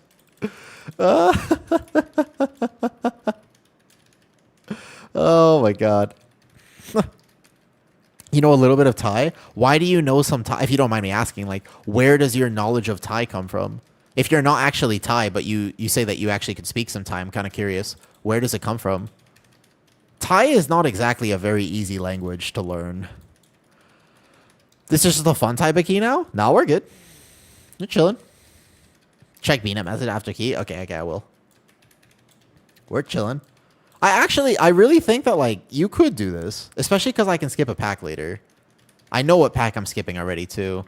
It's going to be the soul render to the right when you get after the mini boss pull. We do the standard route, and then basically there's a corner thing I don't need there. And then there's another pull I think I can do, but then I'm really YOLOing percentage. So we're at 52%.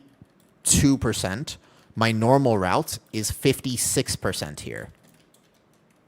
So I have to be aware of the adaptation for whatever I need to do here, though. It is incredibly... Yeah, exactly, though. Yep. So Thai is hard because it's a tonal language. It's Ma, ma, ma, ma, ma. Those are all different words in Thai.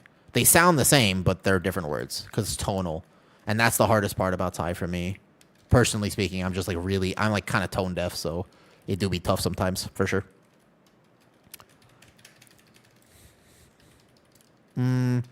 Infinite, you were saying, by the way, on YouTube, you said, I've been playing for 20 years and I have kids losing their minds on me for being, yeah, I know, it's crazy. It's the community of World of Warcraft kinda, sometimes I honestly feel like it sort of does everything that it possibly can do to alienate new players from joining the game, which is problematic because we sort of need new players to join the game, right? Like, it is actually something that bothers me a little bit. It's like, I feel like there's a lot of almost hate for new players because you're worried they're going to be bad and somehow, like, brick your keys or brick your raid or whatever it is.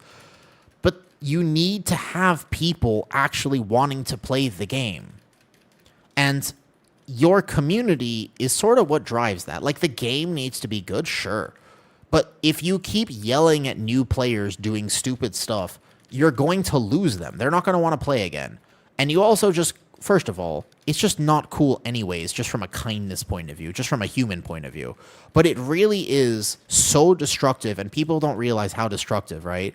That it's just, when you yell at people who are clearly learning, and I mean, the thing is that this happens, if it only happened in a plus 17, that would be one thing. But actually, it happens way more at a lower key level. It happens at like a plus 2, or a plus 5, or a plus 10, or a Mythic 0. And it's crazy to me how massively problematic this is.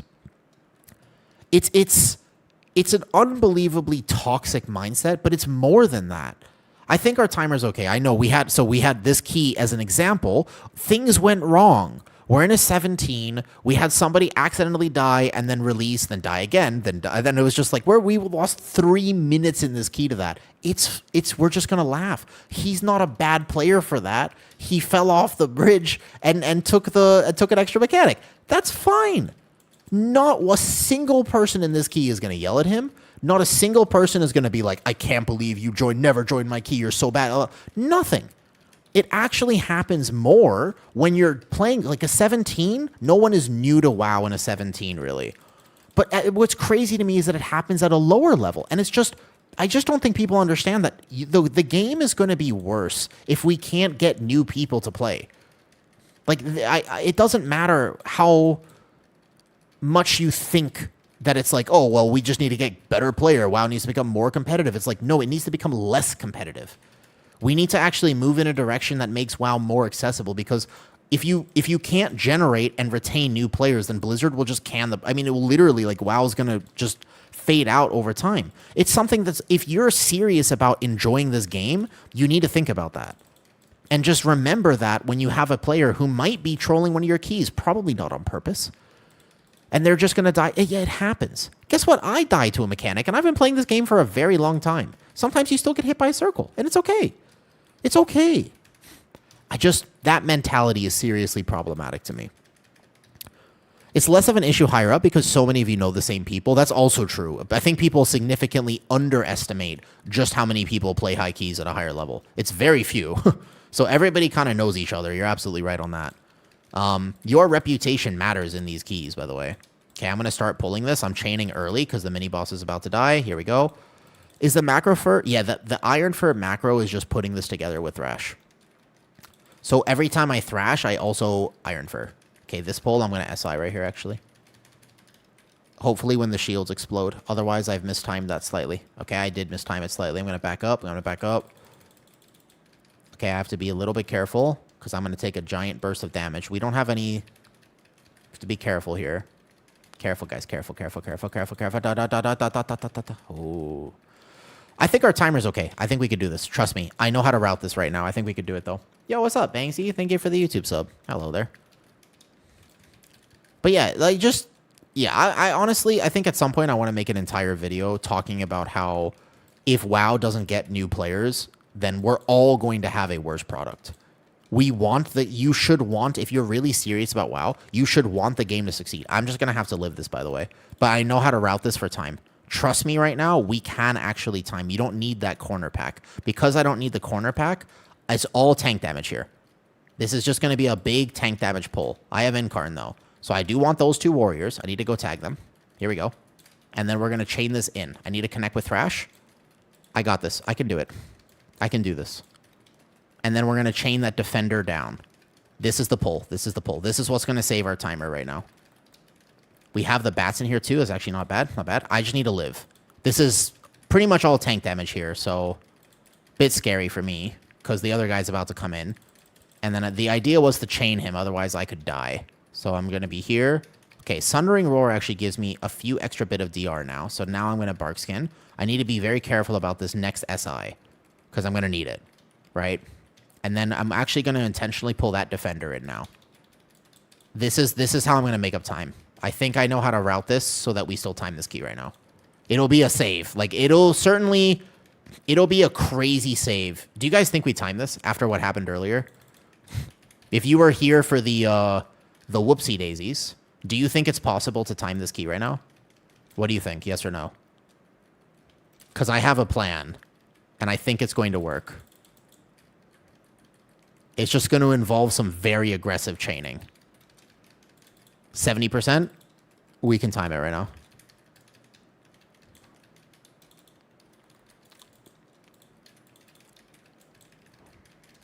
I'm going to have to live all of this. That's the thing. But, you know, technically speaking, it'll work. Here we go. Yeah. We don't give up. We don't give up for sure. This is definitely not a give up key. Because actually, like I said, I think, believe it or not, I think we're going to be just fine. It'll be tight at the end. But if no deaths from this point, like if we can just keep it nice and kind of steady here, we're actually going to be all right. That one Hexer kind of needs to back up a little bit here. Okay, normally I have Incarn for next pull. The sequencing is going to be off. That's okay. Make sure I'm positioning away from my team with these Screeches. I still want to... It's just going to be very aggressive. Because I'm looking at our timer. I'm rooted. Holy shit. Okay, I have to Incarn early. That's not good. I want to pull these now. But not the other guy. I can't really chain until this big caster's dead. Not the defender, not the defender. I'm just grabbing these early so I can generate threat. And then keep the bat facing away from my team. I've Incarned here, which is a small problem. Because I'm just going to be a little bit squishy on the next pull, but I can do it. Here we go. And then what we do here is watch the percentage. So percentage is going to be massive. We're going to be at 90%. And that means I only need 2 pulls after third boss. And we just pull this up. Barkskin early here. Keep this. We can't butt pull anything here. But this, if we just get past this, I'm telling you our timer is okay right now. It's just an incredibly aggressive... This whole area, we're just doing this very fast. Okay? I'm getting knocked around. Hold up, ISI. I don't like this spot. I don't like this spot. I don't like this spot at all. Okay, that was my only SI. So now I'm here.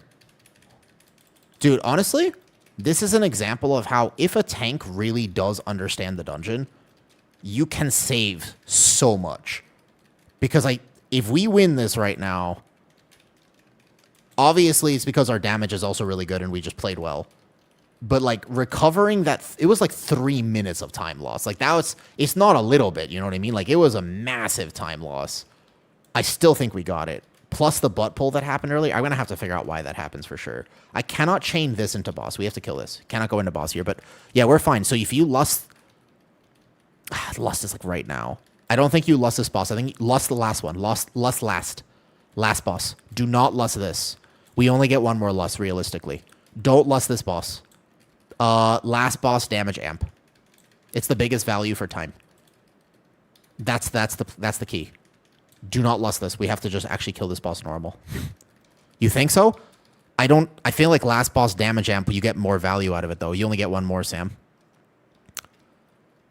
But it's still, you would still kill the boss faster just for time, right? Just for a literal timer. If the timer was actually down to like 5 seconds or whatever, because you get value out of that phase. And this boss, I'm trusting that we're not going to die.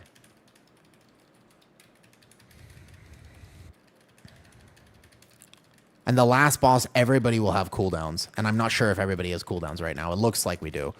You make a decision about lusting, because you have Ascendance. If you have Ascendance, just send it.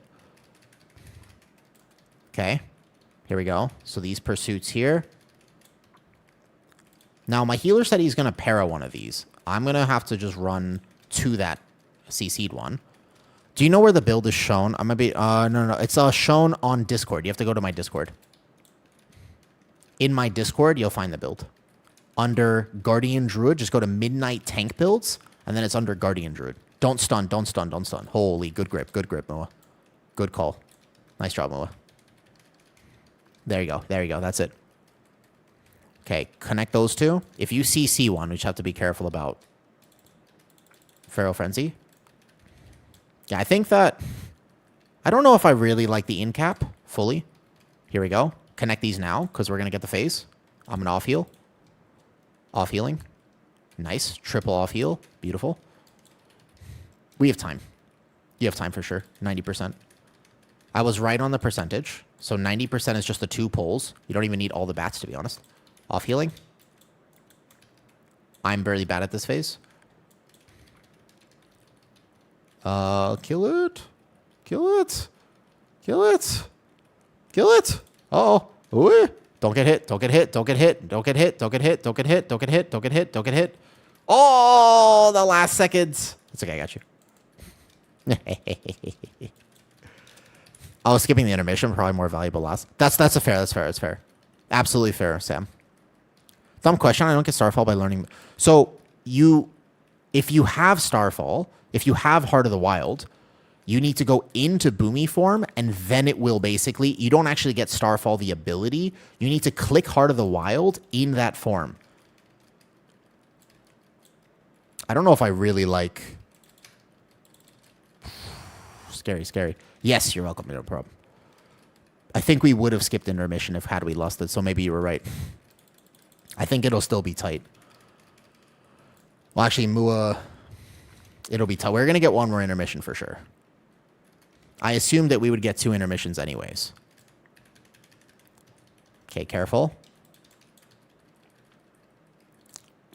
Honestly, if I could just get a Typhoon on this. Yeah, there you go. Good grip. Okay, there's the intermission. Oh, possibly if we had lost that in no deaths. But so now our timer's tight, but I still think it's 2 pulls. You get a clean last boss with no second intermission. It's possible. Don't give up for sure. I have no procs. Oh, no. Oh, no. Oh. Ooh. Ouch. Now we don't time. But it was close. I still think we would have had it, actually. I think if we had killed boss right there... If we had killed boss... Then maybe. Because I feel like 1 pull... 45 seconds, next pull, we get to last boss, like 4, we would have had it. It's okay, it's okay. I think we have another 17 caverns if you want to rerun it, though. Good try? Yeah, it's a good try. No problem, no problem. It's hard. It's really, really hard to do that. But I think that Mistweaver on that fight in particular is tough. Oh, we have another one. We could just end it if you want, though. Check BNet. I didn't see anything from you on BNet. Let me see.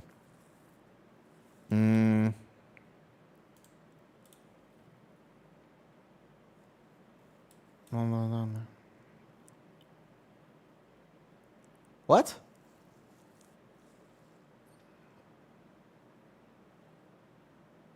I don't understand what this is.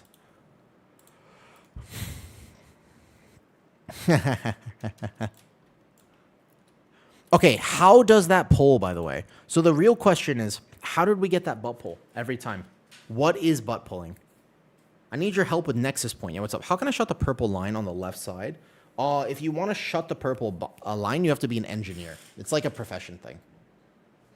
I'm trying to give him gold. Are you, Gamble? I'm interested. Oh, yeah, you mentioned that you might want keys. I'm serious, Gamble. I will do that. Like, right, I think that we're going to probably do, like, 1 more key with the team, and then they'll be going to bed. So I'm very down, by the way. Yeah, I'm super down.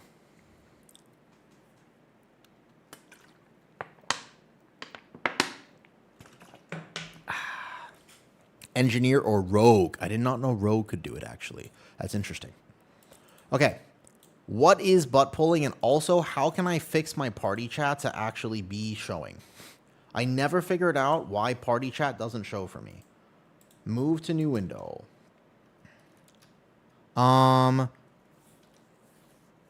Takes like a minute to complete. Interesting. Okay. I'm kind of down. Gamble, seriously though, message. If you were actually legit about that, message me on Discord though. It's happened a bunch. I'm gonna try to run the other way, but yeah, I don't know. So that's the question. Yeah. Let me look. I'll check. I will check the VOD. We're gonna go back. We're gonna do some VOD review. We got to figure out how that poll happened. So from my perspective, here we are. Here we are. I'm checking it right now. Okay. From my perspective, where I'm running here.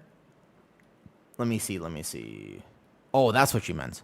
What do you think about WoW general DPS meter? I actually don't know. I actually feel like it's kind of okay. So it's not me. Here's the VOD review. I just don't think I can see it. I feel like it's definitely a pet thing. I will show you the VOD review. Here we go. We go on VOD review together, okay? Let's see. Window capture. I will share the screen. I will look at it together. Deal? All right. Window capture on. This is the run. I'm gathering it here. You can see that I am very far away from everything, right? So I hit that one laborer, and then I'm here. This is my gather from my point of view. There's definitely no way that I've aggroed it right now, right? There's no way. Because, like, look at the, like, this gather here. There's 0% chance that I've pulled it. Correct? Would we all agree on this? Yeah? I have not aggroed it, correct? Because I'm right here. I simply moonfire that one laborer, and that's it. So I feel like this positioning, there's no way that I would have aggroed it. But then all of a sudden I turn around and I realize that it's aggroed. But I don't know what does aggro it from my point of view because I'm not looking. I'm like stressing as a tank, and then all of a sudden I just see it come in. So the question is what? I can't see it from my point of view. I'm here. I'm right there. Like that positioning, there's no way I can aggro it from here. The 0% chance that this is me. Because I'm here now, and then we go into this poll, and then I'm here. But I can't see what actually has aggroed it behind me.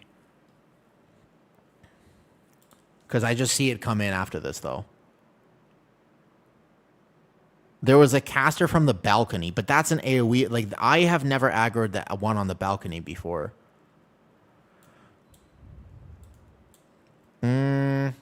Unsure. If you guys can identify what was wrong with that, by all means tell me. But I can't personally see what was wrong with that.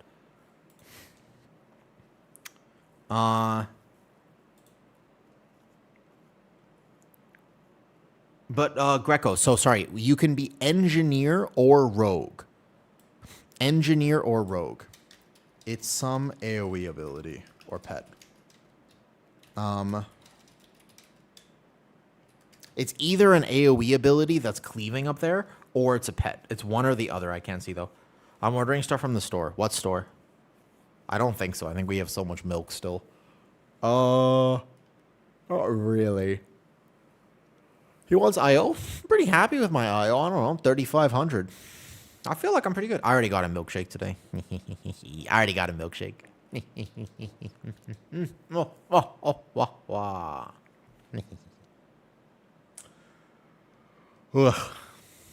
I need an item for it, or is there just engineer? Engineer, you have to be engineer the profession, or you have to have a rogue.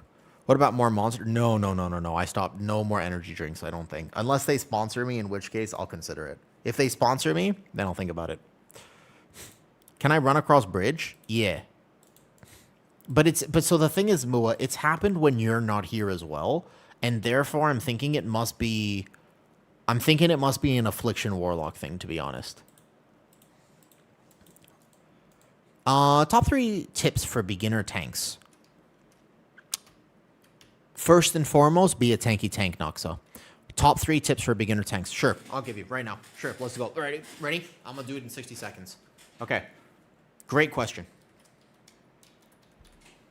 Okay.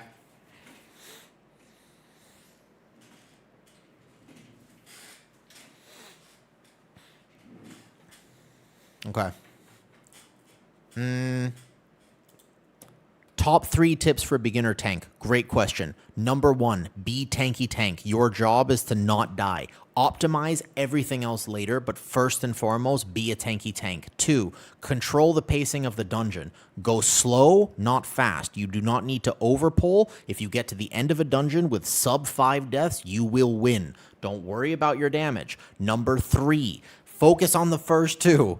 Don't worry about your damage. Don't try to optimize your secondary stats or your gear, anything like that. Get some item level, control the pace of the dungeon, but most importantly, just be a tanky tank. Play defensive trinkets if you need to as you're learning. Repetition is everything. Those are my top 3 tips as a tank. That's what I would say. Honestly, like the thing is, like, don't like there tanks that try to greed their damage, especially as they're learning, is just like super, super, super. It's so backwards, and it gets you into so much trouble all the time. Mind if I share your talents? Yeah, of course, of course. All that if you want the exact thing, yeah. I'm playing the no Apex build right now still, but I am doing pretty well. Okay, let's go. Here we go. Ready? Check. Let's go.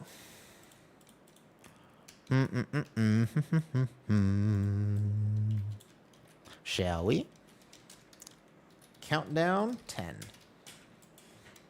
All right, this one we own. This one we're gonna blast this key right now.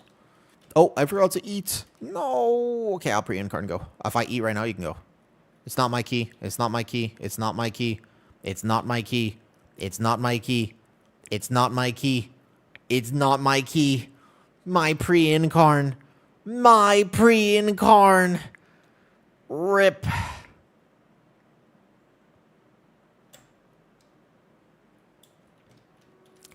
All right, guys. Let me just do the first pull in my Sara Caverns with no pre-incarn. I'm sure this can't go poorly. It's gotta be fine, right? Surely I won't die because I always have incarn here, but I'm sure it's gonna be okay. It can't go wrong. Probably, most likely, I'm going to be able to do this just fine with no pre-incarn. I'm just going to gather it slightly differently. I certainly wouldn't get one-tapped here for having to spend my incarn early, right? Definitely not. I've got this. It's not like this is one of the hardest tank pulls known to this entire dungeon season. There's definitely... I can do this. I got this. No, I can do it. We just need to do bigger damage. I tell you what, if my DPS kills this even faster, then I won't have a problem. Is that fair? Yep, should have lunar beamed there before the thrash. Oh no, I'm panicking. I'm panicking. Here we go. It's actually a pretty decent pull, but it is very helpful if I can have a pre-incarn going into it. So, you know, because my health, you can see, like, my health doesn't move, really. But it does need to die on time. The hardest thing about this pull is that there is a timer check to it. So, for example, here, I can just rotate to the SI, and then from this point, what I'm going to have to do is start kiting. If I had pre-incarn, I would have about 5 more seconds of coverage on this pull. Whoops, not too far to the side there, because I don't want those bears. Greet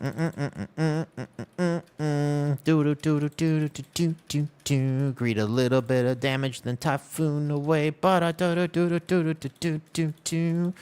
gonna charge back to the headhunter to create distance between the berserkers. Fun bear tech. Okay. Now, listen. Yeah, pre-incarn is a crutch. We can't lose from here. That was perfect. Borderline perfect, actually. It was kind of scary. Yep. The pain of not having pre-incarn, man. I'm gonna do this. That's okay. I'm not gonna die. Everything is slightly desequenced, but it's okay. Here we go. Did we time the 17? We had a little bit of a whoops-a-daisy, but we happened to have another 17, my Sara Cavern, so no problem. I already timed this last week. My friends did not get a chance to time it, so I feel pretty confident in this key, to be honest. It's a key that I have already done, actually. But I cannot incarn here. So this one here, if I send incarn, I won't be able to do the next pull. What's up, Clappy? Hi, Clappy. How's it going? How's it going? I can send Barkskin, but no incarn. Wow, we have to dodge the rain of toads. I like toads, actually. Thank you so much. I mooch my tanking tactics off of... I hope that I can help people feel more comfortable tanking. That is my ultimate goal. One of my ultimate goals is actually being able to just help people feel... You know, honestly, though, like, the idea is... I feel like tanking is supposed to be fun, but a lot of people feel like tanking is a job in World of Warcraft. And I actually think that that's kind of a shame, because it's such a fun role.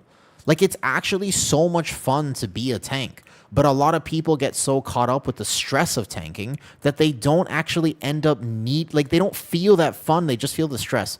And right now, one of the problems, though, healing is also kind of like this. You're absolutely right. This is one of the problems with the role. If tanking and healing is so stressful, no one is going to want to do it. And eventually, that's going to be a problem. Like the tank shortage and the healer shortage, a lot of the symptoms of this are actually because people, instead of enjoying the game on these roles, you actually feel like you're working. Now, granted, sometimes it's okay to have a role that is it has more responsibility. I'm not advocating as an example that it should just be so easy. Like it's okay that things are challenging, but they have to somehow balance it so that it's also fun. An example being, in this 17 Mysara Caverns, if I do this poll that I'm doing right now, and I miss a single button, I will instantly die. Like literally 0.2 seconds, I will evaporate. Because the way that these berserkers are coded on top of 3 bramble mob bears is that they're going to sink their crunch armor on me. I'm at 10 stacks. So now I have to do this tech where I'm going to war stomp outside of my cooldowns. Then I'm going to in-cap roar. Then I'm going to go around the pole. And I'm going to use this wagon to kind of just use some terrain. So that basically I'm just going to kite out at the very end. And then I'm going to decide that there's 2 berserkers left. So I'm going to go back in. And I know how to do that because I have reps. But imagine somebody who doesn't have reps tanking this dungeon trying this pull. Now, granted, you shouldn't try this pull on most key levels, but it's toxic in the sense that it's not productive behavior. Does that make sense? Like I just don't think that they should make tanking that difficult. It needs to be accessible. Otherwise, it's not fun. And by fun, I mean not for me. Not if you're watching this and you have already tanked, you're 15, you're 17, you're 18, not you. I'm not talking about you. I'm talking about how to get new tank players into the game. You see the problem? And it's like sometimes I feel like people don't want to talk about the elephant in the room, which is that a lot of new tank players simply don't have a good time on the role, which I think is honestly a shame because, like I said, I find it to be fun, but also it's chill for me. It's not like I'm stressing. Like when I'm tanking some keys from my buddies, I'm just chilling. Like I'm having a good time. I'm genuinely enjoying the game just as much as I would be if I was DPSing or if I was healing. I also enjoy healing. And it's the same thing of just like, there are so many people who are going to be trying these things and not actually enjoying their game time because they've chosen to play the role with more responsibility. Now, this is combination of a gameplay design and also the community. You can't have this conversation without also mentioning the fact that obviously the community has a massive role in whether or not tanking is enjoyable.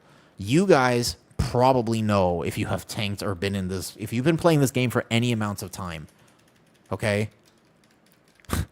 You know how toxic it can be for new tank players. Like, just imagine being somebody who has never actually played WoW, and their first foray into WoW is tanking, and then all of a sudden they decide to just flame you will find things out about your mother that you literally never knew, which is a wild thing because you're playing a game, but people take World of Warcraft very seriously. And so I think that one of the problems with it is that when people take this game so seriously, whoops, a little bit of an aggro issue here. I'm going to B-res this one, no problem. I had some loose threat there. He walked in, he hit some things pretty hard. It's okay. We're going to be just fine. But even there, like, is that a problem that happens? It's okay. We're going to be able to recover. If I die right now, am I a bad tank? There's so many times where people are going to think that. I'm going to try to maintain my ADHD and stay on point here because I actually think this is a really interesting conversation. I think that there's a combination of factors that will solve this problem. I have solutions, actually. I have legitimate solutions. You want to hear them? Number one, they need to change the way that they design these dungeons. If you die as a tank, you feel terrible. I don't want tanks to have such an easy time that you can never die because then it's not challenging, and that in itself is not rewarding. because you're not going to do as much damage as a DPS. Your numbers won't be as high. But what they need to do is stop making so many. Honestly, they got to stop making so many tank mechanics. And a really good example is in Algathar Academy, if you've been playing this season. They added the bleeds to the very first pull. It didn't used to have those bleeds. I don't know if you remember Dragonflight, but those bleeds were not a thing. You just pulled massive, you hit Lust, and you have a great time on the first pull. Your tank still has to play well because it does a lot of melee damage, but you're not going to die. However, now, those bleeds are going to mess you up. Why did they add that?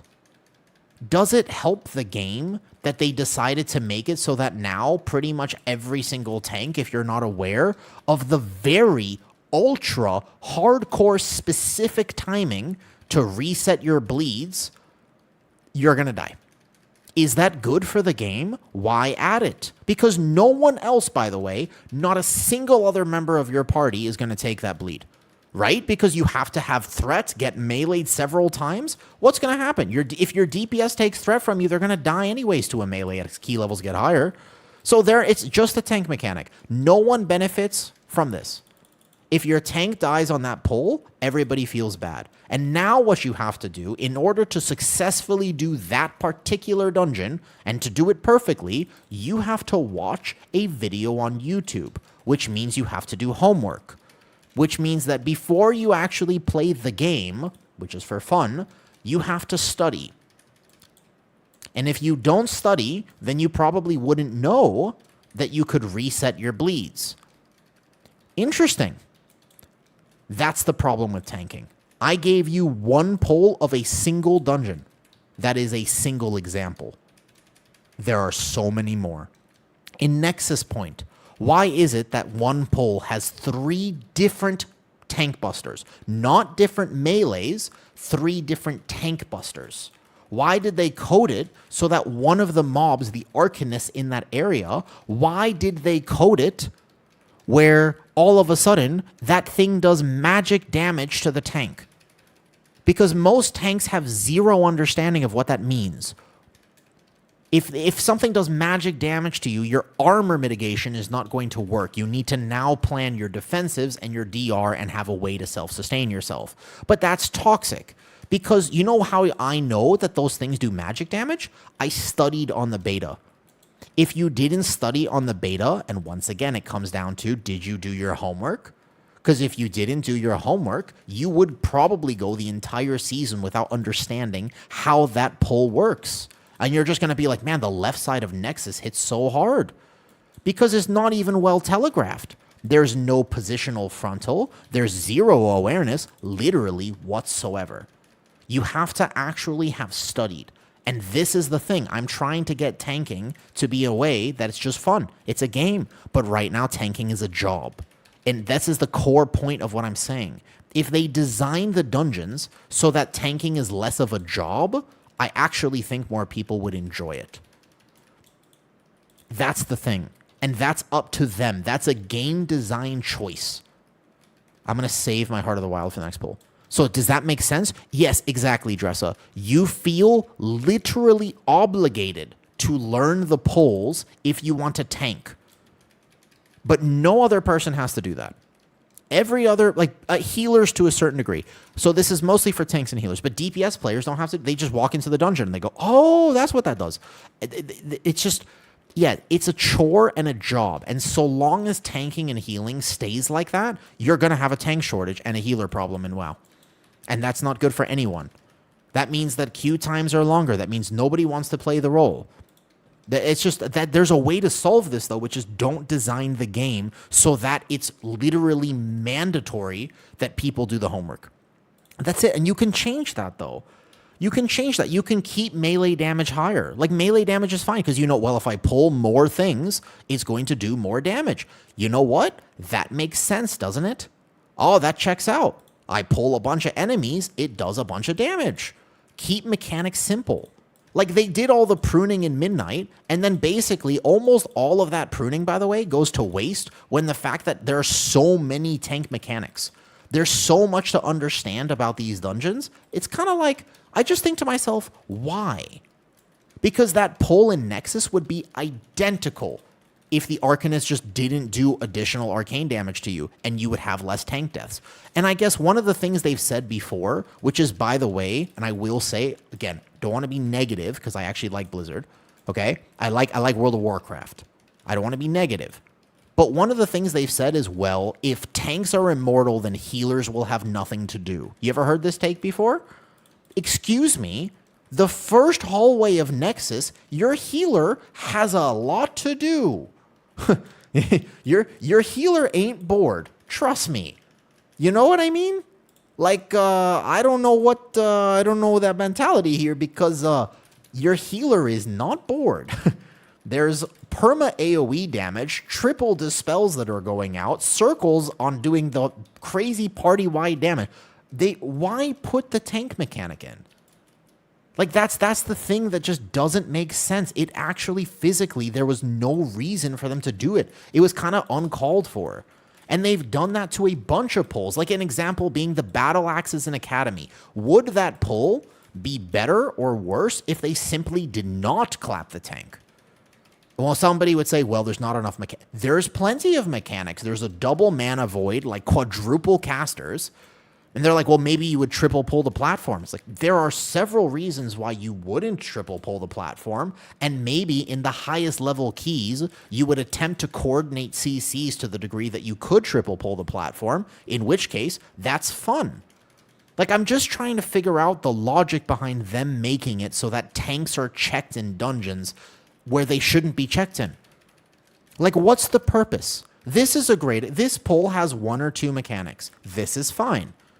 This is, okay, these guys hurt me. They do some damage. I understand. I'm pulling very big. But it's not, imagine they added it so that part of the skirmishers now do this and the war. It's like, there's no need to make it complicated. The one thing that I've learned about tanking, and since I started making content, which hasn't been that long, by the way, like, I'm still pretty new to making content. But since I started making videos about, like, hey guys, here's how you tank World of Warcraft. Like, let me help you. Like, let me make this simple. Let me try to simplify this for you so that I can help you understand and feel more confident in these dungeons. You know what I've learned? And you know, honestly, I play the game at a competitive level, but let me ask you a question if you're listening to this right now, okay? Why is tanking fun? What is the thing that's actually fun about tanking? I have an answer for you. I'm curious to know what other people's answers are as well. I genuinely am, because in my opinion, tanking is not fun when you have to fight for your life. It's not necessarily about limit testing, although that's part of it's individually fun. Tanking is fun because you get to lead your team. Because people are like, dude, thank you for tanking. Because you have a responsibility, and if you're good at it, then people go, please come play with me again. Like, there's this aspect of, I just want to be good. I just want to be a good tank. My overall damage is not necessarily the priority, but I want to do good. I just want to be a good tank. Tanking is fun because it's miserable. I don't know, but I feel like at a higher key level, there's definitely a mentality difference between, whoops, no problem. We're just going to wait for him to release and come back. All good. But, like, I think that tanking is fun when you do well at it. Like, I think that that's what actually makes tanking fun, is the ability to express your skill in that environment. And expressing your skill is more fun when you're challenged, but you're not, like, Giga Omega Clapped challenge. Because there's a strong difference between tanking Grim Batol Season 1 of The War Within and doing a dungeon where it's like, oh, this hurts, but it's doable. But if you're fighting for your life on the first pull of Algathar Academy, you have less fun, not more fun. And again, there's a balance to be found, because I don't want it to be that tanks are so easy that, like, anyone can do it. I appreciate the fact that there is definitely a skill differential between a good tank and a bad tank. But I'm curious to know what people's thoughts are on this, because as I continue to make, like, helpful tanking tips and different routes for people to have and whatever, you know what I mean? Like, and all the things, like, as I continue to make those resources and try to develop, like, I'm trying to put all of these things together in my Discord, right? But it's the idea is that for me, I want to know that I'm going to be able to live. Like, first and foremost is I want to play a tank where I never worry about dying, because I am literally the rock. I am the person I'm the leader. Like, I am not allowed to make mistakes. Since I've been ranting about this, you've seen several mistakes in the background. We're still going to time this dungeon. But if I made one of those mistakes, we'd be done. Dungeon over. GG's. I am basically the only one in my party. This is how I feel. It's not technically true, but in a lot of ways it is. I'm not allowed to make a mistake. So there's a lot of pressure on me. I feel the pressure because this is a 17, even though, even if I play really well, I feel the pressure. And you don't have to add tank mechanics for that. I feel pressure because I'm not allowed to make a mistake. So it encourages me to play pitch perfect, or at least close to it.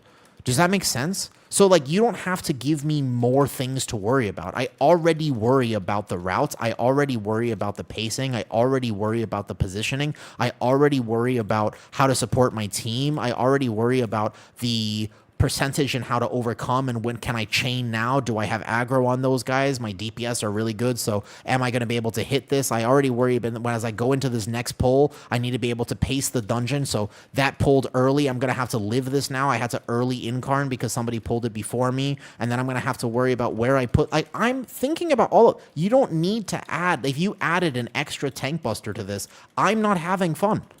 That's bad. Like, you know what I mean? Like, that's not going to make my gameplay better. It's going to make it worse. Because the fun part for me is not like, yo, only 1% of the player base could live this poll. That's not what's enjoyable for me. The enjoyable part for me is the fact that I'm going to do it successfully. So if you make that accessible, it's good. Again, we're going back to the how do you get new players into tanking. I've been tanking for a long time, so this is kind of chill. That's why I can full rant and have this conversation with you as I'm tanking a 17. But the question is, how can you make it with game design, with other things as well? How can you create a system that people are encouraged and they're like, dude, I want to tank? That's what I want to know. Like, that's what I'm curious about, is what could they do? And I think that it's dungeon design as well as other incentives, potentially. Maybe they could add some in-game... So maybe they could add, I don't know, extra gold at the end of a key or something to at least say thank you for tanking. I don't know. Maybe that's a potential. Maybe they could add... Like, I don't know what they could add. But I just think that they need to do something. They need at least to think about it, right? If things get worse for tanks right now, you're going to switch to another role, or you're going to tank for life. Me... I enjoy playing everything anyways. Like, with the Resil system, Neltily, what I'm going to do is when I get my Resil, whatever Resil level I get, like let's say I got Resil 18 Keystones, I would actually just immediately start playing Resto in my Resil 18s to get my key up. I would play both. I'm the sort of person, I'm an altaholic. I don't know why I just gravitate toward the roles that are more impactful. So for what it's worth, I basically only play tanker healer, but I play both, and I'm always like that. In terms of what I would main, I think it's a playstyle diff for me. It depends on what class is good. If I can play my Guardian and I can play this way, because keep in mind that I'm also playing a unique Guardian build that no one is playing, and it's because it enables me to enjoy the game the way I want to. This is allowing me to have a good time. And again, something that also isn't considered is like, well, I am playing a way that I developed on beta testing, and I like it, and no one else is playing like this, and that's cool with me. It's fun for me, so I enjoy it. But like, would I ever swap off of tank? I don't know. I feel like at this point, I'm actually not sure. I feel like I'm a tank player for life at this point. Do you know what I mean? Like, I feel like at this point, I've kind of I've accepted my fate. I'm pretty sure I wouldn't swap from here. You never know, right? Like, I guess it could happen, but most likely not. Probably not. I feel like once... You know, the thing for me is I actually like DPSing sometimes. But DPSing gets boring. I don't know. My brain is so used to having to think about, like, 20 different things in a key and micromanage, like, all these different aspects of the key, right? So when I DPS, I kind of get a little bit bored. Like, to be honest with you, that's one of my problems, is I kind of am just like, I'm not really feeling this. I can feel that. And also, you know, there's an elements for sure of just being... I would heal as a challenge if I wanted to, like, main healer for a season. I've done that before. But, like, there's an element of why did I become a tank is another question. That was a long time ago. We'll get into that later. But at least, do you guys agree with what I was basically ranting about? Just about the fact that, like, if they could somehow get it where tanking does not feel like a job, I think the game would be much better. Like, I think that's the ultimate goal. That's what I would want for World of Warcraft. And hopefully my videos will help with that. Because, like, again, as I'm doing this, like, I'm just chatting with you guys. Like, I'm chilling. I'm not that stressed. Although this is a 17 and now our timer's tight because we've had a few mistakes. We've had a few this. But it's chilling. I'm really not that fussed about it. And I hope that other people can also learn to enjoy the game this way. That would be one of my goals, is for other people to also be able to kind of just enjoy the game here in a similar way. I'm going to off-heal this a little bit. Don't get hit by things. That's kind of would be one of my goals, right?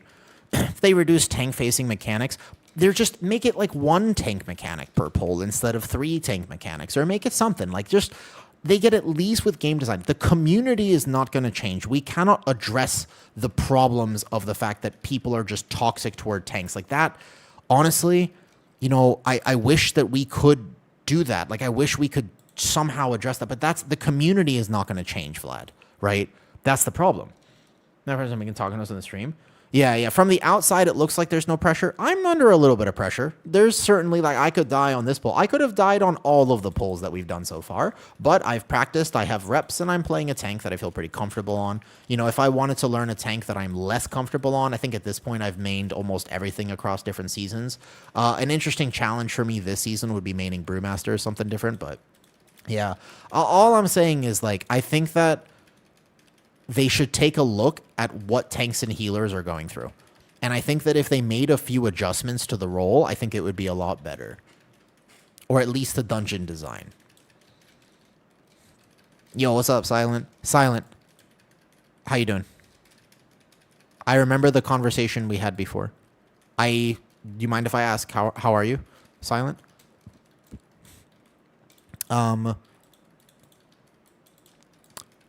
I've been trying to make it more fun. It was a bit... Vlad, I've seen your YouTube videos, right? I believe I'm subbed to you on YouTube, but just in case, are you subbed to here? Oh, you're not. Hold up. You can link your channel here if you'd like. All right, so we fight this here. Okay, I've actually pulled a little over percentage somewhere because we actually technically didn't even need this. Good. Glad to hear it. Good. That's smart. Honestly, if you think I am passionate about the fact that tanks and healers should be fun to play, Silent, I am way more passionate about the fact that it's okay to reach out for help. Never, ever, ever feel bad about needing help when life is hard. That's you know what I mean? Like, it's such a, I really, really hope that people know that one. Like, you know, with everything that's been going on with you, like, don't be afraid to reach out for help. Mental health is not something to take for granted. It's difficult to have good mental health. Make sure you take care of yourself. Okay, 5.5 minutes, no problem. We got lost on last boss. We're okay. Good. Sleep has been really hard? Yeah. To be fair, sleep's hard for me, and I don't have as much going on compared to what you have going on. Feral Frenzy this guy. As much damage as we can put out. We have time. If no one dies, we got time. If we can... if we play nice and clean here, we won't lose. Okay, they're going to kill that. Last tick. I wait just in case. Good. Taunt. Boom. 5 minutes engaging this boss, can't lose. That's enough for 2 damage phase. Surely at this point. Yeah. Surely. Of course. Yeah. 100%. 100%. And I'm going to be able to stack all these puddles as well. Oh, somebody already got hit by a puddle. That was fast. That was really fast. We've already gotten hit by a puddle. That was super quick. Very, very extremely quick. All right, here you go. No problem. It's quite late for them. I feel... I don't know how they play sometimes at the times that they actually play at. Because, you know, it's very late for them right now. But I can stack these puddles, Sam, like this. I think that's actually pretty cool, as I can do that on a bear. Because I can wild charge out every time, right? So every single puddle can go to one of these corners. And then we can have the whole room to kind of mess around with, though. Yeah, we got to... Basically, we're going to have Lust for the damage amp. And then we're going to be able to get 2 of them, if no deaths. Right? So I bark skin now. Here we go. There it is. Nice. Okay, going out. And then again, just wild charge back. And then look at that puddle. And then I can position the boss perfectly right by the gate so that we can come back and slam this damage amp. This is like basically perfection. Here we go. We got this. We got this. Let's do it. Let's do it. Let's do it. Let's do it.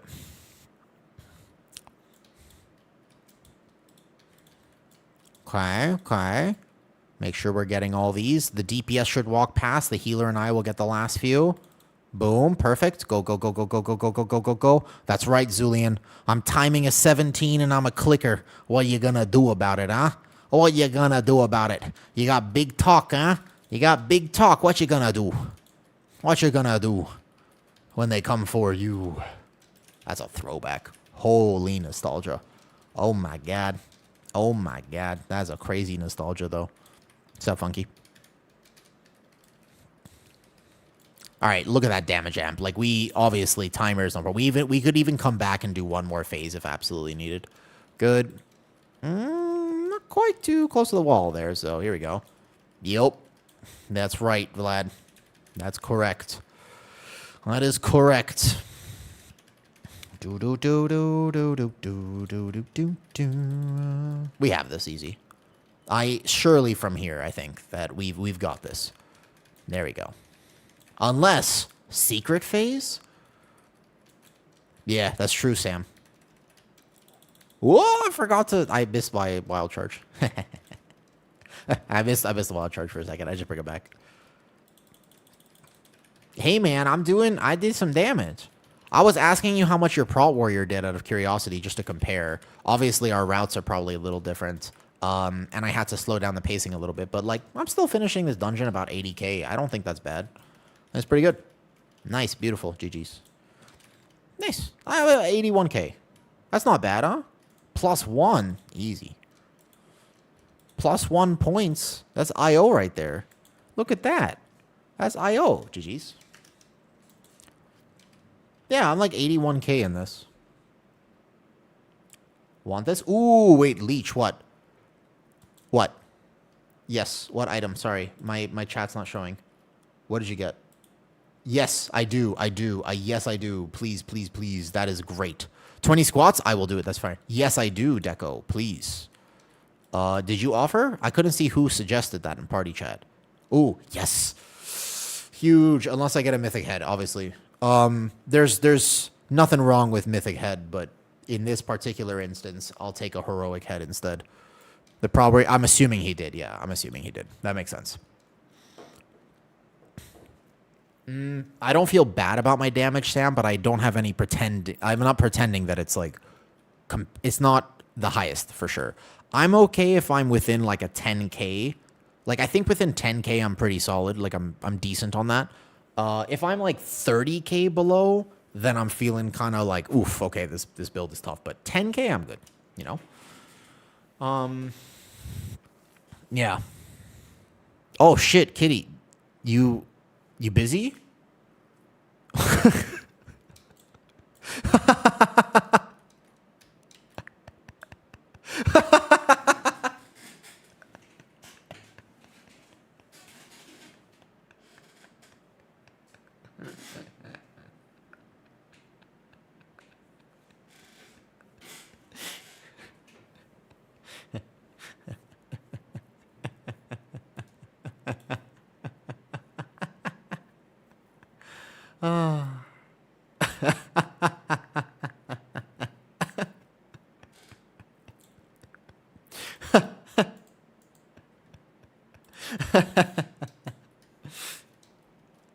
Well, you know.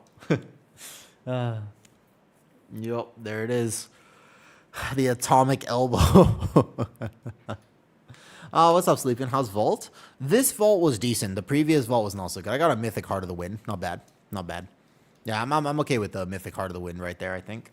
What 18 did we get from that, by the way? Let me turn in my Emissary of War quest. Now, for this quest, technically speaking, there's a healer trinket that I would want from Raid, but I don't think there are any tanking trinkets that I want from Raid. So if we turn in the weekly quest, we'll see what we get out of the box for the Emissary quest. Because I want to do this on all my characters. I think we go Let me see what they're doing, by the way. Skyreach 18. Oof. Here we go. What do you get? Oh, that's pretty good. He has the neck from the new raid. Interesting.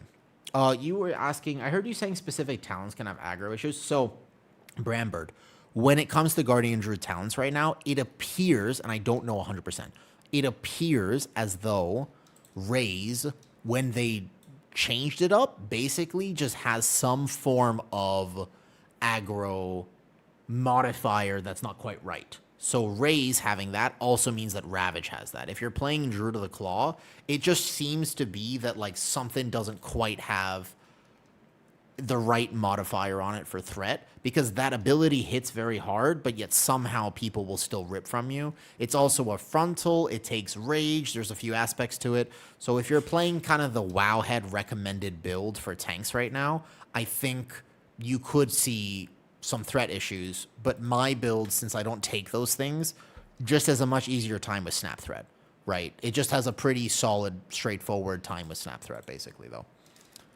GG's. I know Deco is not here tomorrow. Yeah, Deco isn't here tomorrow, so maybe I bring out the Resto Druid tomorrow. Interesting. Random, you still want to go? So I'm going to change my loot spec. I don't think Gloomscale I would ever play at Mikronos. Although it's decent for some, even for an Absorb, I don't think I would play it. My trinkets are pretty solid as tank. I've got Heroic, Alnseer, plus the Mythic Heart of the Wind. Yeah, Brazil 17 for sure. We get that for sure. Is Gaze worth taking on Heroic? Yes. Unless you have like a Mythic tier situation going on. In which case, maybe no. I would probably want to do some... Yeah, I'd love to. I'd love to gear Brew a little bit more. I've already got my Brew. He can do, by the way, he can do like 15s already. At least like 12 plus. I would love to if you want to do some more keys. That would be great. And Deco, if you're around and you want to pass something. I'll see you Thursday. All right, GG's. Yeah, no problem. Sounds good. I may or may not be... Hold up. I may or may not stream tomorrow. We'll see. Bring me? Oh, gamble. Sure. Actually, though, for real, like, I will. Like, don't tempt me. People say, Vlad, I don't know what your price is, but everybody says, well, I don't have a price. You do. It's actually not worth running defensive trinkets. No, if defensive trinkets make you feel more comfortable optical, play them. At the end of the day, play them, because the timers are pretty chill right now. I feel like greeting tank damage is just a recipe for disaster in almost all situations. So if you have a choice, just play. If it makes you feel better, just play it though. Done. I could gamble for sure. We could actually just go straight to 12s, to be honest with you. But it depends. You only want 10s? Easy, done. Yeah, as a price, like $20, Vlad, or like, what do you, like 30? Or like, are you really confident in your abilities? Like, is it $40? Is it? Oh, sorry. The routes has a spelling typo. Use this link right here. Use that Discord link right there, Nuggy. That's the one. That's the one that'll work. Okay, so let me change my loot spec to Resto, and just in case I manage to get a trinket that I actually want. There you go. That's what I was thinking about doing. Cool. I don't want Guardian. I want Resto. I don't think I'm going to get anything good, but you never know, right? And let's check it. Let's check it. Oh, my God! Holy luck! Holy luck! Wow! Whoa! Okay, hold up. Now hold up just a minute.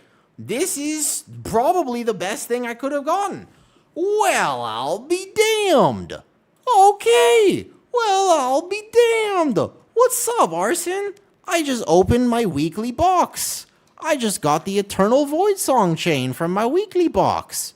Well, how interesting. I like it. I like this. That's what you got too. Holy. That's amazing, because I am never, ever killing that boss in raid. And because I am never going to raid this tier and kill that boss. How fortunate. I wasn't expecting that. I kind of thought I would get something sort of shit. But instead I got a 276 hero 6 out of 6 neck where I haven't crafted a neck. Okay, now we're talking. That is solid. All right, GG's Arson, by the way. Good job for the keys.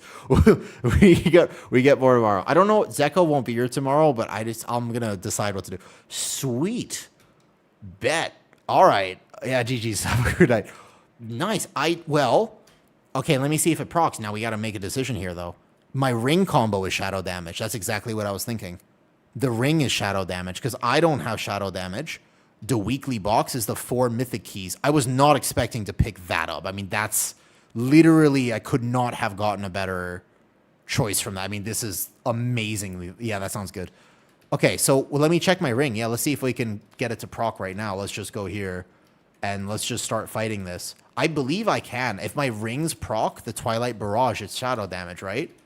So there's Twilight Barrage. How do I check? What does the neck do? Dealing shadow has a chance to unleash a Void Stalker. How does it track on details properly? The ring is shadow damage, so how would I... It's just a chance though, right? So it's like a little bit. Well, let's see where we're going for. I think first of all 17s you could play off, of course. But anyways, have a good night. We'll discuss it another. Wait, let me just check. Does it proc off the ring random? That's a long time ago, Brawls. Wow. That's a I have heard stories of when Arson did not main Affliction Warlock, actually. I've heard as such too. I don't see it procking right now, but maybe it's just a really rare proc or something. I don't know how else would I get shadow damage. Oh, there it is. Yeah, I can proc. There it is. Voidwalker Sting. I did it. Okay, so it's going to be 0.01% damage. All right, bet. Not stories, nightmares. Holy. that's a good box. Okay. So I need to get a socket for this. I'll never get the ring. How else would I proc shadow damage? I mean, it's free damage. I'll take it. I'm not going to not use this neck. That makes me feel a little better for not getting a first vault on heroic. All right, cool. Okay, let me go to the bathroom real quick. And only the ring for you, okay. Let me go to the bathroom real quick. I'll be right back, and we'll do some Brewmaster stuff. Yeah, I mean, I would take the stats either way. That's awesome, though. Whew. Want me to hit you up? Yes, please do, Gamble. Yes. Yes. 1 second, be right back.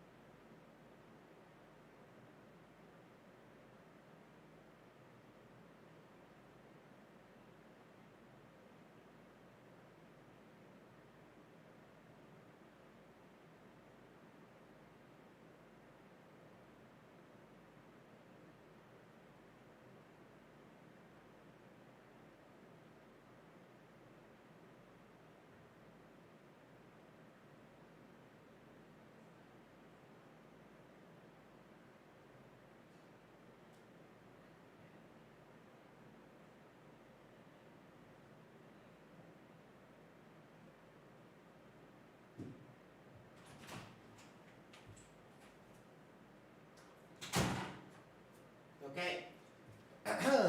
Let's go. I believe I owe 20 squats as well, actually. Brap. Yo, thank you for the resub, dude. What's up, Brap? How's your season going? Okay, so Gamble, what's your item level? Hit me up on Disc. Let me find your message. Let's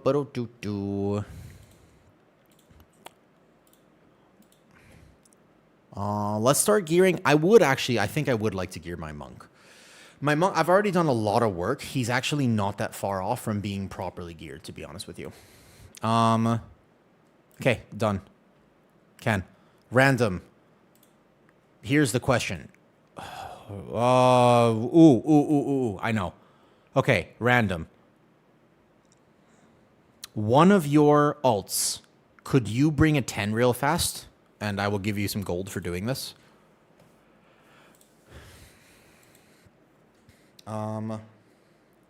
Okay. Can you bring a 10? I think my monk has one too, actually. If I go to the monk, then we can definitely do it. My monk is like pretty geared for brew right now. Now I want to play my druid, of course, though, because I just got the neck, which is also really good for resto, case mastery. I'm playing OSRS, took a break from WoW. Still enjoy watching WoW. Well, thank you for coming to say hi. OSRS is like a game that there's a particular passion that I have for OSRS for sure. It just feels so nostalgic to play OSRS and Diablo 2 for me, Brap. Those games for me are just like, man, they just hit really well. I love both of them a lot. They've got special, you know what I mean? They have special places in my heart. Okay. Okay.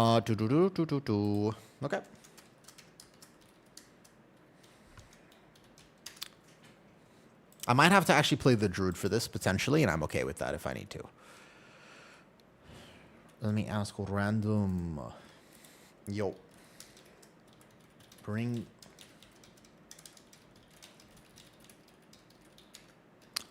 They got the vibe, the gameplay, the visuals, the music. Are you US servers? Yes, I am. I live in Asia, although I do play on North American servers. So NA or OCE, they're about the same for me. Yeah, so my monk, by the way, mythic weapon out of vault. I do have a question for people who have been playing a one-handed thing.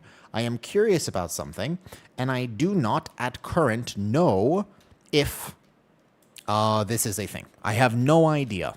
I would like to... I do not know. If I craft a mythic one-handed weapon, out of curiosity, do I get the crest discount on the other one-handed weapon? Out of curiosity, does anybody know the answer to this question? I have 12 cavern. That is my question. No, I need to have both, right? It's only for two-handed. I thought it was a bug because when I went to upgrade this one, I had it, but I think it's because I have an intellect staff in my bags, and that's why it happened, right? Okay, so effectively, if I wanted to spend 100 crests upgrading this to max myth, then that would be fine to do. The only other min-max of why I wouldn't spend 100 crests taking this weapon to max would be if I wanted to take the heroic weapon up to max using the heroic crests to save on 20 mythic crests. Is this correct? Am I understanding this correctly? Some hero mythic Aphon or Sorn. So I must have a hero two-hand. I must be this right here. This staff that's basically allowing me to do that. Okay. Understood. All right. Mr. Let's get you in here. Let's get your warlock. Whatever you find best. Okay. No problem. I'll add friend. Mr. Gamble.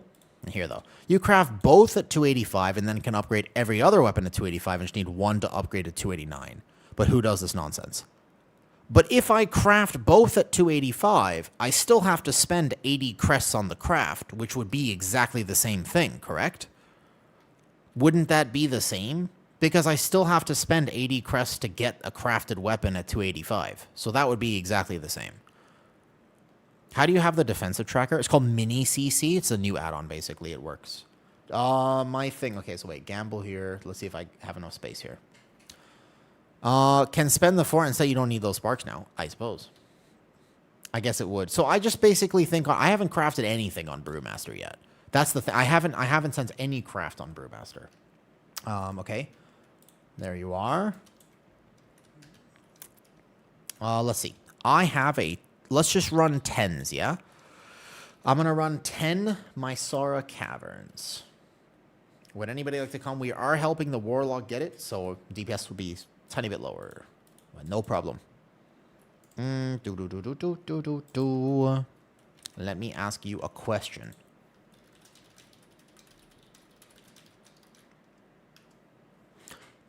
What's up, Groa?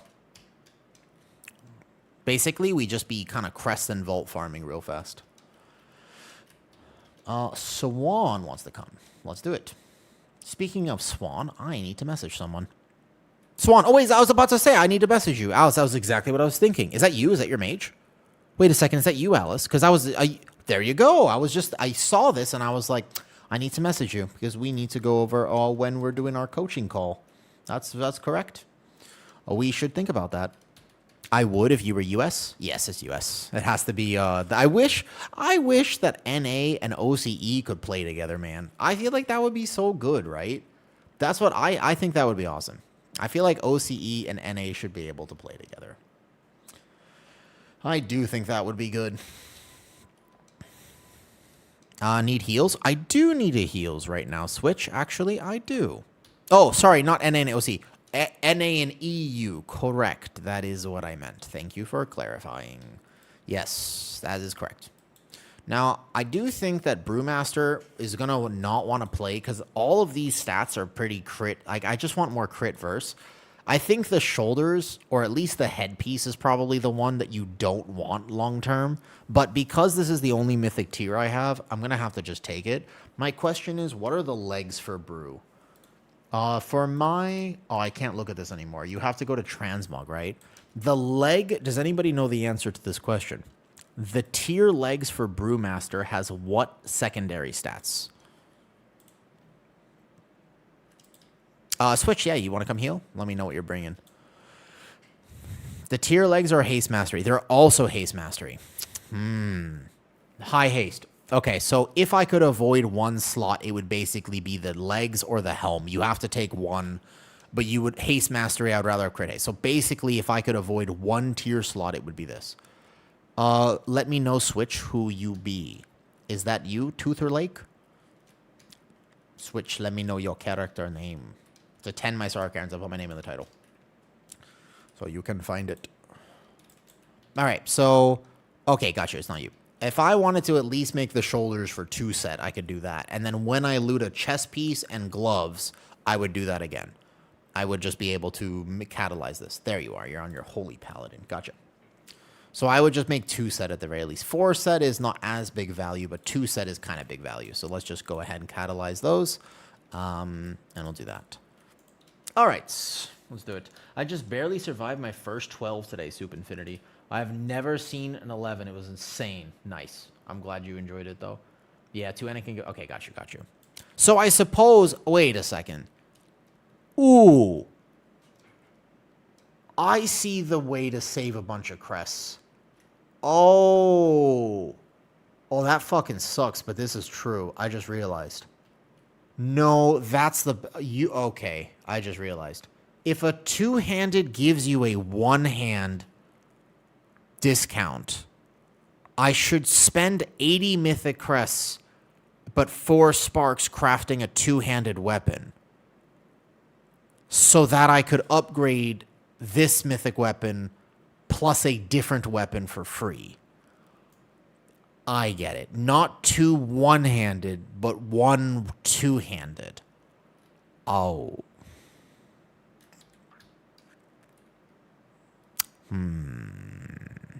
Okay. I see the logic in doing that, but it does feel kind of bad. I see your point. I see.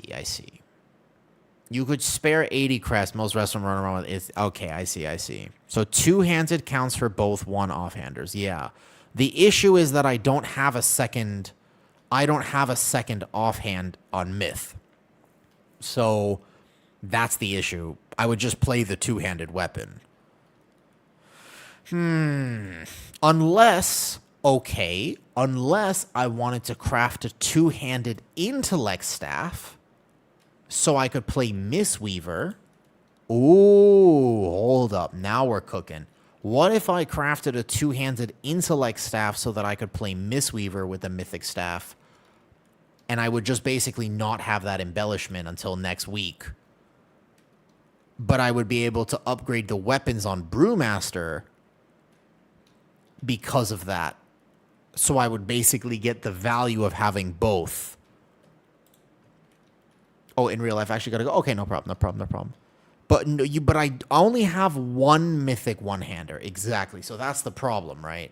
Is that I would only be able to have the heroic offhand, and that would technically be less value for Brewmaster. These are decisions that I'm going to have to make. What's up, King Barrel? Hello, hello. These are difficult decisions. I'll have to make some choices now. I guess I have to think about whether I'm playing more Mistweaver or more tank on this guy.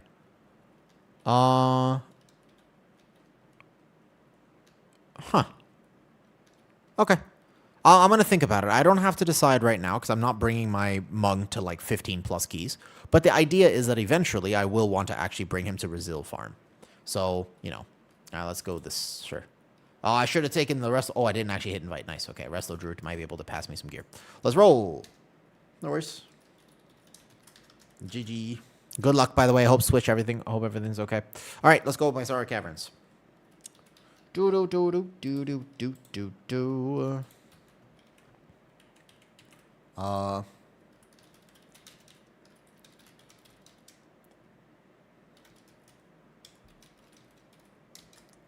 Let's make it reasonable.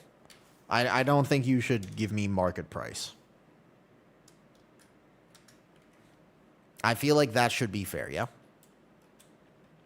Okay, let's go. Alrighty then. I've been playing both Frost Mage and Survival Hunter for Heroic. Start Mythic on Friday. Nice. Congratulations. I like Frost Mage a lot. I'm not actually still an expert on Survival Hunter. I never got to play it during this beta cycle, unfortunately. But I do like Frost Mage. I like the way Frost Mage played. I owe 20 squats from the last Mycella Caverns. All right. 1, 2, 3, 4, 5, 6, 7, 8, 9, 10, 11, 12, 13, 14, 15, 16, 17, 18, 19, 20. Oh, nice. King Barrel. Oh, I think I saw your vault in my Discord. We about to time this key? You'll have to do it again. Oh, that's true. I guess I didn't clarify that it was only for push keys on the actual team. Alrighty, let's do it. Ready, check, let's roll. Boom. I like the rant in that last key. I'm definitely posting that tonight. I'm going to be like, what should I title that video? Should I clickbait it? Should I be like, the problem with tanking in World of Warcraft? It's a good one.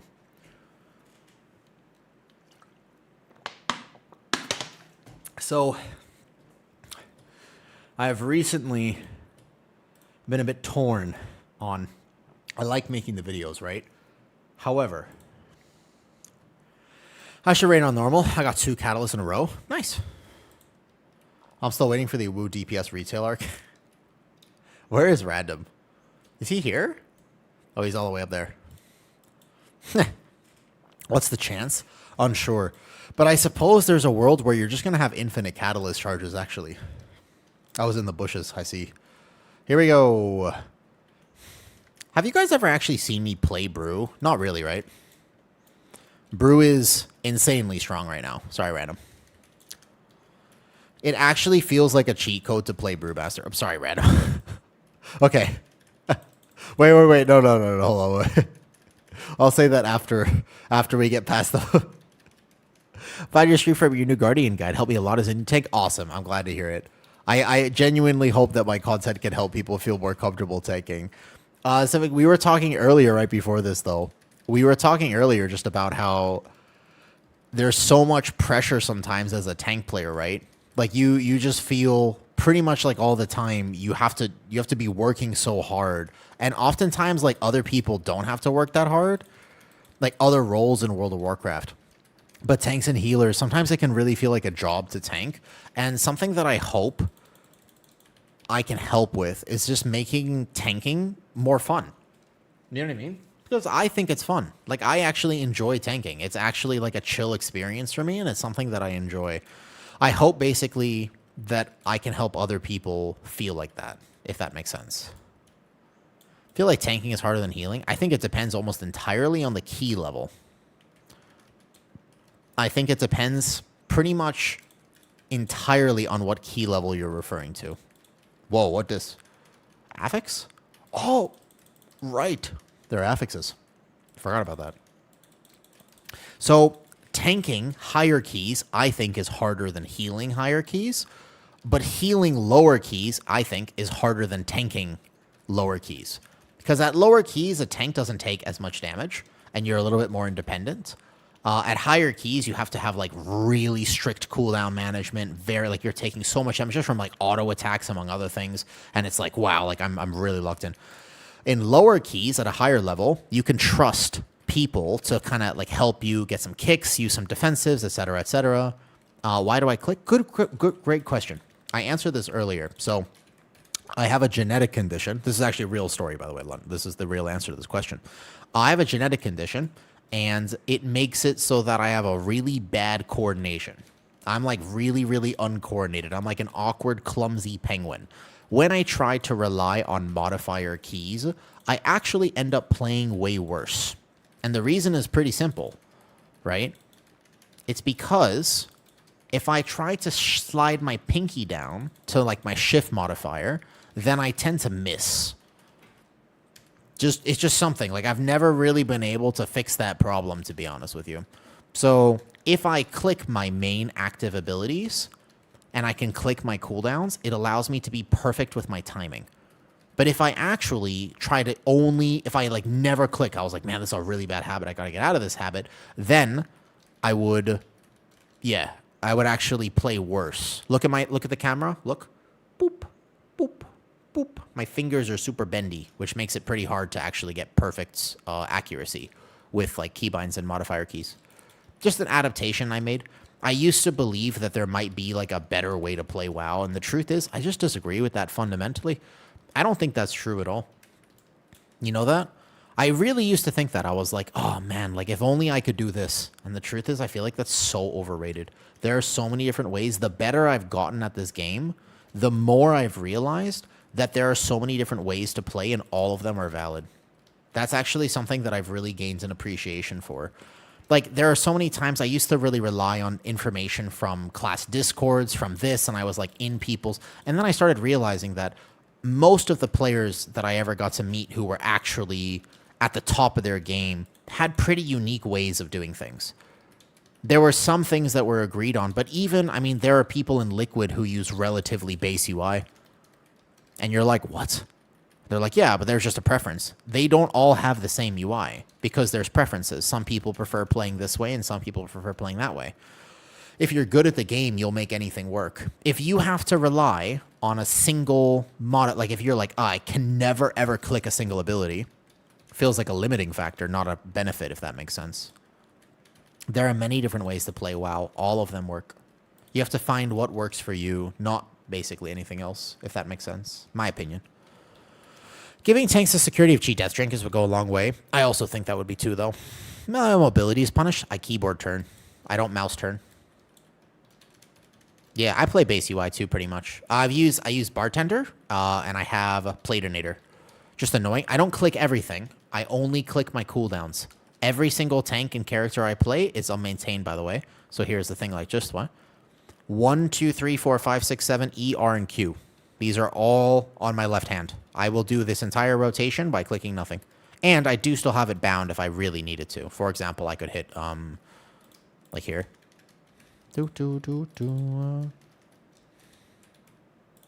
Okay, we're going to bring this in. See if that actually pulls something. If it does, then I'll just take it.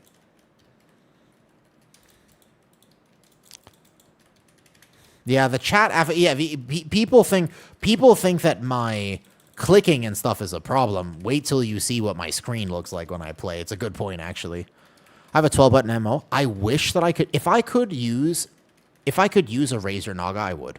That would be probably like an actual gameplay advantage because I just think about how fast that would be. But there's no way. Like, I've thought about it before, and there's no point in me even buying one because, again, like, my right hand, Yuxa, that's the problem. Like, the nerves in this hand were severed a long time ago, right? I wish. I would spend the money on it, like, today, but I literally couldn't. What's the problem with my screen? You can get less button. I can't feel, noob. This thumb is completely numb. Like, if I reach into my pocket out of a way to explain it, I can't feel where my keys are. They make left-handed. Well, I'm right-handed, so I mean, I could technically, I guess I could learn left-handed mouse, but that would not help me. Yeah. So I have this scar on my right hand. When I was 11, I had this injury from a long time ago. Oh, why else not skip anything?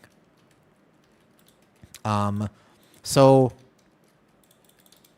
what's your favorite healer to do? Oh, he.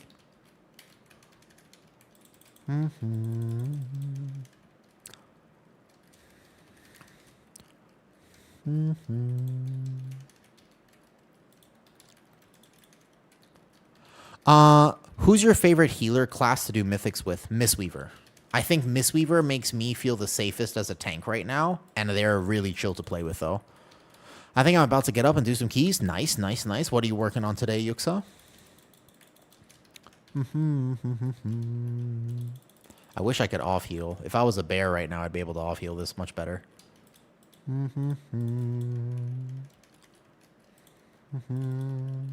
Alright, that's why you normally skip this pack, I guess. What do you think about Resto Shamans? I did an 18 Pit of Sauron yesterday, and I've done a few 18s now with a really good Resto Shaman, and he was great. If you're a good Resto Shaman, if you're a good anything, then you're fun to play with right now. What was in front of his character in his chat? I know. That's what I'm saying. I feel like everybody always, you guys are always like messing around with like all the other stuff. It's a really good point, actually. Should I flashbang people with it, Yuxa? What do you think? Out of curiosity, you asked me what's the benefit of clicking spells. Should I just casually show you what my screen looks like when I actually play the game? You want to see? You can't handle the truth. You can't handle the truth. You want to see what my actual screen looks like when I play World of Warcraft? You can't handle the truth. They won't talk about clicking anymore? Yeah, here, I'll show you real fast. So when I play WoW, this is what my screen actually looks like, by the way. This is what my screen looks like. This is how I play the game. So I can chat with you guys. This is so I can hang out. Otherwise, I can't hang out with people. Otherwise, how am I supposed to read and stuff, though?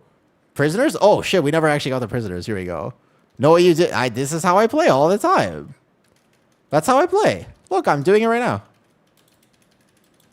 I just turn my camera if I need to hit something. Yeah, that's how I play all the time. This is how I play. That's like a look. Like, what's up, brother? Hi, Brap. How's it going? Yeah. And like, let's say I need to ring a piece. I just swap like this. No, this is how I do it. This is like literally, yeah, this is how I do it. This is just how I play. What's wrong with it? Easy. I like it, but it's chaotic. Yeah, I can move it around if I need to. I just do this. Yeah. What's wrong with it? Yeah, exactly. What's wrong with it? That's a good question. Where are the two prisoners here? Are they over here? LOL, I didn't even think about the route. Wait, there's one prisoner right here. Wait, where's the other one?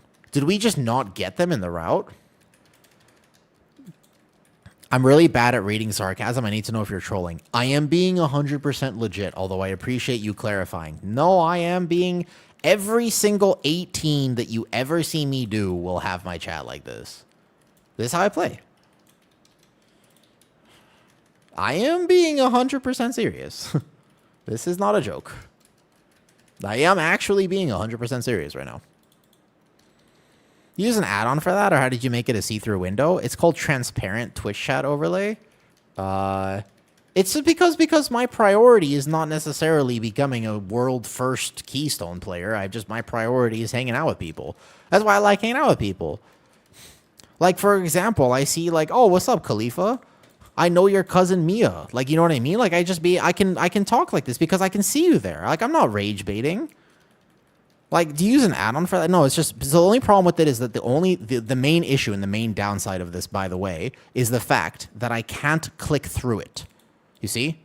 I can't click through it. Yes, I always have it like this. We need one more. I don't even know where he is, dude. Wait, come back up this way. I have no idea. Oh, it's here. It's here. Here. This way. There's one prisoner right there, though. Yeah. No, I mean, I'm used to it. It's okay. No problem. Is this exactly how it's supposed to go? No, but it's okay, though. I tried the mid builder with my damage so high now. Yeah, I know. Doesn't it help, Saint Hearth? I know. I feel like it's actually like not a bad build, though. Yeah, see, I can still taunt and everything. It looks horrible, but yeah, that's what I'm saying. Because that's my goal, though. And people are like, how do you talk to people while you do keys? It's like, because I do this. This is how I do it. Uh-oh. It looked like Mr. Gamble disconnected. No problem. He lost internet for a second. We're good.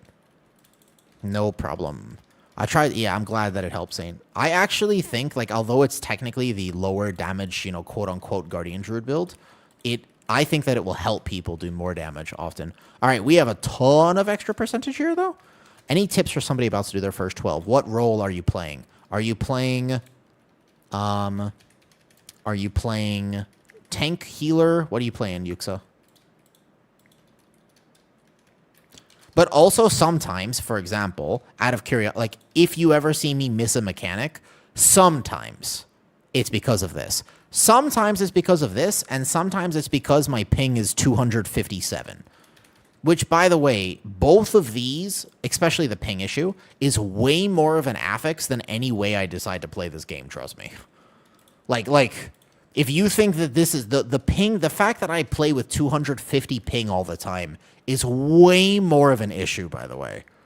Like, significantly more of an issue than any of my, like, clicking or keyboard turning. You be right back. He's coming. So trust me, like, the fact that I play with 200, I do use exit lag. If I didn't use exit lag, I would actually be having, like, 1,000 ping.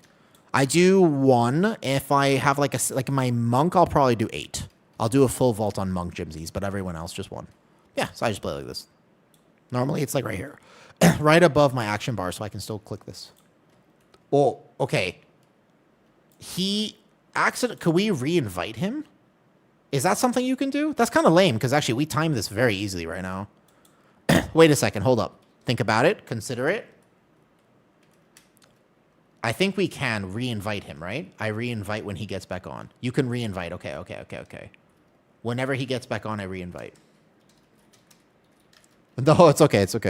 You can make it click through. I wish I could, though. Let's start with a dash on top of the chat window. Oh, shit, I can. Wait, can I?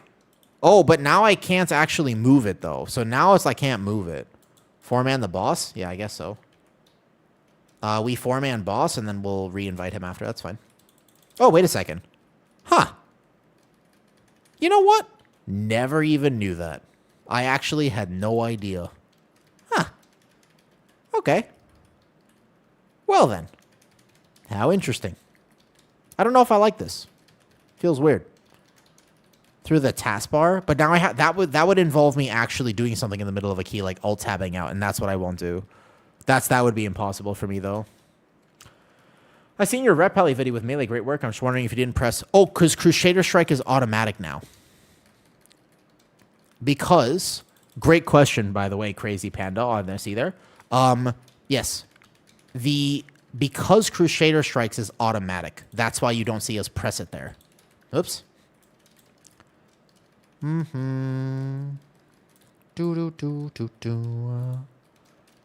I would say it's probably so distracting DPS. I mean, It would be, trust me, DPSing is actually so easy that I get lazy as a DPS player because I don't have to pay attention. This is not that bad. As a tank and a healer, this is way worse. Does the druid have B-res? Do you have B-res? Have B-res? There you go. Okay, cool.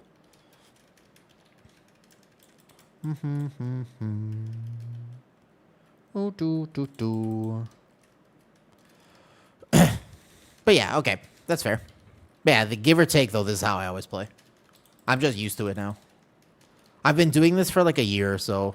Sometimes I would say, in general, I play better off stream. Like, if I really, let's say I had like some crazy, I don't know, let's say I was playing in the MDI. I would not want to have, I would not be streaming it. Because I would get distracted, and I would want to talk to people, and I wouldn't play my best. But yeah, for me, the priority, like, I just want to hang out and play the game. I think you still time this, actually. Gambit, let me know if you come back. The question is, would Gambit still get credit for it, though? There's a keybind for it. Control-Alt F7. Interesting. All right. Hold up. Let's get screen capture off.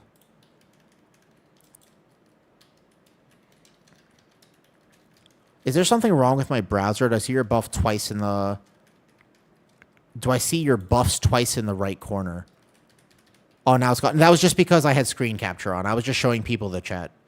People were like telling me that my UI looked weird, but I was showing them that it's even weirder than they think it is. Yeah. That was just that. Gambit, let me know if you can make it back. We will keep going, actually, just in case. He can still get loot even? Okay, let's go. Okay. Let's do it then.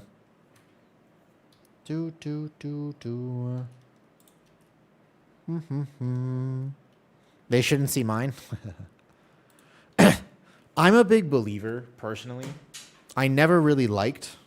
I don't want to format this. I think he coming back. Oh, never mind. Healer. Oh, yeah, we lost the healer.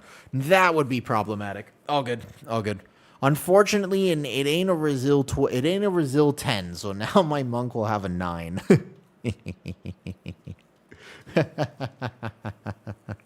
That's reasonable, though. Yeah. That's fine. I started playing Bloodseeker, and I hate the moment when I lose range for Death Strike. If you're playing Bloodseeker, you have to be very aware of when you need to use your grips to get things in melee range. Are you EU? No, I play on NA. All good. No problem. Kind of want ice cream, but I already had a milkshake though. I should go to sleep. Okay, no problem. No problem. Yeah, I play on NA. Okay. So random. Now we have a decision to make about what to do. So because my monk has a 9, I am all of a sudden far less motivated to play the monk this week. The plan was to do a bunch of keys on the monk, but I kind of was gonna just end up doing my own key. That being said, no problem. You have a McDonald's Sunday at the bottom of the freezer? No. I don't want the freezer to feel lonely, Kitty. That deserves there. I want the freezer to have that. That Sunday belongs to the freezer. That's the freezer Sunday now. That's not mine anymore. No worries at all, man.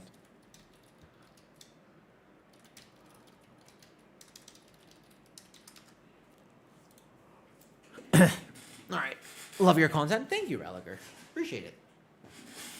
I also have plenty of 10s if you want to do something. Yeah, no problem. That's a 3 a.m. Sunday when everything is closed. I live in Thailand, no problem. Random, what's your IO there?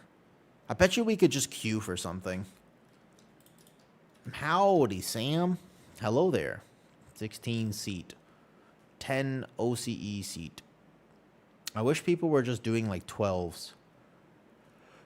2384. So you're missing a key of some kind. I was just gonna fill out 12, so I wasn't really gonna think about it too much. We could do missing a Windrunner. What? Nothing. Nada. Just a 0. No. Oh, I have typed in Mythic Keystone. That makes more sense. 12 Windrunner. Can you see my main IO by chance?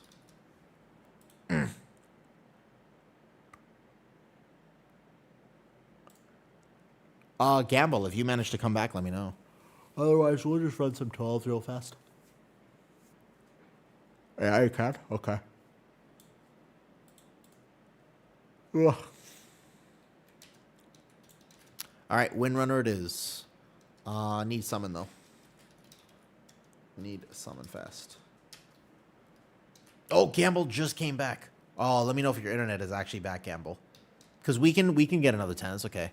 Random has one. No problem, and I can come on the Druid, too. Just to ensure things. Gamble, how's your internet? Ooh. Maybe we could play one max damage build on Druid just for fun.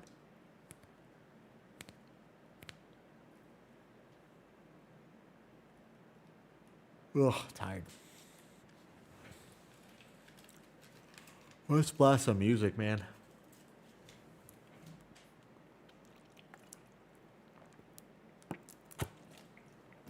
Am I out of time for one? Okay. Let's see.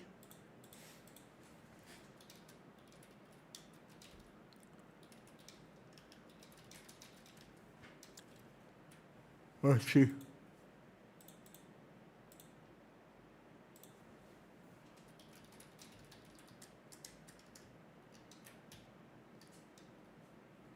Ugh. Oh. I'm apparently also tired. Ooh. I am tired. I didn't realize how tired I was. So focused on the keys. What's your actual Druid build? It's in Discord, Shinny, if you want it. If you want the actual one, then it would be that, though. It's in Discord. Oh, I'm yawning tired. I haven't been sleeping very well, to be honest with you. That one is apparently rough, though. Should be. No problem, no problem. No problem at all, man. He makes me want to just nap all the time. Yeah, I was wondering actually if I'm like overheating a little bit. That could be it. That could be it. I kind of don't mind. I was just going to grind out the monk. And the reason random is because when we get Resil 16 or 17, the idea is the next thing that we would do is I would just start swapping to Brewmaster instead of Guardian for some of those keys. Do we have drums by chance? Do we want now? The cats are melting. Very cute. It's 38. You may...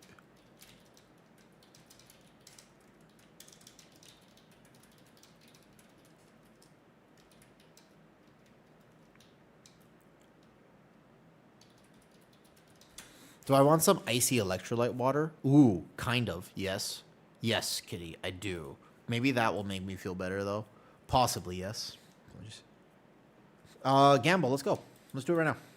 Random, let's go grab your 10, and then let's get Gamble in here. Yes? Sure, you want... No problem. I'm chilling. All right, Random, leave. Let's go. Here we go.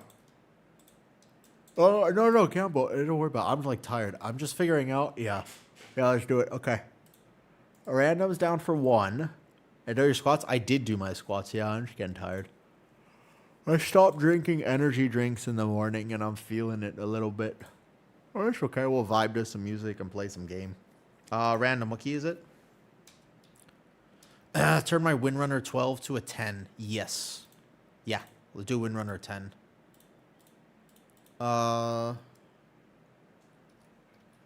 Yeah.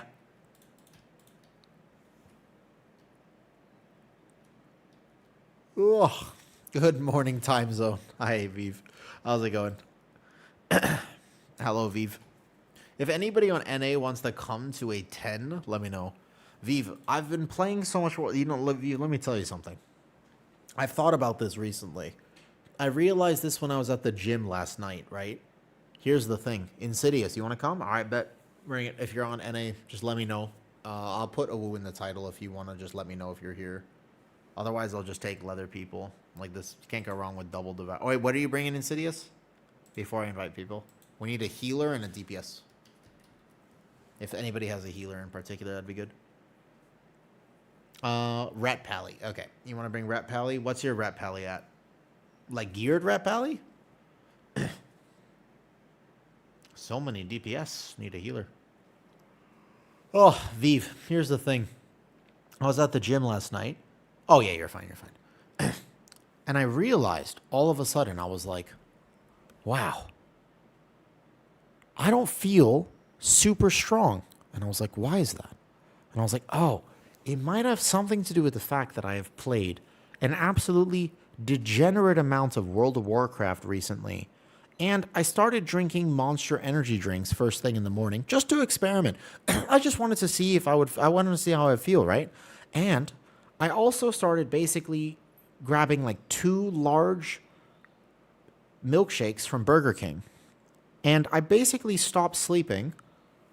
And also, I haven't been doing a good job of like hydrating, taking care of myself, stress management out the window. And all of those things combined, I'm not sure. I don't feel like it's a big difference, but a combination of all those factors has indeed led to a relatively stressed woo. I can't say I have been feeling my best, but no idea why. Couldn't tell you. I think, you know what? It's probably, Viv, it's something in the weather. They've put something in the air, and it's making me feel bad. That must be what it is. The more I think about it, the more I realize there's just something it's in the air, right? They're doing this to me. Riders, you perfect. And then we'll grab a healer, and then whenever we go. Yeah, that's what it is, Zuko. Exactly. That's exactly right. It can't be any of my habits. Question, where are you from? I'm originally from North America. I grew up in America. Change your sleeping pattern, your eating pattern, your workout schedule, and I don't understand, Vati. Yeah, it's a mystery. It's exactly right, Vati. It's a complete mystery. I cannot for the life of me figure out why I feel different. It's a great point, Vati. We may never know. It's Stranger Things Season 7 coming soon. Thanks for saying hi, Viva. I hope you've been having a great midnight thus far. Oh, I felt shit. I am tired though. Holy.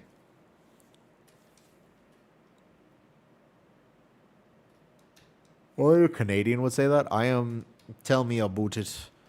Tell me about it. No, I'm not Canadian. I'm from the U.S. I grew up in L.A. Kind of moved all over. So I spent a few years in Colorado. Spent a few years in Ohio. Spent a few years in New York. Spent a few years. I just kind of went all over the U.S. Are you no longer in NA? I play on NA realms, but I live in Thailand. So I'm in Asia, but I play on North American servers. It just means I have some ping issues. All right, it's not the end of the world. Did more of variety again. Do the 7 days a week WoW thing. Oh, gotcha. I love WoWview. I mean, I like competitive content. I got my first 18 last week, and today we got some 17s in. Like, I like doing Mythic Plus.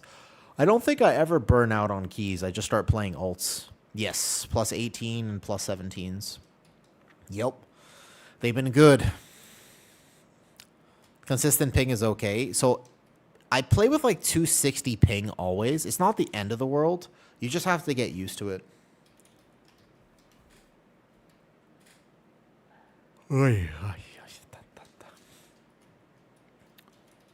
That's okay. When I'm tired like this, I have a philosophy of if I just want to play WoW, I play WoW. But something I've learned, and I have been streaming now for a year and a half. Thank you very much. I appreciate it. How come you live in Thailand? Happy to answer that question, actually. I'll tell you the Thailand story. Thank you. I'm just going to have to get this drink here, too. Thank you. I have been delivered electrolytes. Nice.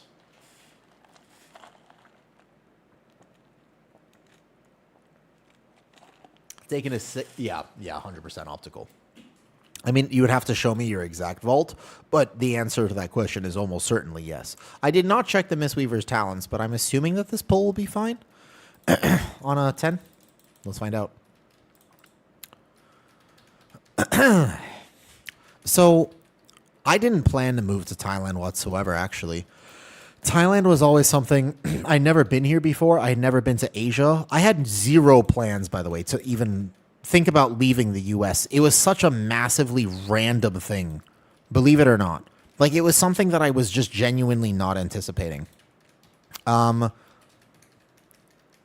I live here because the culture, it's the first place I've ever been that actually feels like home. And I don't know how to explain it because I am very not Thai. Like, I'm definitely not Thai. But I feel like I am, you know? Make this not okay. If he's playing Caster Mistweaver, then I would actually think that he might not be able to meet the HPS check. But he is playing Crane, which is good. Am I... What? Luca? I'm a have to clarify with you what you might be referencing. Yes. Okay. I figured that there was some miscommunication potentially. That makes sense. Yes.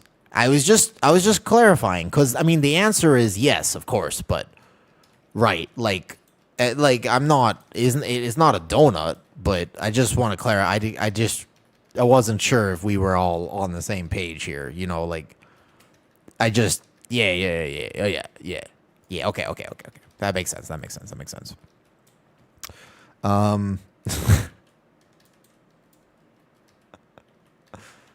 Nah, have you ever been to Thailand?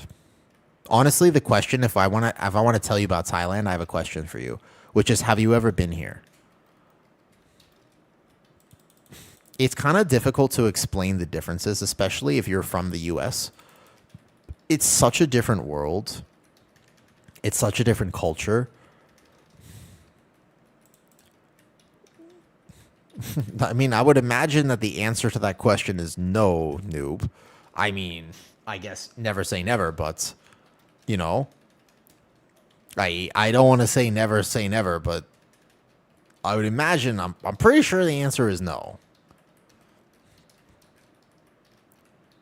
I mean, for a lot of people, Travis, it's true. That's why a lot of people enjoy this place. For me, it's actually the fact that there's a certain level of contentment that this culture has. In the 38 years I've been on Earth, you've never owned a passport. Where are you from originally, hillbilly? And apologies if I've asked you that question before.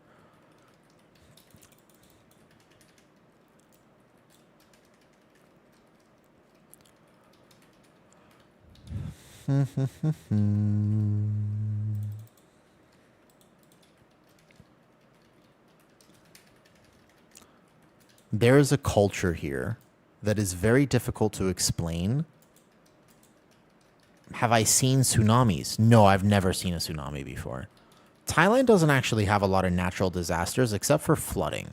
I would say that there is a lot of flooding that happens here in different months of the year.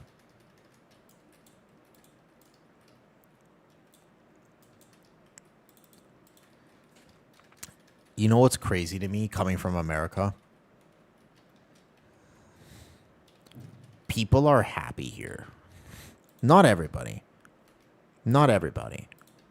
I wouldn't say I'm here for cost of living because actually it's not the cheapest Asian country I could live in. If it was only about the cost of living, I would actually probably just live in Cambodia or Laos or Vietnam or some other place.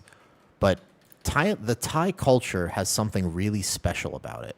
It's difficult for me to explain without having people like visit, but there's a sense of peace. There's a sense of contentment, which I just swear I'm not used to it though. It is cheap to live here, but it's a lot more expensive than it used to be. When I first moved here, I would say that's very true. Last year alone, rent prices went up by 35% in 1 year. On average, rent went up 35%. So it's not as cheap as it used to be for what it's worth. Although it's a good question. I'll booze.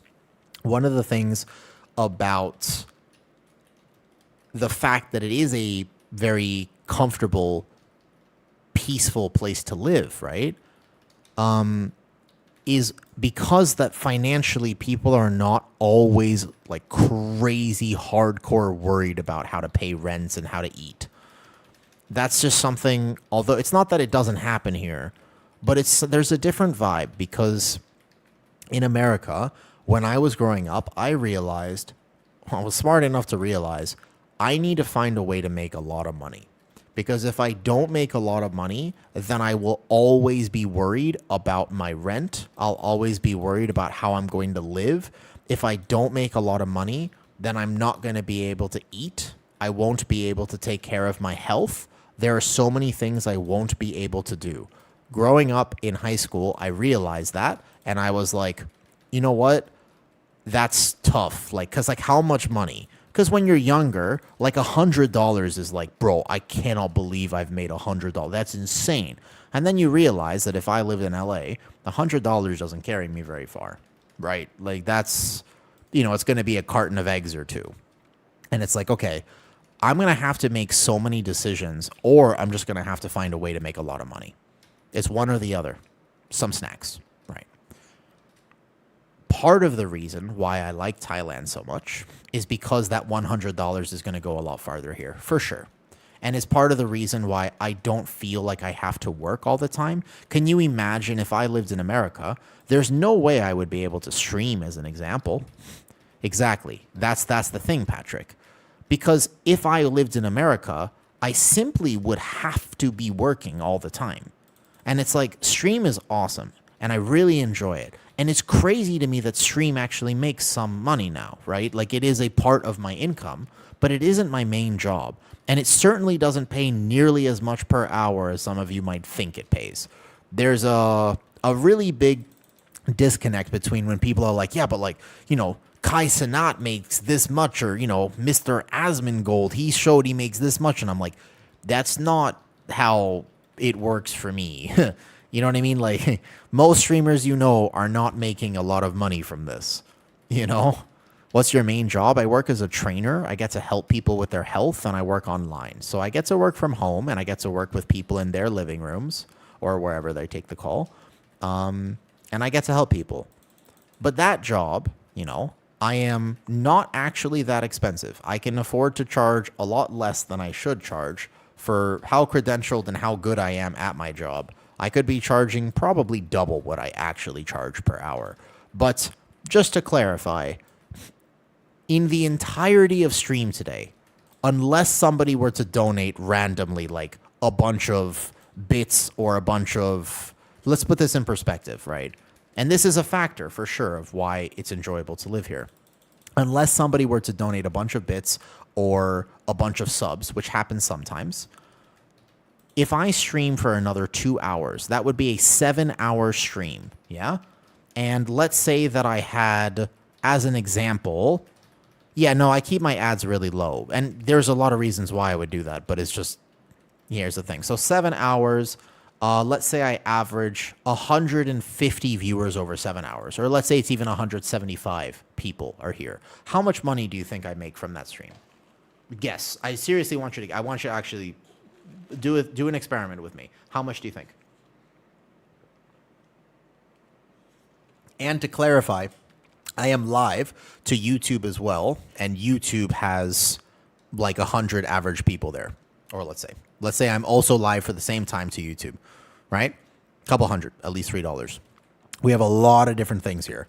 $100, $20, $20. It'll be something, I would imagine, it would be something like $30. It'd be like $30, something along those lines, yeah? So you think to yourself, well, that's not bad, $30. That's 7 hours out of my day. Maybe it would be like $40, depending. If I stream like many hours, maybe like $40. Yeah. So to clarify, tonight when I go to work, I will make that amount of money in 45 minutes. Much more than that. In one call tonight, I will make significantly more than a 7-hour stream.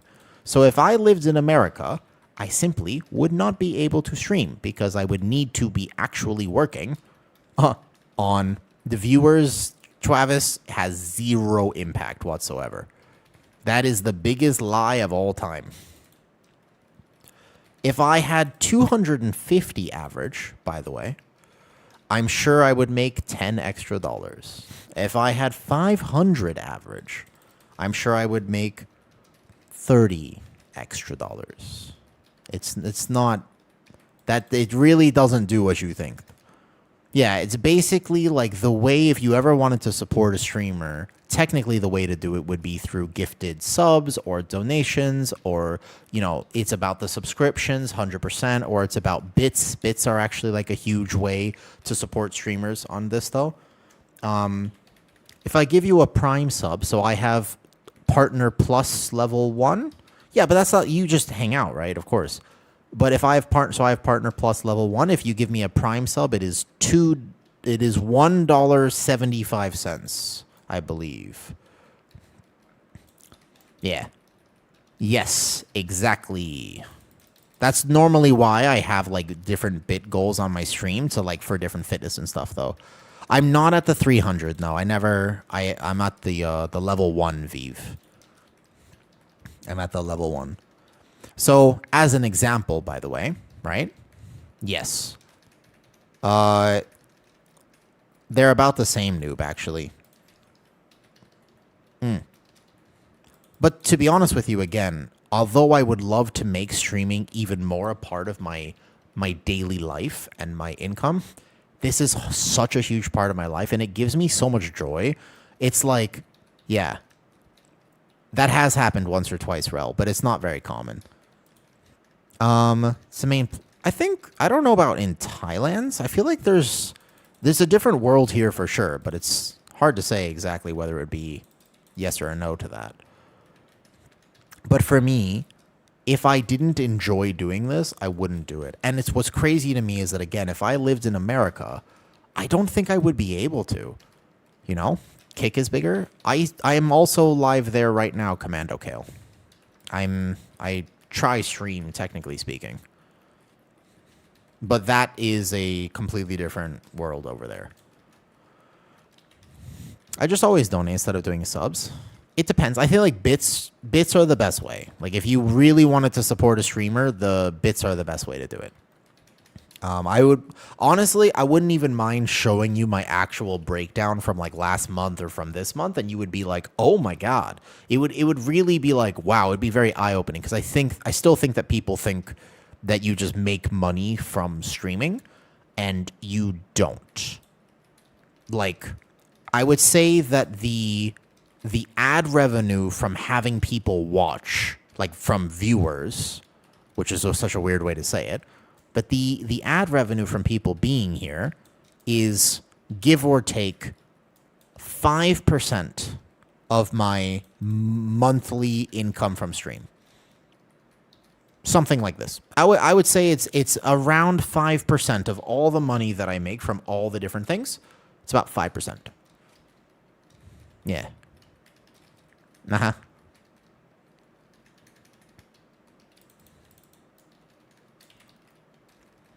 But I think there's a lot of people who think that that's like 50%, and it's like 5%, give or take.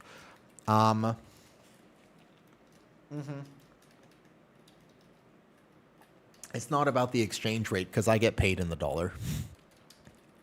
I'm a U.S. citizen, so I still get paid in the dollar. Yeah.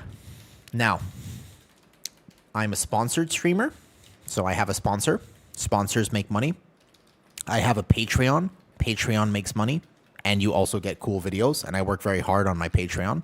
That is actually the best way to support. So you get access to cool stuff. If you want to do coaching with me, I offer coaching through Patreon.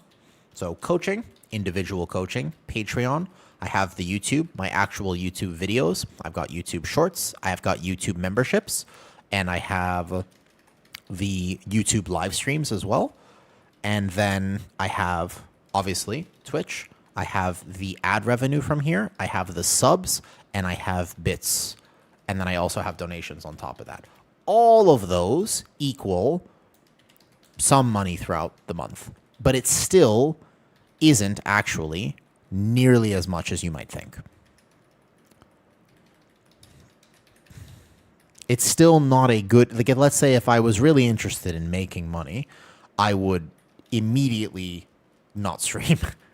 Like, to put it in perspective, another way to think about it would be that I have lost, if I were to apply this mindset, if I spent all the money, if I spent all the time that I spent streaming, and I spent that on my actual job and furthering my job, I would probably have made, I'm imagining the difference has got to be something like 50,000 US dollars last year. In 2025, if I didn't stream, if I decided not to stream during 2025, and that's basically when I started streaming, and I decided that I would just focus on my actual job, I would probably, the difference is, I'm assuming I lost something around $50,000. It's kind of, it's a little crazy to think about when I actually put it in those terms. However, streaming gives me a lot of joy. I really, really enjoy it. It's also a fun journey to grow it. Like, basically, my stream is like my in real life RPG. I'm basically growing a character sheet. It's so fun. Like, the fact that I see the number go up, it's like, wow, like, that's so interesting, right? You know what I mean? Like, it's so much, I have so much joy from doing this. I want to invest more into it. I was thinking about recently about getting a new camera or getting a new this. And obviously, that's the thing. Like, I would play WoW regardless, so it's not like that time is completely the same. I guess my voice, I wouldn't lose, my throat would be less strong. You know, but it's, you got to understand that it's not a cost for me to do it. I don't think about it like that. But occasionally, that's why, like, sometimes, like, my family will have a conversation with me and they'll be like, when I first started streaming last year, and I was like, no, I really like this, and like, it's gonna be awesome. Like, trust me. And they were like, you sure? And I was like, yeah. And they were like, okay, keep in mind, I had just gotten divorced, so they weren't really in a position. They were like, whatever makes you happy, dude.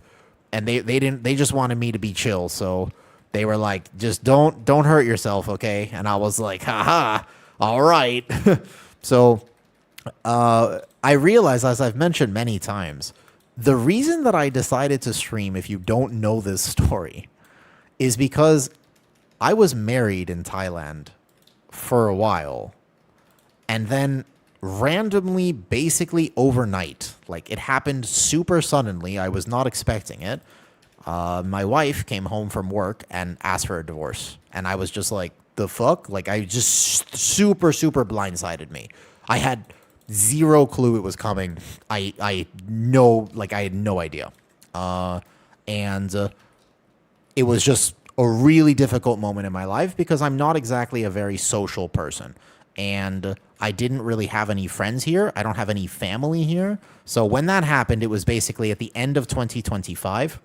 Now, by that point, I had been streaming for a little bit. I streamed off and on, like Noob remembers me from that year. My wife was on stream, like, many times, actually. And it was just for fun. Like, it was just a project. I wasn't... Yeah. So this is the end of 2025. Sorry, the end of 2024 is December. It was right before New Year's, too. It was like December 27th, I remember. So we had, like, a conversation over, like, a few days, and then I never saw her again. And it was just really, really, really rough, because that there was the first day of conversation. It was a Wednesday night. Obviously, I remember this.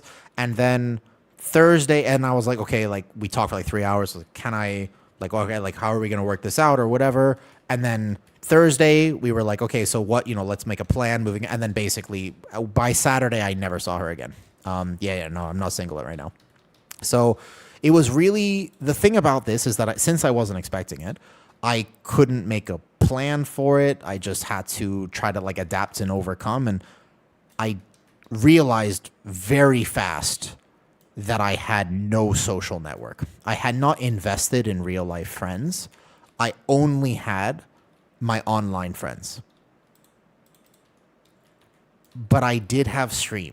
There was, Noob, at that point, there was like 20 people watching, right? Basically, like, by those streams, by the way, great. I'm exactly, Those streams, I really miss them sometimes.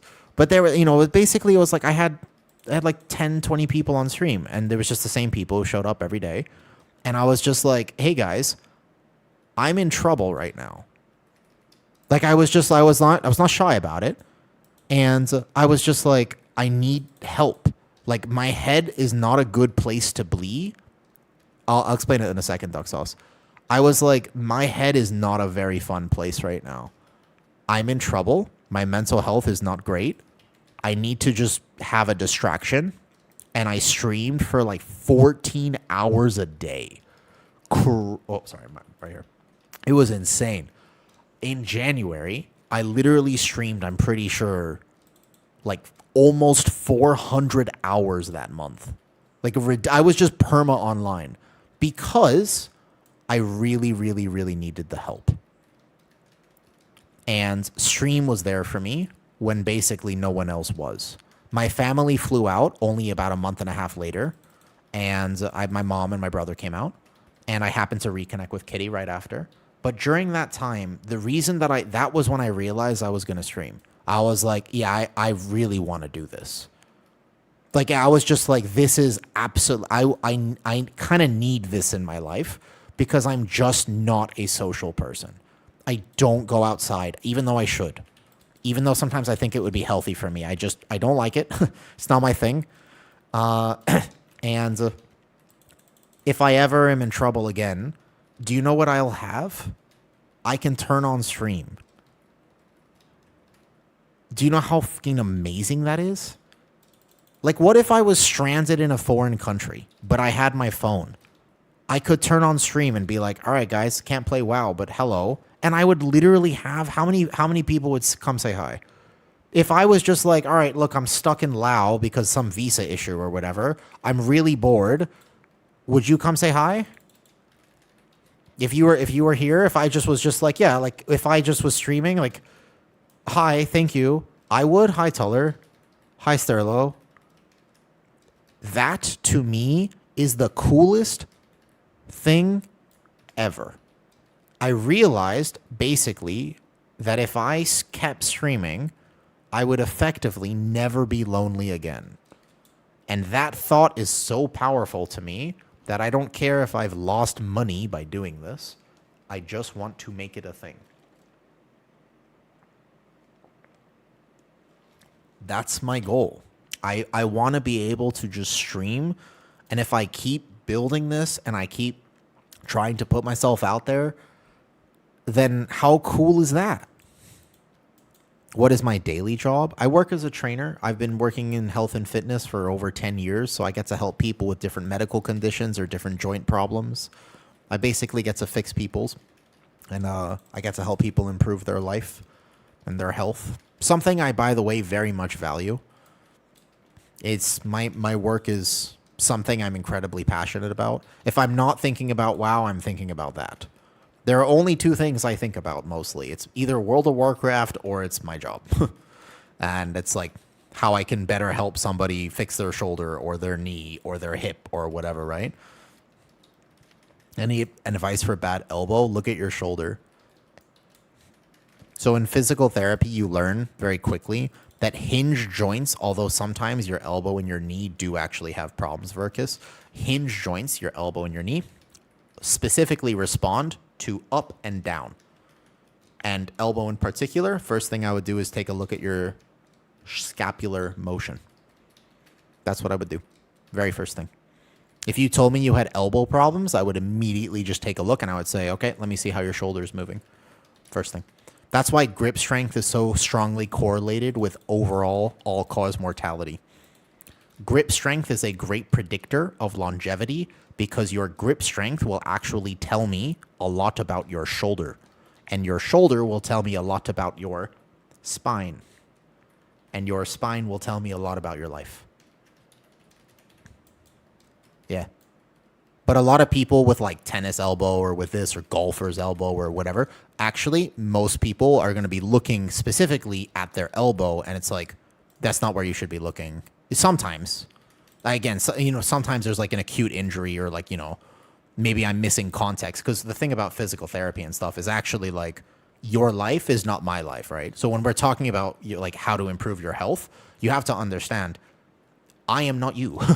And maybe I'm like, oh, you tell me you have elbow pain, but what you've forgotten to mention is that you're actually an archer and you took an arrow to the elbow a few years ago, and that's why you have elbow pain. I'm like, oh, well, I'm completely missing that context. So obviously, I would have to actually see you, learn about your life, and kind of figure out where the pain is coming from. Because if you took an arrow to the knee, and then I was like, oh, like why are you having knee pain? Funny story. When I met Kitty again for the first time, she was limping a little bit.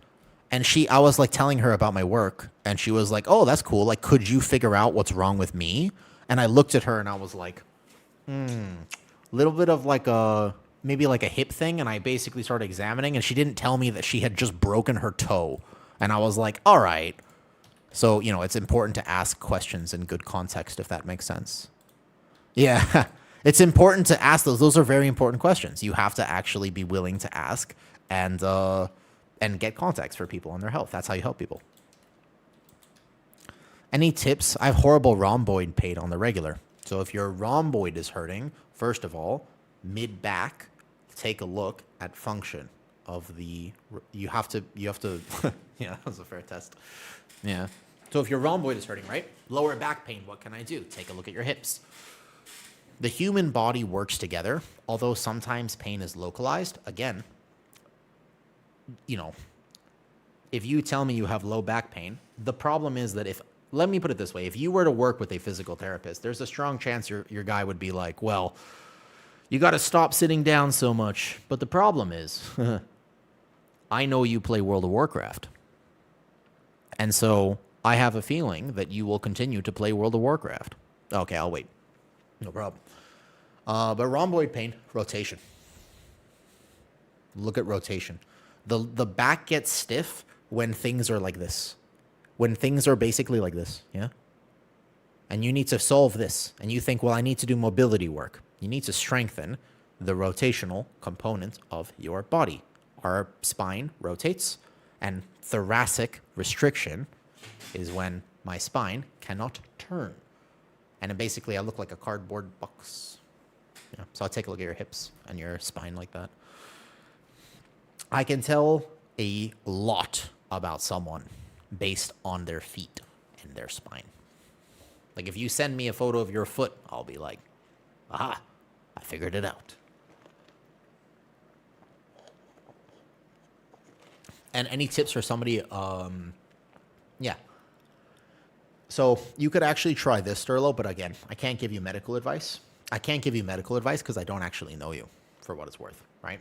But what I would recommend is if you were to do exactly this right now, you might feel a lot better. So, smart way to get feet pics. 3,000 IQ play. When you stretch and when you move your body, yeah, you probably go like this.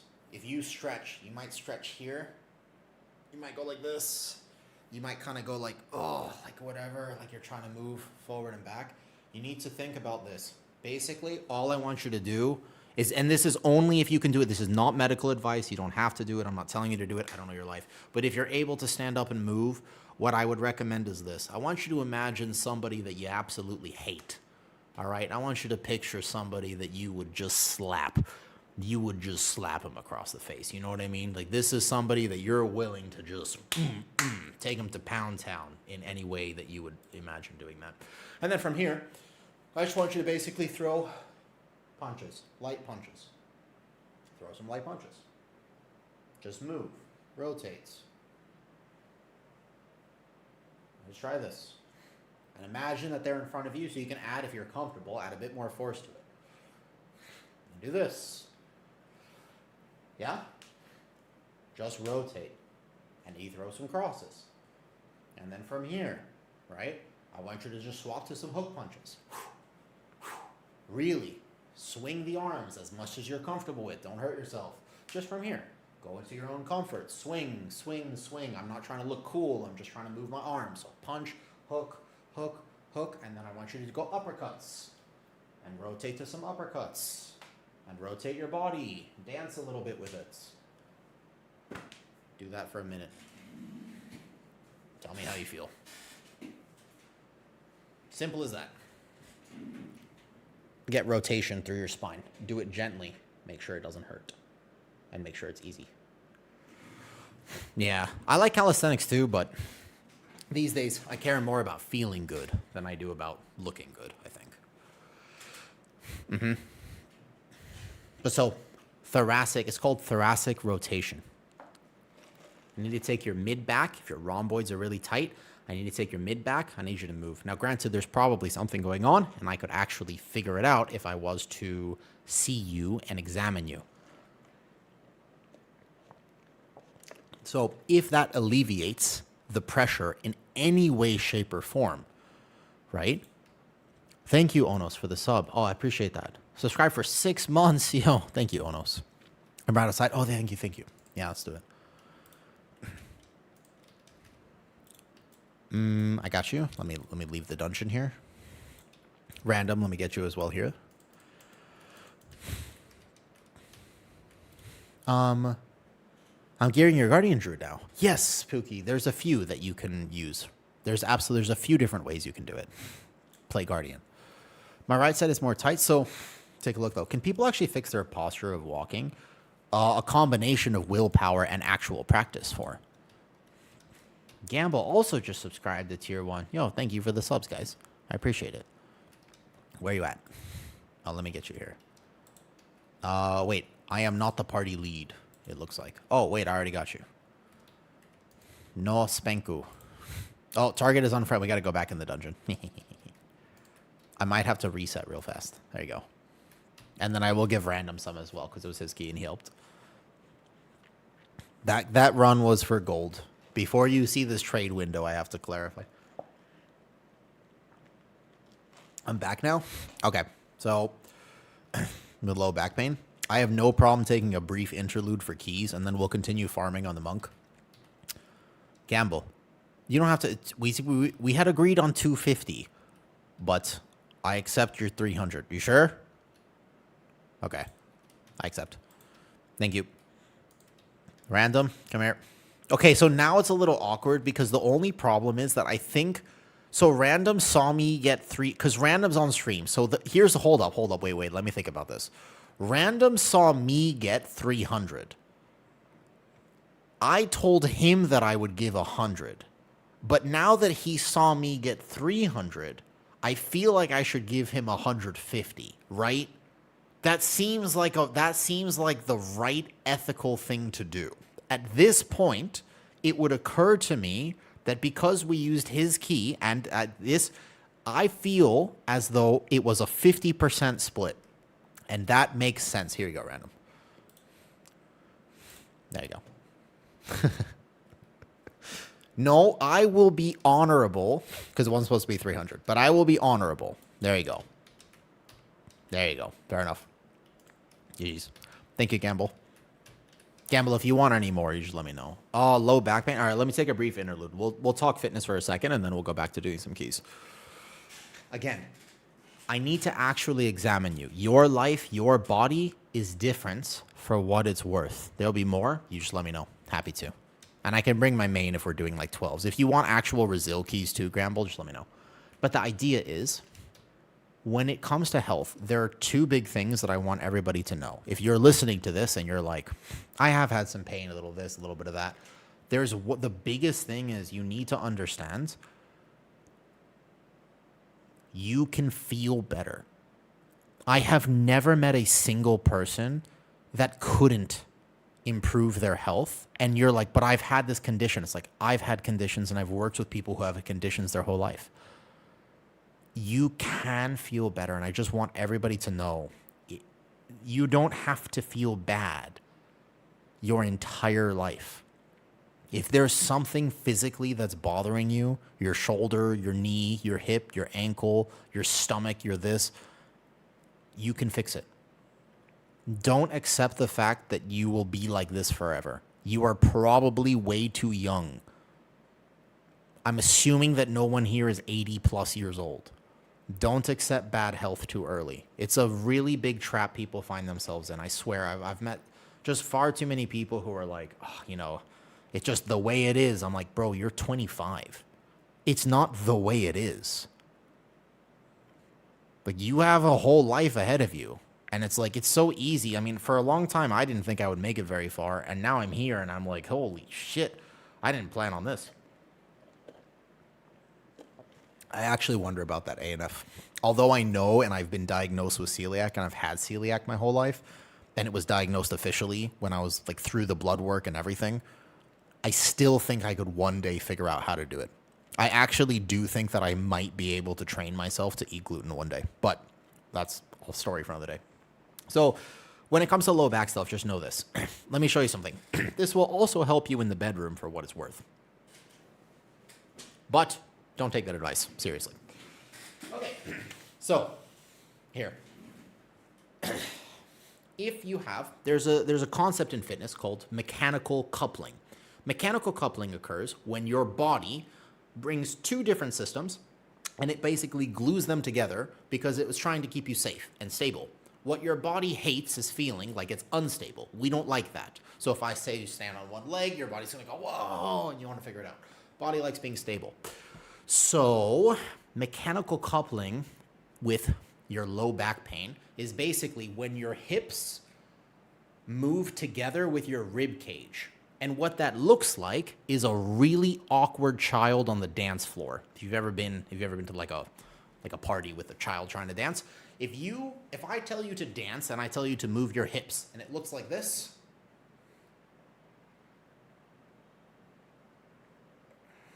please don't clip this, by the way. Don't clip this. But if I tell you to do this and you can't actually move your hips, this is called mechanical coupling. It's a concept where my low back is so tight because this is just the middle part between my hips and my spine.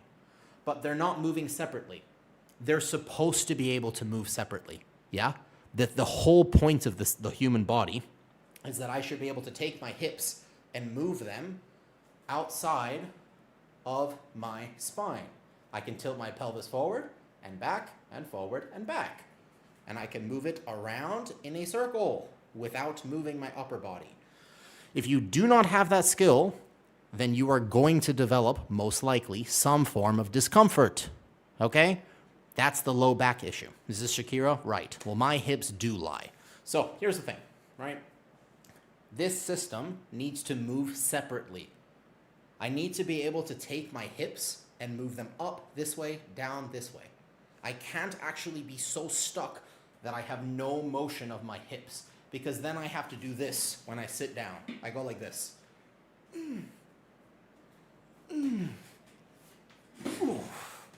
Right? That's because my hips literally can't move. So, you should be able to move your hips. You should be able to hip hinge. You should be able to actually move your pelvis. If you don't have that skill, then what happens is your low back is the thing that pays the price for it normally. Because your low back is going to be constantly basically keeping it all together, right? You want to solve the mechanical coupling, yeah? Almost there, Kebab. Make sure, right? Not on your computer. Be respectful. So the thing is, right, here's the idea. This is to help your low back pain. This is seriously what it is. You got to work on the hips. If the hips are doing that, one of the reasons why that happens, this is a generalization because I don't know you and I would need to actually do a session with you to really figure this out. But in general, if your hips are doing this thing, then it's because they're unstable. So they're trying to stabilize themselves. They're just using the wrong muscles for this. Think about your shoulder. Take a look at my upper body here, yeah?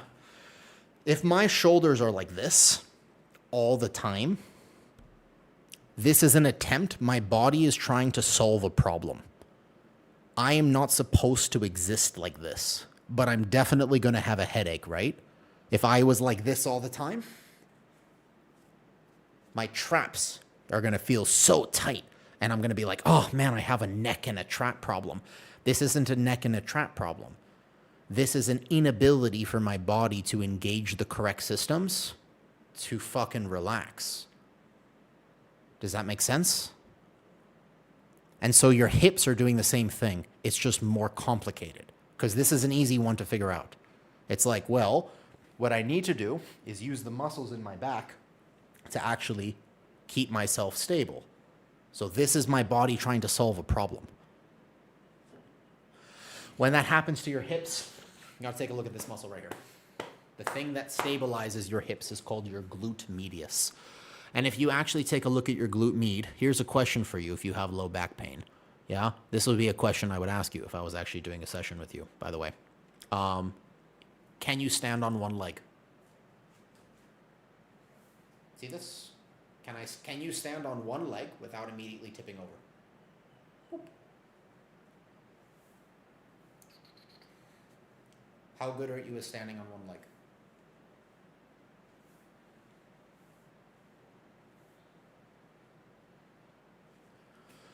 You should have the ability to do that. If you don't have the ability to do that, I would take a look at your glute medius.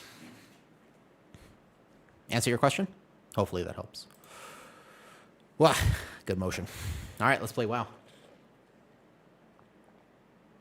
And I know nothing.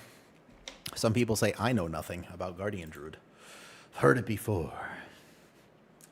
If you're doing tells, thanks for the help. You're welcome. Just know that when it comes to hip thrust is king, not a bad idea. One thing with people sitting at their PCs on lower back pain is having to use a footrest. Just move. The thing about the human body is that we are designed to move. So the one thing that you can get wrong, posture, is like a myth. But what you can get wrong is not moving at all. That's why even if it's just, for example, people are like, well, I'm not going to do squats throughout the day. I'm like, yeah, but can you stand up? Some people can't. Some people can't. And for what it's worth, though, look. Just stand up. Just move a little bit. Yeah. I've Googled this and that, and the third. I've Googled this, that, and the third. Who would have thought my anger issues would help my rhomboid pain? For real, though, I'm serious, because your back here, right, the rhomboids, obviously I'm going to have a hard time showing you exactly. They work in sequence with a bunch of other things. What your rhomboids actually do is pull your scapula together, yeah? The scapula is your shoulder blade. It's a giant bone. It rests on your rib cage. That thing needs to slide across your rib cage.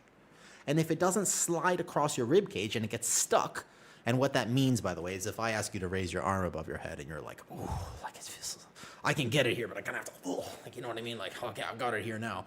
But my back hasn't moved. My scapula can't rotate properly. Then all of a sudden, something pays the price for this. That's how our body works. Because the last thing, you're not actually going to walk around like this. So something is going to do something. Like, you will balance this improperly. And you're going to be like, well, I'm just going to, but now the problem is, this isn't relaxed at all. I am like the whole time. But I'm not going to walk around like this because this is weird. So I'm going to go, I'm going to push it down. But when I do that, all of a sudden, I'm putting the tension in the wrong places.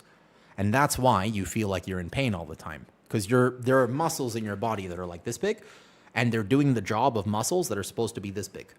And so the little muscles are like, bro, fuck you, with respect. Like, that's what they're doing. They're literally just like your neck muscles, your scalenes, your sternomastochloid, your traps, and all this stuff in here is basically just like, please, for the love of God, stop asking me to do all this work. I'm not supposed to do this. That's why they're mad. And that's why you feel pain. So if, for example, your solution is just to go in with a massage gun or get whatever done, and you get like a trigger point and you release the trigger points and you're like, oh, I feel better for 5 minutes. And then 5 minutes later, it's immediately back. You've just pissed it off. If that gives you relief for about 5 minutes or 30 minutes or whatever, and it just comes right back, you haven't addressed the problem. So any tools like that you could do, any sort of self-myofascial release with a foam roller, with a this, with a that, if you always need to foam roll before a workout, something's wrong. Like, if you always are like, I gotta do my 15 minutes of warm-up because I'm just so tight, like, that's not normal. Like, you see, like that's actually, if that's you, you're like, you should really take a look at why, because you should have mobility regardless of whether or not you've been sitting at your desk all day playing World of Warcraft, or whether or not you foam roll and do some SMR for yourself, you know? So yeah, that's what health and fitness. Just just move a little bit. It's not complicated. It doesn't have to be complicated. At least. Good night, noob. Good night. Good night. Good night. All right. Should we keep crest farming on the Brewmaster? Now my shoulder movement isn't much at 27. If at 27, Sterlo, you cannot put your arms above your head comfortably, you need to work on that. You should work on that. Because this, at 27, you should really be able to put your arms above your head. This is a big red herring. If you have no overhead mobility whatsoever, it's problematic. Good night, Abu. All right, good night, Gamble. Wait, good night, me. Wait, shit, no, good night, you. Fuck me, dude. English. Good night, Gamble. I need 30 more crafts on your hunter so I can craft a weapon. I don't know if I'm going to send crafts this week, though. I have a physical job, and it's so great to move for most of the day. True. Tank main, by the way. The back pain is unbearable at times. That's true. That's just from carrying the team on your back, Sterlo. Unfortunately, there's not much I can do to help you with that. That is just the burden of tank players. I go to the gym regularly, but my job messes up my back. They've done a ton of studies, especially with your duty belt on. Try to just get rotation. If you're somebody who's like, I have to lift heavy or I have a manual labor job or whatever, just nice job. That's a good one, Mad King. That's a massive box. That's a good one. Getting Alnseer from that is crazy though. Fish again Thursday? Yeah, sounds good. Good night, random. Oh, are you off tomorrow too? Is it just Arson and I tomorrow? Oh, I see. Ugh. All right. What are we doing? So I have a 9. We could queue into stuff though. Deco is okay. I might be around tomorrow. We'll see. But yeah, just like rotation is basically very important. I would say that most underrated thing for the human body is rotation. I was actually going to think about this. Do you play with no audio? I do, Sterlo. You notice that? Plan is Mythic Chimeras with Guild tomorrow. Nice. Awesome. That'd be cool. Yeah. I do play with no audio, actually. You notice that, Sterlo? Yeah, because I have no headset on. Yeah. It's actually something. It's interesting. Riders, you want to come? Are we doing something though? I'm down. All right, let's see if we can just find a 12. Do you have a 12? Oh, look, who's this? Ray? What's up, Ray? 12 Terrace. Druid Talents build in Discord, Duck Sauce. There is something here. Favorite anime? Gintama, actually. Just running about tendon pain. I'm in my 40s though. Yeah, it's up. I lift, but I actually seem to improve when I work out. So tendons can improve and strengthen just like muscles, but it takes way longer, JJ. So when it comes to improving the connective tissue of your body, tendons, ligaments, etc., you can strengthen those. And we know that because they've done a bunch of studies, like different very, very high regarded studies. These are, for example, autopsy reports on marathon runners. And when you autopsy a marathon runner, one thing you'll find is that their Achilles tendon is on average 40% thicker than the just like person who does not run. So you can literally create stronger, more robust tendons over the course of your life. The issue with them is that it takes a long time, months and months of cumulative positive effort, not punishment. Muscles can recover much faster and they can grow much faster. Tendons and ligaments, they don't take as long. You see this as an example in people who are heavily enhanced.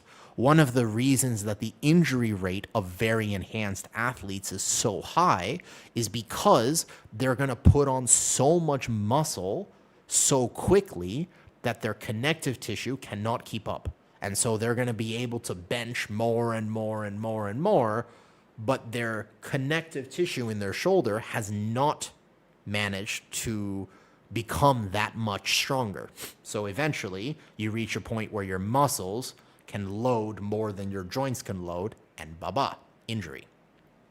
So in order to solve this problem, a little bit more patience, a little bit more time, and definitely a structured routine to help you with with that tendon issue is going to help, because you can strengthen them, but the way to strengthen tendons is different than the way to strengthen muscles. They don't necessarily respond to the same stimulus. This was a 12 terrace, I believe. Let's pour it over. Does that make sense? So, yeah. So which tendon is hurting? And where? It's a little cold in here, actually, believe it or not. I will work on that. Yeah, of course. So something I had to do because I have a connective tissue disorder, JJ, mainly your elbow. Again, just make sure that if you have elbow pain, that you solve and make sure that you don't have shoulder problems. Because if my scapula is stuck and it's not moving properly, and I basically am like, if this is what my shoulder looks like, and I'm just like I'm really like, my shoulder ain't doing so well. You know what I mean? Like, if this is what my shoulder looks like, of course I'm going to have elbow pain. I'm not going to strengthen my elbow tendon very much. You know? Okay, so you're prone to rotator cuff issues and tennis elbow. They're basically very similar. You can strengthen this, but I would do so slowly over time. It's no different than strengthening anything else. Progressive overload works for tendons, but you want to specifically target the tendons. That's one of the keys, is understanding that I have to work with the tendon. As an example, as like little hops go a long way for strengthening your ankle if you had ankle issues, but might not go a long way to strengthening your quads. If you're somebody who's aesthetically driven, or rather like you really like lifting heavy, you might have to struggle with that, because most likely the way to strengthen your elbow or your shoulder is not going to be a heavy bench press. Does that make sense? Especially now that you're in your 40s, you have to consider the longevity of your fitness. It's great to be fit and look good when you're younger, but as you get a little older, especially if you have kids and stuff, like, you want to make sure that you can play with them. Do you have kids, JJ?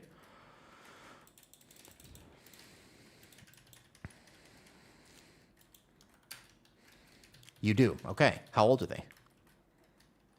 Just the one? Ah. Never say never. How old is your kid? 9. Okay. Can you still pick them up?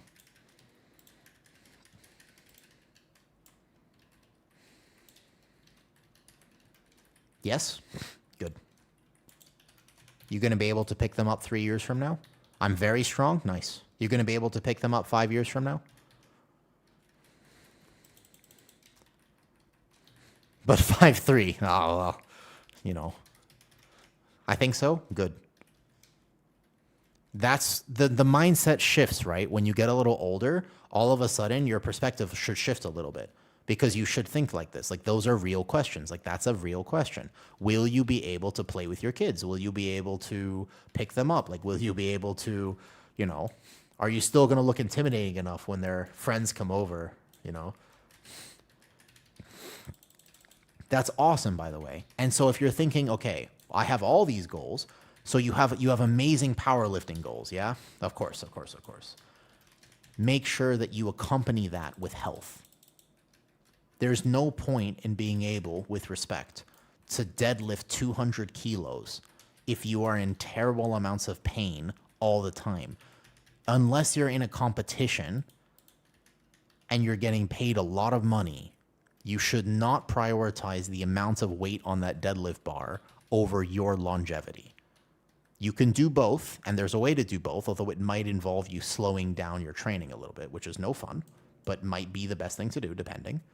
Yeah? There's no way. Oh, there's no way. Was that clipped? Wait a second. I didn't see that. I swear. I didn't see that circle there. He should be here. Wild. I think I need to do that. Yeah, just so maybe slow down the pace of your training. Remember, muscles can grow much faster than tendons and ligaments.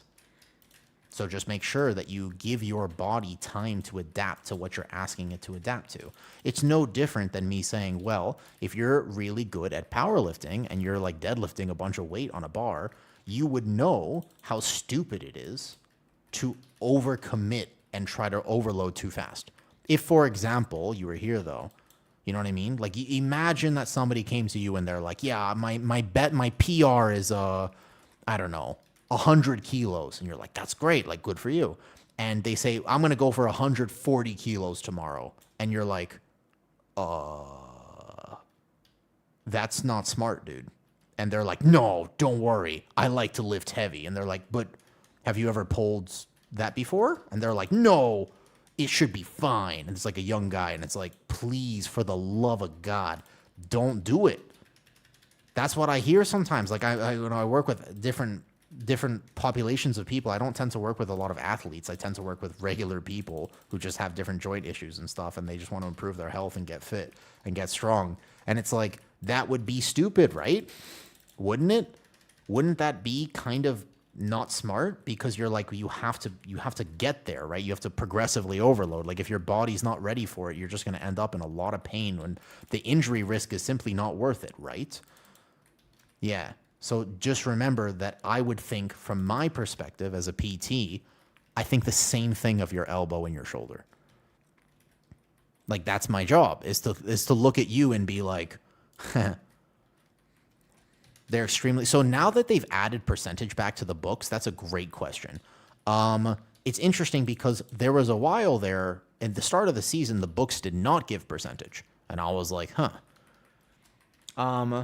Infinite? Oh, I'm kind of down for that later if you want to do 13 Skyrate, sure. Did my first Mythic boss and the nerf didn't have any impact? No, yeah. Brew is a vibe, man. Like, honestly, Brew is such a vibe. I mean, I like my Guardian Druid, and I'm not going to, like, completely swap off or re-roll or anything like that. But goddamn, I mean, this tank is really powerful right now. This tank is extremely powerful at the moment. It's very difficult, not just to die on Brew, but I mean, it can do so much as well.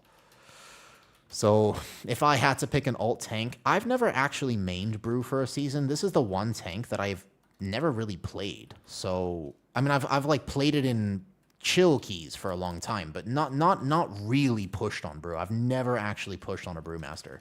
It'd be so interesting though. Yes, I do actually have one with Shaw. I had Shaw make one with me. Fantastic. And Shaw is an extremely good Brewmaster player. Yeah, it's very chill right now. Yeah, I made one with Shaw. If anybody can find it, I don't know. Somebody would have to find it and link it basically. But yeah, I did actually make a Brewmaster guide before the season started with Shaw. We made one together. And I really liked our guide, by the way. I thought it was extremely well done. Man, I really wish I had Exploding Keg for that. It's okay though. And his videos are incredibly informative. Yeah, I'm really, really honored that I got to connect with him before the season started. I reached out to him basically. I mean, we had seen each other in passing before, but we didn't actually know each other. And let me tell you, that guy is actually cooler. His videos are cool, and he's like a good guy, but he was actually so nice on the call with me. I basically was like, hey, I reached out to him. I was like, would you mind making a Brewmaster guide video with me? Because I'm not a good, I think it'd be really cool. And we ended up making 3 videos together. We talked about the state of tanks coming into Midnight. We talked about Brewmaster. And he was super nice. He helped me learn how to make some thumbnails for my YouTube videos. I mean, he really spent a lot of time talking to me about stuff, and I really significantly appreciated that. He's a nice guy. I'm actually probably going to reach out to him again. As the season settles down, I think I would like to reach out to him again.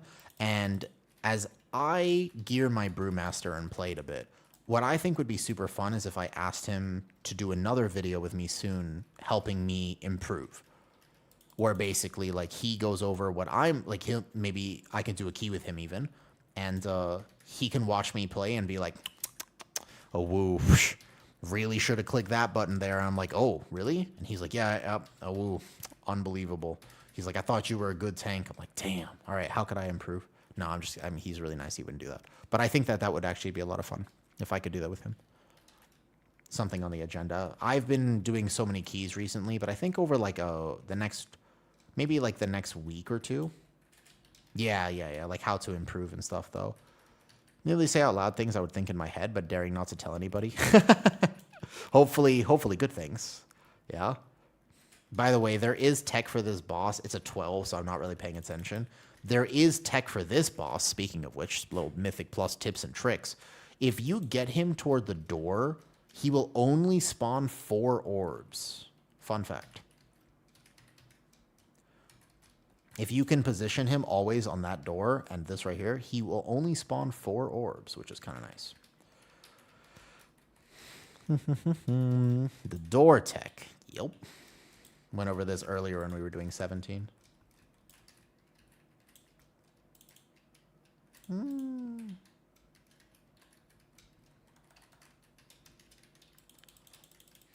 I'm glad that my videos can help. And I'm also, by the way, if you're still here hanging out, thanks for listening to me randomly talk about fitness. You've engaged me on my two passions, right? Oh, there's another Brewmaster. So interesting. We were just talking about you. What's up, Poa? How's it going, man? Are you playing this season? Oh, hi, Poa. How it be? All right, don't judge me too much. I'm just crest farming. All right, well there you go. I guess if I wanted to ask another Brewmaster, we were just talking about Brewmaster actually. So there are a few people you could learn Brewmaster from. Just did keys for the first time tonight. What did you start with key? Like when you say that you did keys for the first time, out of curiosity, what does that mean for you? And how does Brewmaster feel? Because this is literally your season. Look at your Twitch name. It's in the name. It's in the name. Your name is Poa Brew. It's your season, man.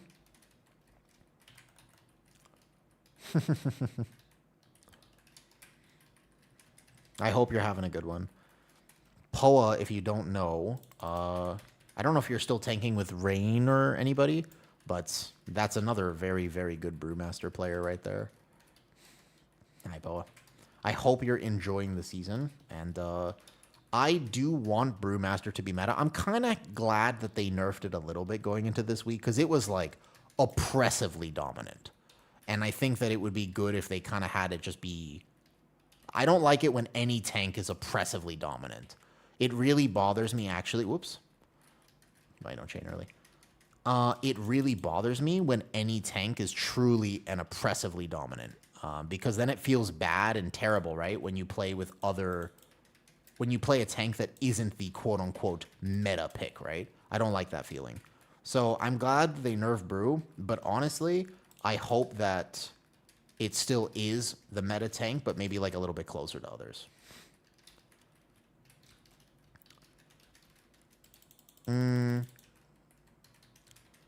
I tend to only look... I think that Mistweaver right now is really slept on, actually. Not only does it does very good damage, interestingly enough, but the way that it heals makes tanks feel incredibly safe. So I think that Mistweaver is being slept on, to be honest with you. Yeah. Hi, Desi. How's it going? How it be, Desi? But I think that fist weaving is strong. And when fist weaving is strong, I think that, personally speaking, is when Mistweaver is at its best.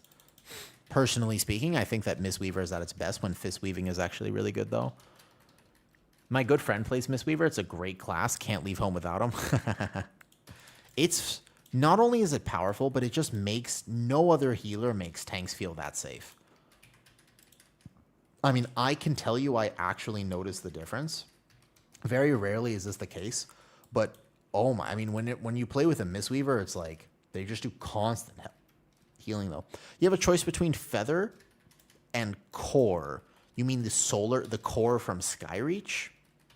And the Feather. You're talking about the 2-minute on-use Feather from Raid, or are you talking about the? Okay, I see. Let's make sure she's in range of healing, though. The on-use haste one. Ah, yes, the Spire one. Okay. Are you playing... who is that guy? Are you playing the Druid Apex build, or are you playing the macroed Ironfur build that I like? I do think that matters, by the way. I'm going to sit back and lurk. Thanks for the conversations. You're welcome. I hope, for what it's worth, Sterlo, that your rhomboid pain feels better. I genuinely hope that you feel better soon.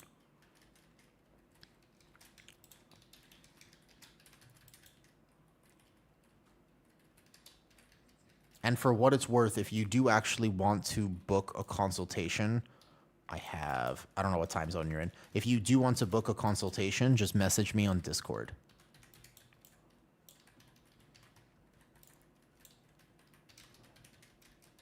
Because rhomboid pain should be able to be solved in like a matter of a few sessions. It shouldn't even take that long, depending. How old am I? I'm 29, but I've lived. Onos, do you feel like you could actually figure out information based on how old somebody is? I swear I've met like 50-year-olds who genuinely don't seem to have any idea what's going on. And I've met some 20-year-olds who seem to have a very deep sense of wisdom. Like I stopped using age as a metric. I don't It's not that it's a zero sum predictor.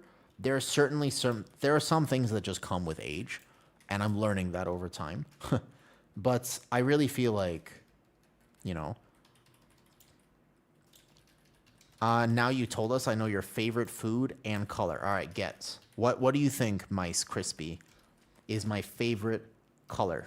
And if you don't answer this correctly, I just want you to know that I have Smack, Crackle, and Pop locked in a cupboard right now, and they will pay the price if you get this wrong.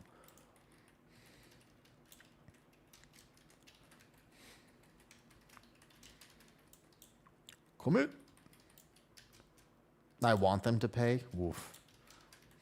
So clearly late 20s. Blood DK for the win. I mean, there are a lot of people who really enjoy Blood DK. Should be orange because bear. No. My favorite color is a happy color.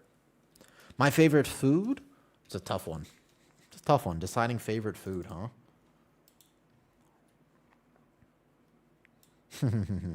But no, I'm 29. I turned 29 recently. It's a shushy, self-sustaining noodle. I wonder if the Blood DK buffs this week will make it feel significantly better. I honestly don't think it will feel that much better. But it is playable. You just have to ask yourself why. Most of the time when something is technically playable, oftentimes you actually want to ask yourself, but why would I play it?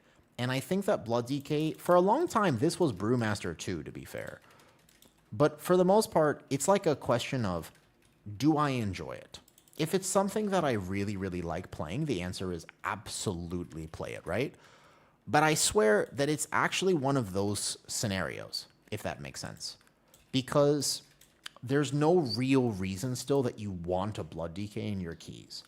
Brewmaster was like that for a very long time as well. Except now, it's just good. Like now it's like, well, Brewmaster we want because it's so tanky, it's really solid, it'll make the key go smooth. Like there's like all those things. You still don't have that for Blood DK. There's technically speaking no real reason to play Blood DK. And I think that that is tough. You know? Bear was in that Y category. At least Mark of the Wild exists. Well, it used to be Bear had an identity of like, well, you have incarn pulls. You know what I mean? Oh, DPS meter. Sorry. Like, at least bear was for a long time. It was like, well, you know, incarn pulls are awesome. Like, that's a bear pull. We used to say that. But nowadays, it's not, you don't really have bear pulls anymore because every tank can do bear pulls. So that's not really its identity anymore. Of being like, well, the incarn pull. It's like, well, these days, bear is more about bringing Mark of the Wilds compared to everything else.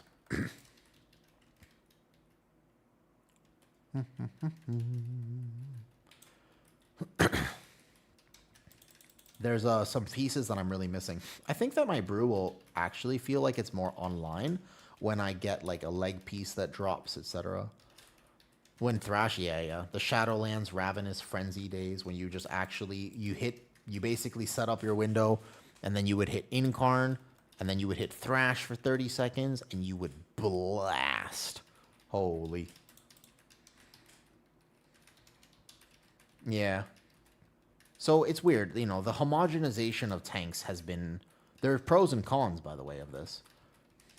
I think there's a lot of good things that come from the fact that so many things are considered, you know, playable. But also, they have to be careful because the only problem with the way they tune the game... Not the only problem, but one of the big problems is just straight up the fact that they tune around raid.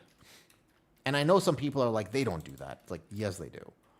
Like, they look at Warcraft logs and they go, okay. Maybe if there's one spec in Mythic Plus that's accidentally doing 90% of all high keys, they go, okay, we should nerf that. But for the most part, they don't really. I swear they just don't think about it. Yes, they do that for keys because they tune the tanks for raid, and that's a strange decision because the tanks don't tend like they tune it so that the tanks are very close in raid, which is a very strange decision of how to tune tanks. Remember, prop pally, you get 50% more auto attack damage this week. So now you're going to be super good. Definitely balanced at this point.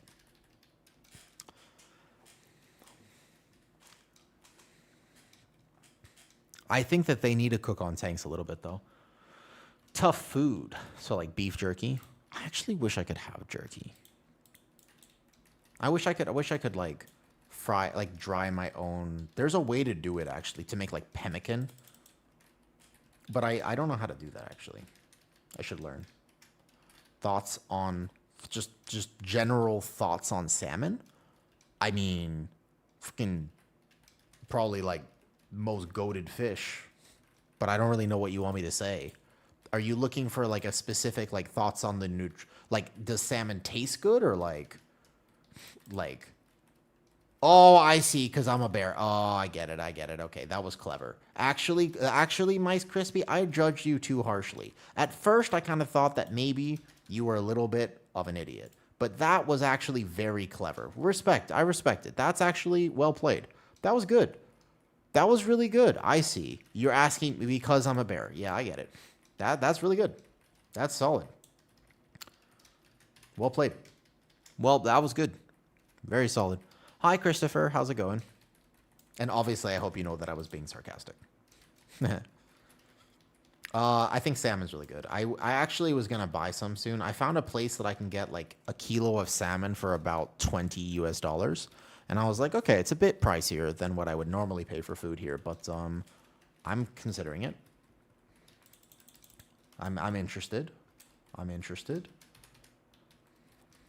Got a joke for me? All right, bet. What's the joke?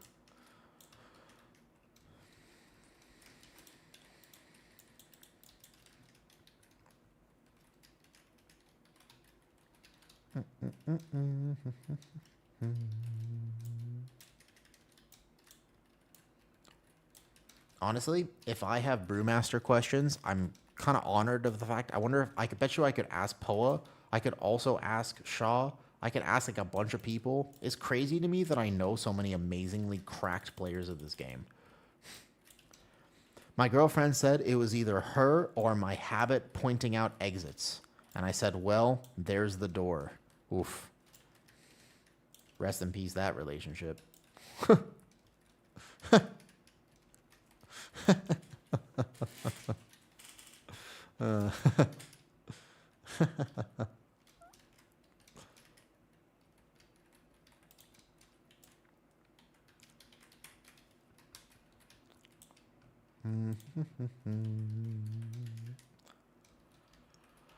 I wonder what it would be like to do high keys on Brew right now. I'm curious to know what that would feel like. I wonder if, like, I would be able to feel comfortable with it, because I've just basically never really played Brew before. I wonder if I would notice it. Or if I would be like, wow, this is hard to live, or if I just would be chilling. Like, if this was a 17, how would I feel? It's not like I'm that undergeared. I don't have foreset yet. And like I said, I think legs would go a long way.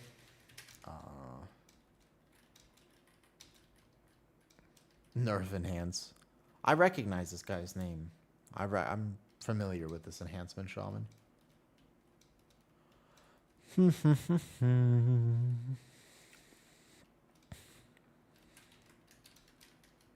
What are you up to today in game, Desi Soro? Oh, we do have extra percentage. I wonder where that percentage comes from. Accounting for the books now? Probably just the books. Or I guess maybe I just unintentionally, without even realizing, pulled without thinking about it. I probably just pulled as if I was going to do the skip because that's the route that we do because of Warlock Gateway. I guess it's the fountain pull at the beginning. Okay, remind me before I zone out of this dungeon. I should actually go get the add-on. There's an add-on that shows you percentage of each mob, and if it's updated properly, then it would be able to show me exactly how much each book is worth. Because MDT still shows 0%. And in order for me to calculate this route actually perfect, I would need to work on that. And I would need to know exactly how much each book. If anybody knows the answer to that question, please tell me. Because I am interested. 17. If you're a good player, 17. Hello? Al? Holy.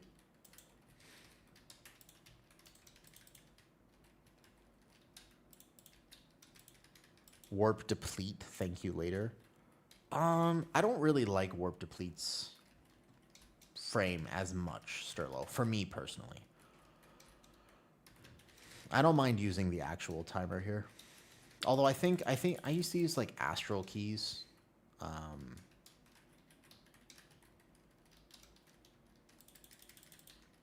Yeah, it depends, I suppose. Almost, I remember you're playing Mistweaver, right? If I remember correctly. Is giving me many Lua errors. I think that's why I stopped using it, actually, now that you mention it. I'm pretty sure that's why I stopped using it. Was because of the many errors that I got.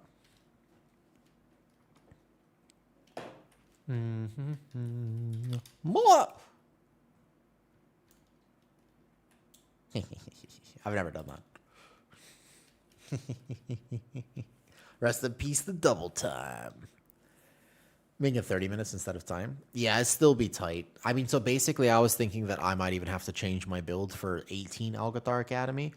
I feel like 18 Algathar will start to get actually kind of tight. So that was when I was going to start considering trying to think about greeding my tank damage a bit more, though. Mistweaver, okay. So it depends, right? Because Mistweaver, if you're playing the more normal Mistweaver build, which is Wave the Crane right now, then you are in this interesting little thing, though. How come you have 2 timeline abilities? Because... Wait, where? I only have 1 here.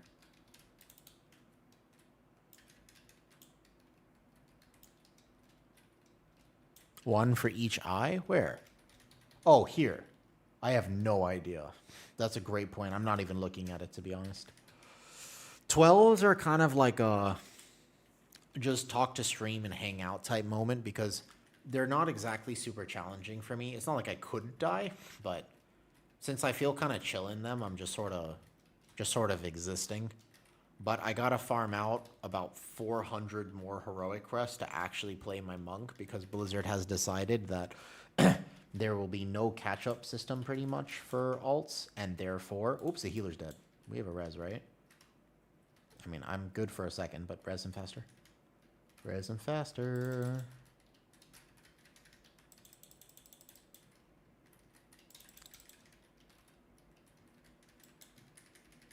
Alright, random lock-in moment.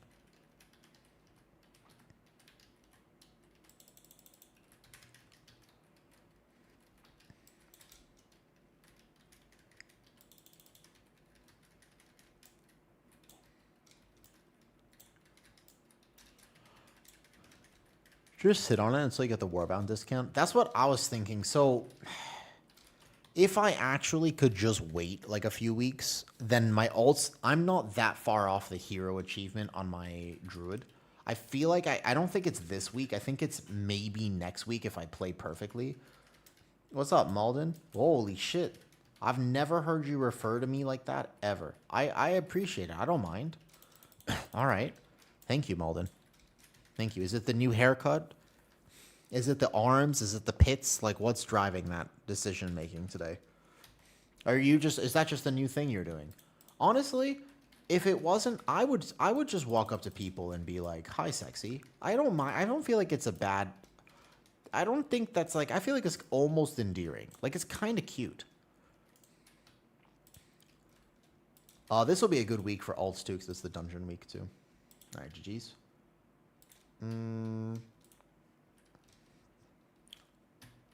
I need a few things on the monks, though. Mostly the legs. Legs will be the actual biggest thing.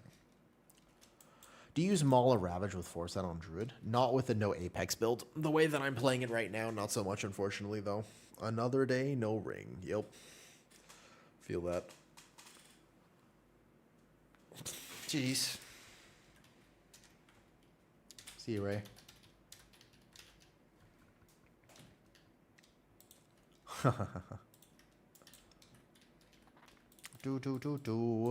Do I raid too? Gort, honestly, no. Raiding doesn't fill me with a large sense of joy, to be honest with you. So I don't really raid that much as I would love to tell you I do, I'll be like, oh yeah, like I love it. I just don't like it. To be honest with you, it's just not my thing. Like it just does not fill me with joy. I feel like raiding is a chore so that I can get what I need so that I could do keys. Do you know what I mean by that? That's what I feel like. I would love to tell you that it's definitely like my favorite thing, but it's not. I liked watching the race this time around. Watching the race was super fun. Goddamn, like that last boss, one of the actual coolest things that I have seen in a long time. The secret phase was visually stunning. Raiding with 20 FPS isn't fun. The fight is so visually, yeah, that's what I was saying. I don't want to do that boss. Like I'm looking at it and I'm like, I am so glad that I never ever Monk Foresight was just fixed. What do you mean by that? Where? In a good way or a bad way, Riders? What can you clarify? Pikachu is in a 10 OCE Algothar. Doesn't reset talents. Oh, for Mistweaver. Oh, okay, that's good. Yeah, that's good.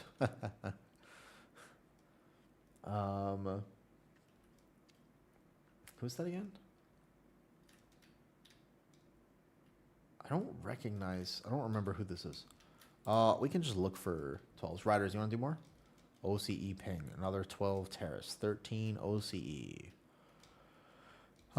Actually tapped out during that last boss and 8 orbs to the face equals dead.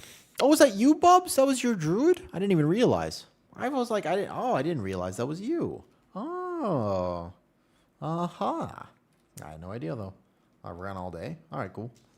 Riders, is that your alts? You said you were going to bring your pally, but I don't know if that's actually your thing, though. Spore, you were home? So I've played with you before, right, home? I recognize your name, like, in-game. I didn't realize that was you on Twitch. Hello there. Hi, Spore. But I've at some point, I mean, I don't know if you know Ray or whoever, but we did PTR keys a lot. There you go. You don't know my druid's name? No, I did not. I can't say that, though. I started using your build again, and it's amazing. Oh, awesome. I'm glad. I'm happy that it helps OAV. I really like my build, too, and I've been doing high keys with it, and I genuinely feel like I thought I was going to have to swap off of it much earlier, and to be honest with you, I don't. Like, yeah, well, keep in mind that my monk is the most stealthy name. No one knows it's me. What's the build macro use for a Guardian? How many calories do I eat in a day? What's my Mythic Plus build? For Guardian, I play a very, let's call it unique build. How about we call it a extremely niche? I made it on beta because I wanted to play this way on beta. And then I just decided to basically send it from that point. I was just like, I want to play this way, so that's what I'm going to do. It was kind of some stubbornness because, to be honest with you, it was unnecessary. But I miss Thorns of Iron. They got rid of Thorns of Iron Mobson. Oh, my Brewmaster build. Basically just pretty much what everybody else is playing, I'm pretty sure. I don't think there's anything weird about it. I think originally in the video with Shaw, he recommended that I just don't play High Tolerance and I just play Anvil and Stave. And I think that this was kind of what he recommended, though. For gearing, for what character, King Zeus? There are some characters and some classes that have a better... Yeah. There are some characters that have a better Wowhead Rider, Prot Pally. Be very wary with Prot Pally. Be extremely cautious about Prot Pally. I have no idea if it is written the same way, but there have been some absolutely cursed Wowhead builds for, well, be careful about following Yoda, because Yoda sometimes does things that I wouldn't recommend for most Prot Paladins. Sometimes. But at the very least, okay, there have been some absolutely cursed prop pally wowhead or like an icy vein stuff. Like I remember I did coaching for a prop pally once, and I asked them like where they got their build, and I was like, "There's no way this is real." I was literally like, "No way." Yeah, it's kind of back on wheelie. It's a less good version though. I hit with explanation, especially on the bad ones, would be nice. Interesting. Yes. So M4, you're correct. That was initially my first thought. I'm using your build. I don't know how about gearing. Prop Pally is going to be this season is definitely exactly. I was going to say no mastery. You want to go haste crit. And I feel like haste crit, because crit has still impacts with Lightsmith and Templar, I feel like basically haste crit is the play. You basically want to be haste crit right now. I think that there's no way you really play realistically. I mean, you could, I suppose. I suppose you could, but yeah, you just probably play like haste crit. Maybe some verse in there, but I'm imagining you're going to want almost entirely a full haste crit setup, except for these rings. So there's the ring from Seed of the Triumvirate. One of them has mastery on it, but the set is probably still worth playing. Hello. All right, let's port over here. I saw our Caverns. And then in terms of gearing, in terms of like what you want to do for like crafting, in general, it's weapon, then shield, then something else. If you have 3 crafts right now and you had full mythic crests, I suppose you could do that. You could also wait for a vault, but the idea would be if you haven't gotten a mythic weapon or shield, then you go weapon, shield, plus bracer, give or take. There is a crit haste neck from, and there's the Illyrian neck too. So that's what I would do on Pally. I imagine I would go, depending on my vault RNG. If I was actually full crafting, I would most likely go weapon, shield, and bracer, or boots or belts. Either one works. In terms of stats, though, Prop Pally is a tank that really wants specific stats. There are other tanks that don't. Like Guardian Druid can play with any stats. You could literally take 10% of any stat on Guardian Druid. I'd be fine. But Prop Pally is not like that. Prop Pally, you want like very high haste, very high crit, pretty much no mastery. And then Brewmaster is also similar, where ideally I would like very low haste, and I want extremely high crit and verse. Oh shit, he knows me. Hello. Oh hi. Oh hi. Thank you. I thought my monk was on Bear. We prefer mastery or crit and why. I'll happily go over it in a second. OV was stealthy, not named. How did you know me? How did you know it was me? Yeah. It's so weird when I zone into keys and people actually know who I am. That's still so random to me. Let me buy a flask real quick. I have some gold now, so give me momentary. I just buy 1 flask, though.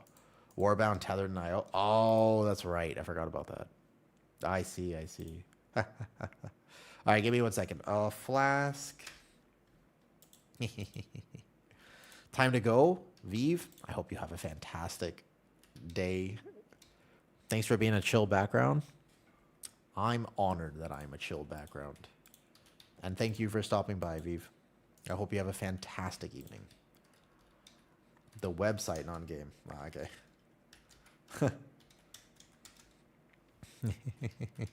All right, I got a flask now. I'm taking this key seriously. Look at that. I've even flasked up. Should get a health potion too. Already. Do. How many calories do I eat in a day? You know, I used to care a lot about that, to be honest with you. Mr. I Sociopath. Are you still there on YouTube before I answer your question? Because it's actually very interesting. And in terms of Guardian Druid stats, while you answer that, I Sociopath, I will ask you this. Hold up 1 second. If you need more flasks, I can craft those for you. Oh, you know what? I should really actually just level my alchemy on all characters that I might play. Yeah, if I Sociopath, you tell me if you're still there. Now, Guardian Druid stats. Some tanks have very particular breakpoints. That's going to be loose threat. I should not have gathered like that. Let me just 1 keg smash. We're just going to play the quote-unquote safe route in this dungeon. We won't have to go crazy. But I should be fine. Feel like of all the dungeons, this one probably hurts Brew a lot. Okay, I want these guys. But yeah, let's just play this in the we cannot lose this dungeon sort of way. So Olavi. Some tanks have very, very strict, like, oh, this stat is so much better for me than others. An example being Brewmaster, critical strike not only gives me everything that crit gives me, but I have a special effect on Brew. Ooh, sketchy, sketchy, sketchy. That's with Fort Brew, too. Yeah, these Berserkers, man, they're no joke. You actually have to... I should have committed Fort Brew earlier. Holy. I don't think Brew would be able to do the pull that my bear normally does here. So I, for example, will get dodge and everything from Brew and stuff, right? However... Yo, what's up, Alembri? How are you still awake? Well, I'm being reasonable right now, don't worry. Hi, Alembri. How are you? Well, we did some keys with Zin earlier, and those were a lot of fun. Those went well. We got some nice things, though. What's up, cops? Food, water. I'm doing pretty good right now. I ate well. You did the thing again. What thing? Wait a second. What thing, kitty? I would say I could probably make dinner after this. If I was going to keep playing, I would have to just take a break to make dinner real fast. I made something for the first time and it turned out perfectly. Ooh, okay. Yep. That's the thing. You do have a tendency to do that, kitty. You are amazingly good always the first time you do something. Yeah, either that or maybe I'll just go chill a bit tonight. I do have work on a little bit. Work on a little video tonight. I think there was a run we did earlier, and it was like a 17 caverns. It was a 17. I was gonna post a 17 Skyreach, but there were 2 videos from today, I think. Any tips for mastering his seasons as a tank? I try to master them one at a time. You mean the dungeons? You mean all tanks or just the dungeon, to clarify?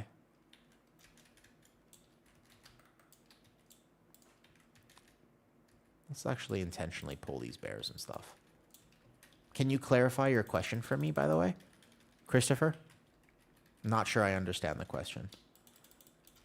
Yeah, Lembry, I'll try my best. I haven't been taking the best care of myself. It turns out that, and this might be shocking information for you, I didn't know this, but if you only drink energy drinks and then pretty much don't sleep, and then also play a ridiculous amount of World of Warcraft, but also have extra work, and effectively are wildly stressed, and then also just basically start drinking milkshakes all the time and skipping dinner, it turns out that you don't feel so good. And this is, I just want to let you know that I am just as surprised as you are. I could never have imagined that this is what would happen. I am flabbergasted, shocked, and appalled. I never would have guessed. But it turns out that this is just how the cookie crumbles. Why don't we pull this over here? I'm doing this in a very, this is how I would route a +12 type of way, though. Just add some. Lucky for me, I've never liked drinking.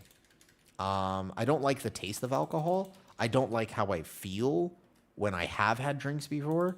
Lucky for me, I actually just don't like it. It's something I never had to worry about that being a vice. You'll get used to it. The thing is, I don't like the effect of it. And since I know it's not good for me, I have no desire to do it whatsoever. Like, I genuinely don't. It would be because I have the type of personality that would be, like, I have a very addictive personality. So I have to be careful about those things. But the funniest thing is that I would never, ever, it's overrated, but let me tell you why. If I, for example, told you that right now I could order myself a drink, or what I could do, right? Okay? Or I could order a dulce de leche milkshake from Haagen-Dazs. Can you imagine that there are people who are like, you should not get the dulce de leche milkshake from Haagen-Dazs. Bro, one of those tastes so much better than the other, right? Get both. I suppose that's something you could do. But I don't really like the taste of alcohol. But more importantly, I don't like what it does to me. Because, and I think this is actually just a relation to like the genetic condition I have. I think it's an EDS thing. I always feel kind of like unsteady on my joints anyways. It's just the connective tissue disorder. It's the blah, blah, blah, blah. Oh, I'm sorry. I took my hands off the keyboard for a second though. Than that, it's, you know what? There's probably a world where you're right. The dungeons. I would say if you really want to get strong experience in the dungeons, it's not a bad idea to actually do them one by one, yeah. You could just run the same dungeon all the time, though. Yeah, it's basically that fighting. I don't like that feeling. It doesn't make me feel relaxed. I actually get very anxious. Like, if I ever feel like I'm like, whoa, I don't really know, I feel like I'm super out of it, if that makes sense, though. Haagen-Dazs is goated. It's true. So it's interestingly enough, I never have to worry about potentially not liking this, though. Exactly. That's basically what it is, Vati. Like, I fought so hard, literally. Like, I spent my entire life learning how to stabilize my joints because I have a condition. And then all of a sudden, if I drink this one thing, I am like, ooh. And it's like, I hate that feeling. It's the same reason, by the way, that I don't like swimming. Because when I'm in water, I feel unsteady. Like, I hate the feeling when you know how you like when you're floating. I dislike that feeling intensely. The problem to me is that people have no idea how difficult it is to tank complaining about the routes all the time. Also very true. Yeah, that's a good point, actually. It's true. So it's like that feeling of like being unsteady. I don't like it. I don't like it. Not my thing. So lucky for me, I just never really have to worry about wanting to drink all the time.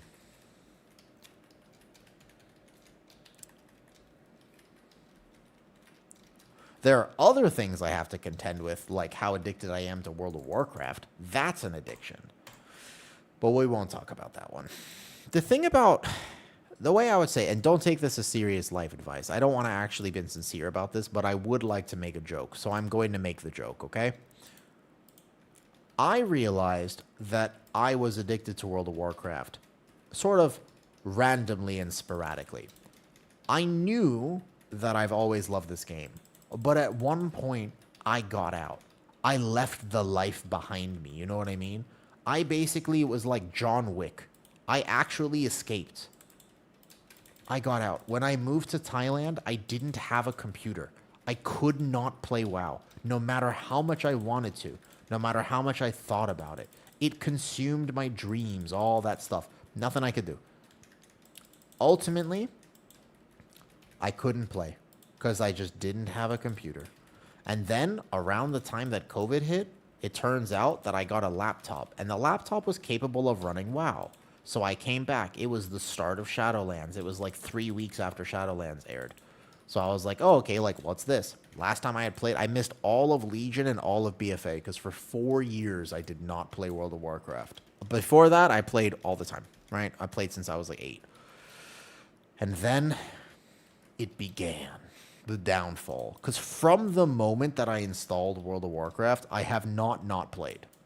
Like, that's the thing. Like, the second I was, like, reinstalling this game, I was like, and it's over. I am now addicted. I finally took the time off, and then nowadays, I'm right back to it. So, when I realized a few years in, I was like, I don't think I'm going to kick this habit. I think that this is here to stay. I said to myself, okay, I better monetize this shit. You know, I was like, well, if you can't beat them, join them. So instead of basically trying to not play World of Warcraft, I was like, might as well start streaming.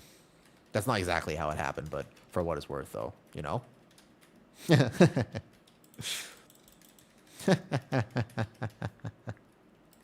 Why no Black Ox Brew? Because I'm bad. Just because it's like, I'm like pretty brain off right now. At higher keys, I'll play Black Ox, Joey. But good noticing that I'm not playing it right now. I don't think it's actually the end of the world to just play light brewing. Just for like really, really chill, never having to think type gameplay. Yeah. Almost certainly I'll play it at like higher keys, right?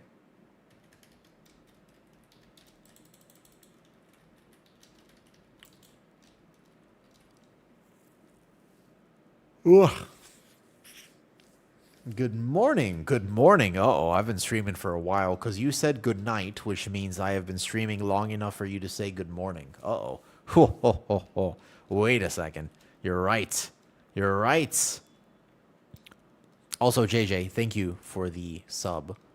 I'm honestly, I'm happy that I can talk fitness on stream sometimes.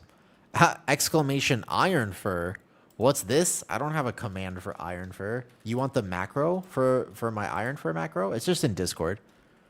There's a bunch of things I want to work on. One of the things I'm going to work on are more walkthroughs.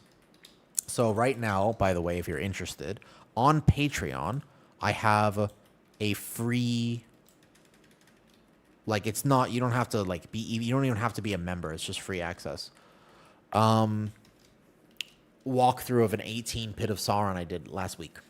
So basically going over my thoughts about how to play Guardian Druid, what the considerations I'm going to make for Guardian Druid are, how I allocate my cooldowns and stuff like that. I'm actually really excited to make more.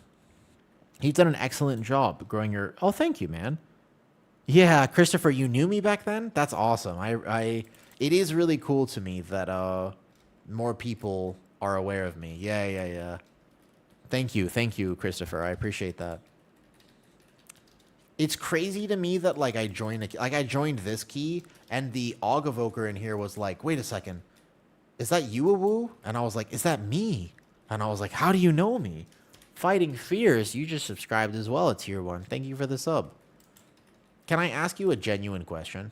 And this is not even a bit. It's because your name is something that I am passionate about. I actually am. This is a genuine question. What is a fear that you have had to fight in your life?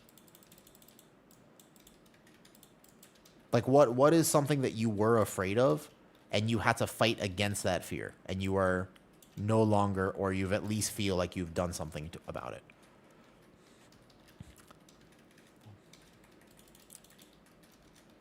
It is crazy to me that people know my name. Like a lot of times I'll join a group now and they're like, wait a second, Awoo? And I'm like, hi. Even that one key I didn't know that like I didn't know Zinnia knew me. And then I did a key and I was like, this holy priest. And then I'm pretty sure I was like, oh, I don't know if it's a holy priest diff, but how did I die? Because I died in that key and I was like, oh my God. And then all of a sudden Zinnia appeared on stream and I was like, oh my God. Hello. And then they were like, oh, I actually really like your content. And I was like, how do you know me? It's so weird. Oh, genuine question, actually, though. Fear of typing in Twitch chat? Well, that means that you would be overcoming that means that would be a good answer to that question because that means that you would have fought the fear. Right? There's a quote I came up with a long time ago. I don't remember if it was my quote from a very long time ago or if it was just a quote that I had heard, but it was basically, I really like this perspective on fear, which is just, fear is just excitement in disguise. I really appreciate that perspective on fear. Sometimes we can feel like absolutely terrified, right? Okay, good answers. All right, I'm down. Let's dive in. Let's dive in. That is something.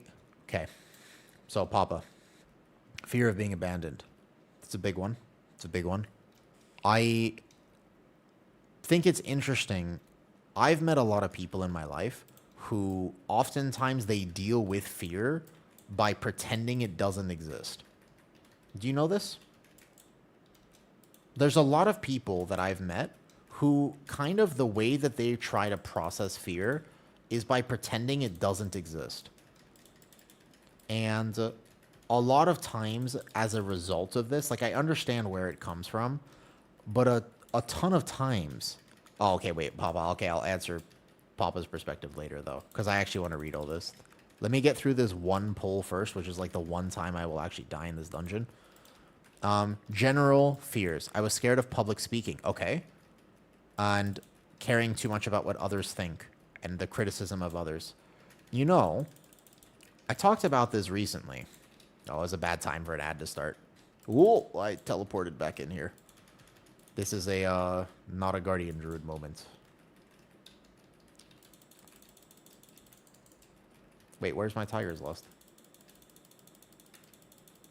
Why isn't Tiger's Lust casting? I'm gonna die. Hold up, Tiger's Lust. Left click. Is that a range issue?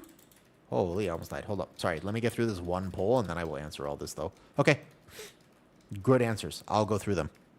I would love to have this conversation, because this is a meaningful conversation. I learned over the years that you don't fight this. I've had this username for like 20 years. I appreciate that perspective. I would agree with you. Okay, so you said public speaking, like basically, as an example, right? You said fear of public speaking. Papa, I will get back to that momentarily. When I was younger, was very specifically afraid of talking to people. I was bad at it. I didn't know how to talk to people. And it was a skill that I spent a long time learning how to get better at. I basically was so invested in just learning how to talk to people, actually. Interesting, you know? And so when I was 17, I started working as a speaker. I talked about mental health in America. Specifically, when I was in LA, I worked for NAMI, and I worked for the National Alliance of Mental Illness, and I gave speeches around to different high schools at the UCLA campus, at different colleges, at different events. And when I first started giving the speeches, and I first started going on stage, my hands would shake because I was like really, really, like I had so much anxiety about being a public speaker, right? And so what's interesting was I went to like a conference at one point, and I was like, how and when does this get better? I remember asking, I was like, when do I eventually feel more comfortable speaking? It never did. But what I got out of that experience was the fact I didn't need to not be afraid.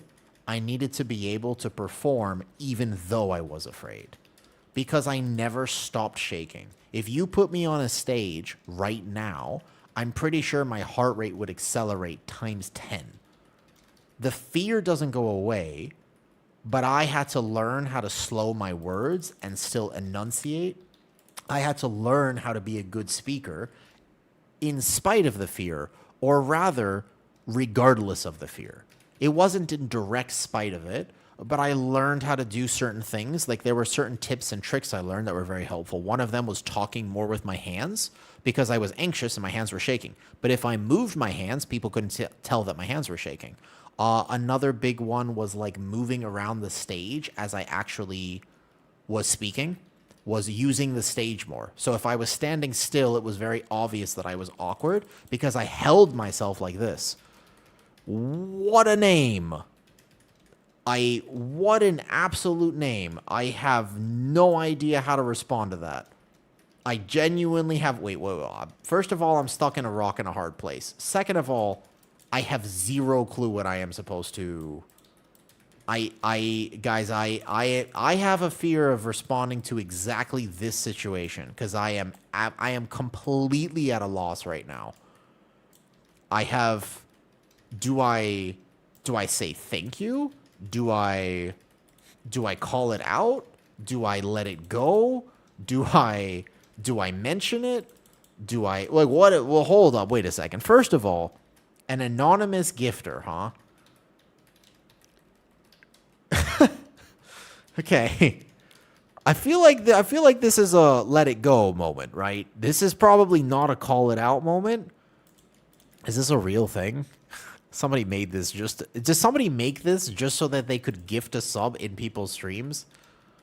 One time somebody came in here and anonymously gifted a sub to Mia Khalifa, and I was like, what?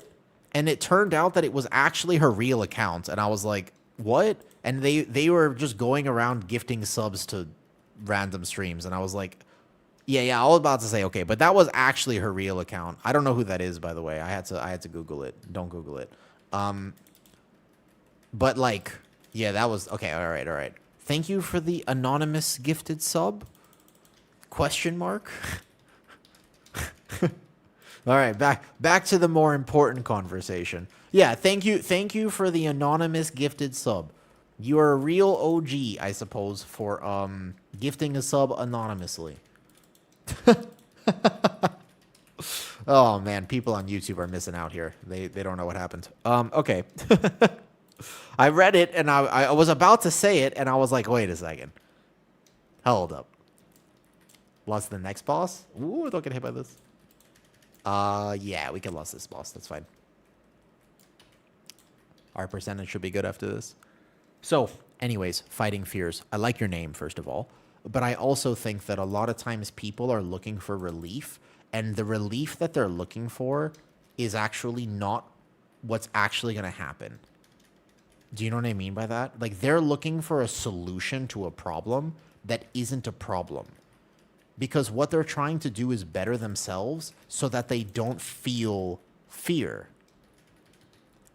But when you attempt to better yourself in a direction where you're attempting to not deal with a very, very human condition, you're actually telling yourself that it's not okay to be you. You should not have a goal of not feeling pain or not feeling fear.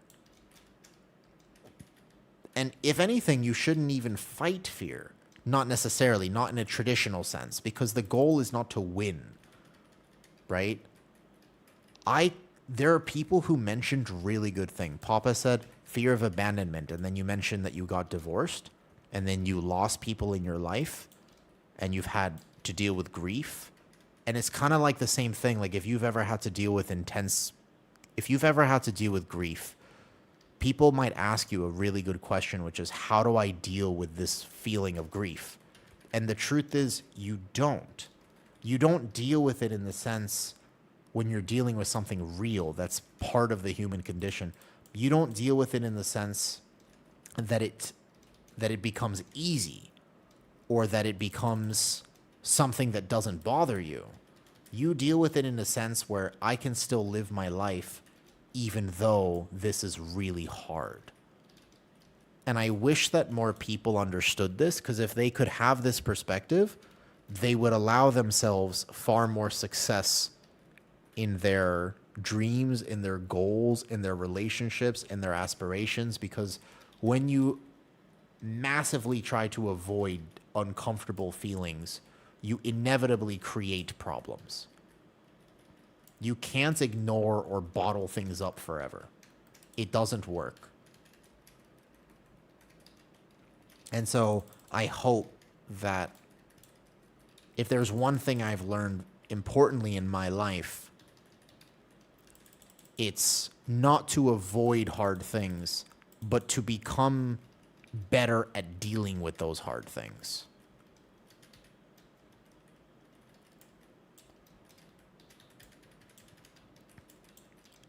And Clemens, you mentioned your answer to that question of what is a fear that you've had to fight your whole life. I want to make sure that I see this. Clemenfine, you said to be in a position where I couldn't support myself or others. I suppose you mean financially, although I don't know if you mean physically as well. Fears like that. The way I interpret that, if somebody told me that they were genuinely terrified, they wouldn't be able to support themselves or their family or their children, and that was a huge concern for them, part of me would think, I'm glad they care. Right? Like part of me would really be like, I'm so happy that they care enough to be thinking about that. As just my first perspective on it. Because I think that's a fear that many people can relate to. As far as I would wager to guess, there's a lot of people who worry they wouldn't be able to support themselves or the people they care about both financially or physically or emotionally, right? I think that's a very reasonable fear to have in your life.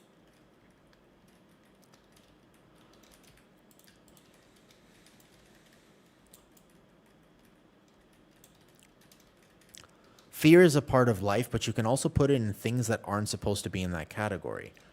So the balance here, it's a drive for you. Exactly. I was going to say, because if that was a genuine fear for you, as interesting as it sounds, although it is not a fun feeling to contend with, it can also drive you to performance. Because if you think about it like this, there are probably many aspects of your life that are productive or successful because you don't want to fail there, right? Because you really, oh, he's like actually stuck. You just have to die. That's a probably a die moment. Oh no, he got oh no, look at the red pally.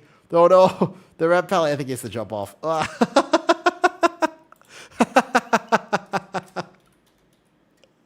Oh man. Oh. I think we could summon him actually. Oh, he went up. Okay, we gotta do the mini boss first. Oh no. The warlock went up. We summoned you after you run back. It's okay.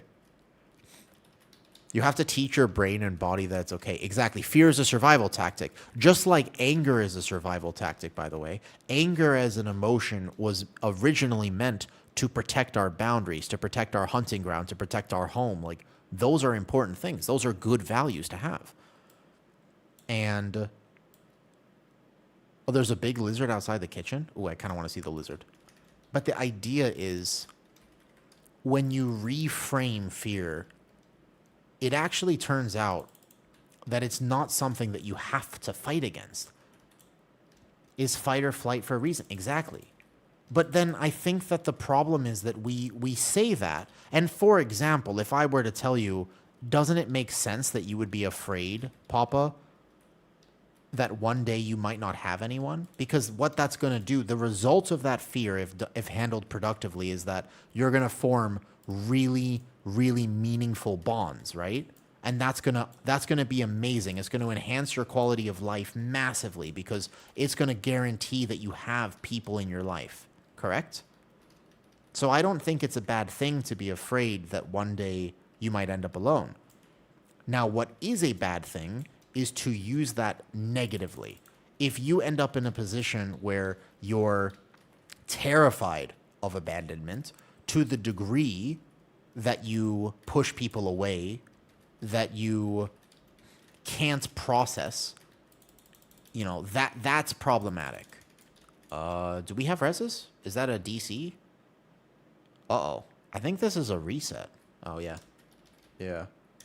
I guess. Yeah. Oh, that's a little DC. Oh, he DC'd. That makes sense. Unfortunate. Do. All right, quick reset. I don't know how to die faster here. Maybe off the edge? Like here? But since we don't have real survival anymore, we put things in there that aren't supposed to be. Exactly, though. I mean, we couldn't time it, but we can finish it, of course. Won't time, but finish, obviously.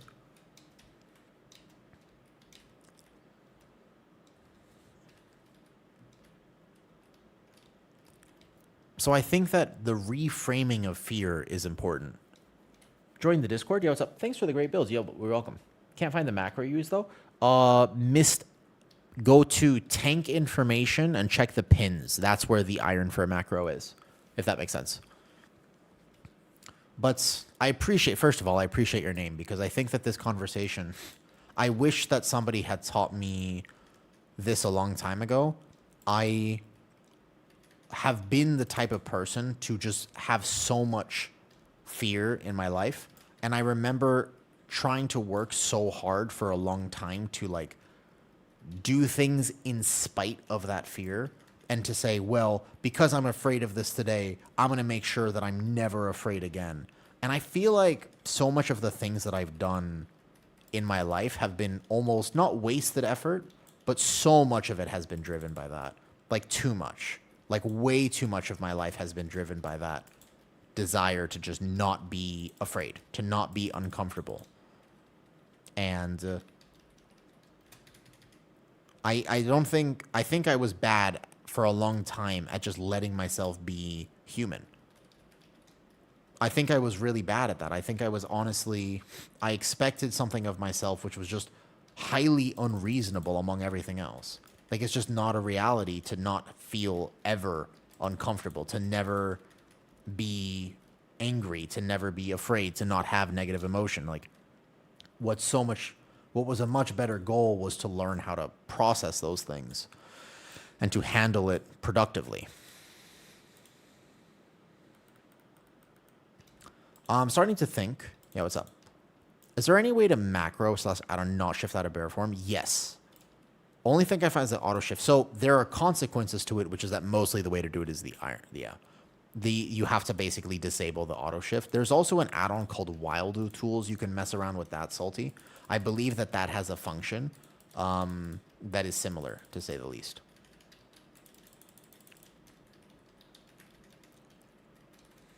The Ironfur spam macro is just, you can find it in my Discord if you want. Just go to tank information and check the pins, and it'll be in there.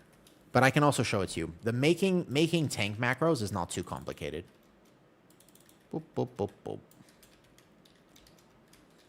Like a simple one, if something is off the GCD, is pretty easy. But I appreciate, first of all, thank you guys for being vulnerable and actually being willing to talk about something heavy. It is heavy. But, you know, the other thing I'd like to say about the fear thing, man, I ain't never met somebody who hasn't dealt with this. They might say they haven't, but they're lying. Like, I think it's actually part of being a modern human being is figuring this stuff out. I seriously, like, you might think that you're so alone in how much fear you have. Or, Papa, you might think your life is unique, sure. No one has gone through what you've gone through. But in terms of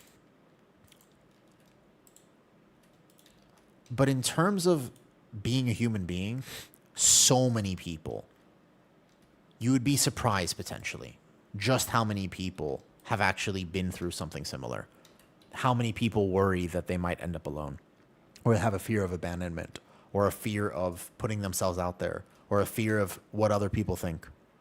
All those things, very common. Do you know what I mean?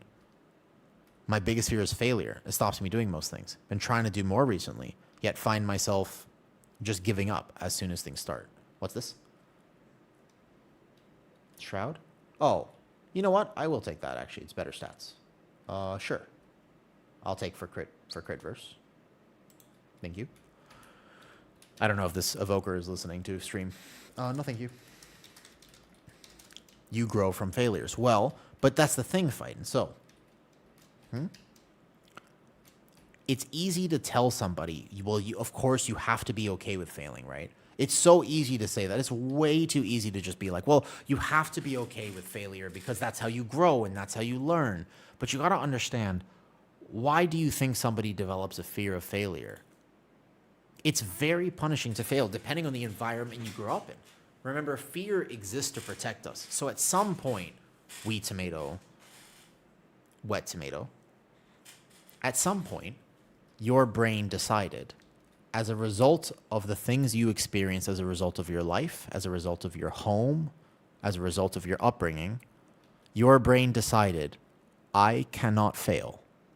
I don't know your life, and I don't know where that came from. But somewhere along the road, you figured out that if you fail, GG's. And your brain said, we're going to make sure this doesn't happen again. It's trying to protect you. That's what fear does. It prevents you from doing the thing that is going to hurt you. However, I believe that you would understand at this point in your life, fear is not something to be afraid of, and failure is a necessary part of life. I think you know that objectively, But subjectively, even though we can all tell you that, and I could try to convince you of this, and I probably could, but your logical part of your brain is very different than the part of your brain where that is a very real, legitimate fear. And I just want to say, I hear you on that. Because as much as we can talk, and I would love to continue talking about this over time, it exists for a reason. And I just want you to know, you are not alone in that.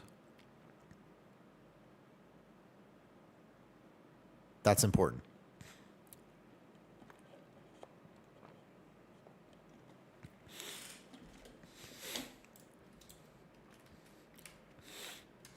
We may not be able to fix, we're not going to be able to fix fears today.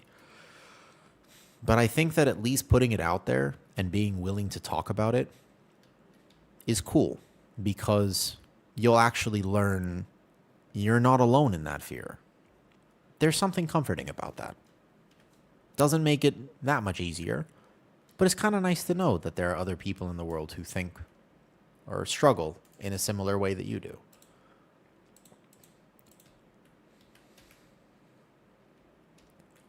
Shall we find out what I get for my weekly chest? Do I want to open this as Brewmaster for the chance at the Gloom Spattered Scale, which is not a bad tank trinket, actually? Or do I want to open this? Yeah, and you can work on it, but there's going to be people at all stages of the journey. Because you're going to have some people who are at the beginning of their journey and they're still absolutely stricken by that fear, right? Like they don't know what to do. There are going to be people toward the middle of their journey where they're like, yeah, I have been working on this, and although it gets me sometimes, I feel like these days I'm a little bit more okay with putting myself out there and failing a little bit. And you'll have people toward the further end of the journey where they're like, yeah, I used to be terrified of it, but I learned and accepted that I do have to fail. And since I accepted that, I've been able to do all these cool things. So you're going to have people from all across the spectrum here, right?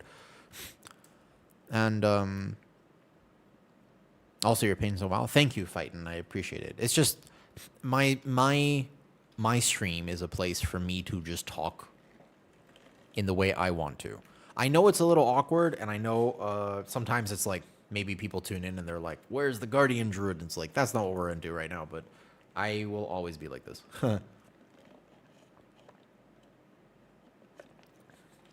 If you ever learned about my life in my childhood, you would understand, right? Isn't that always the case?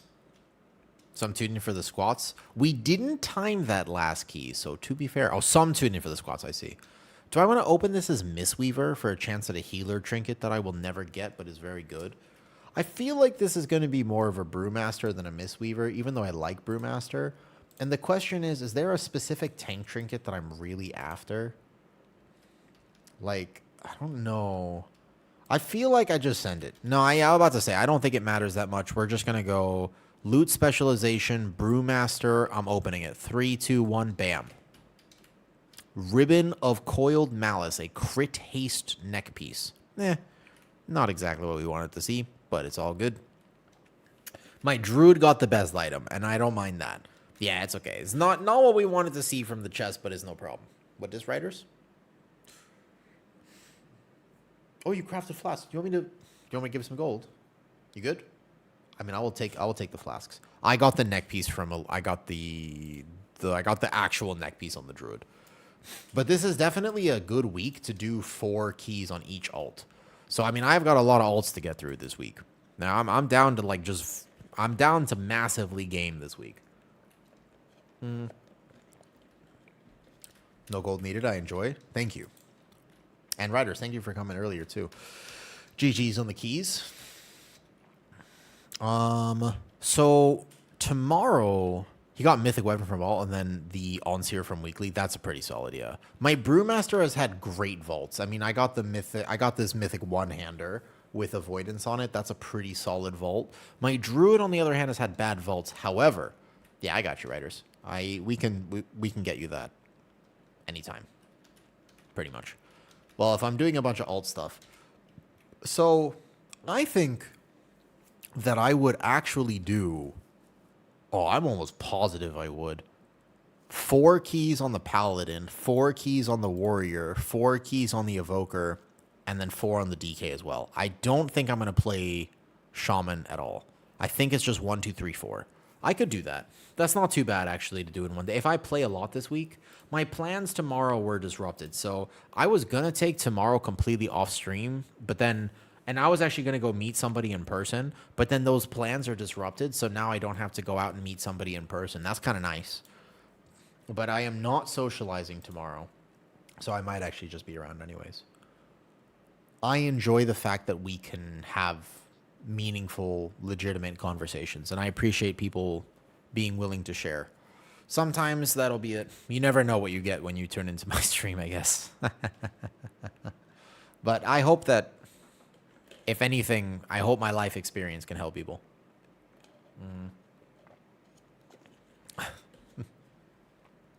You know, that's one way, by the way, that I deal with it. Although I've been through a lot. The fact that because I went through so much hardship, I'm able to actually help people with the perspective that I learned going through that actually also helps transform it, right? Just like Fight and Fears, your life story, the fact that you've been through all those things can help Wet Tomatoes or Connolly.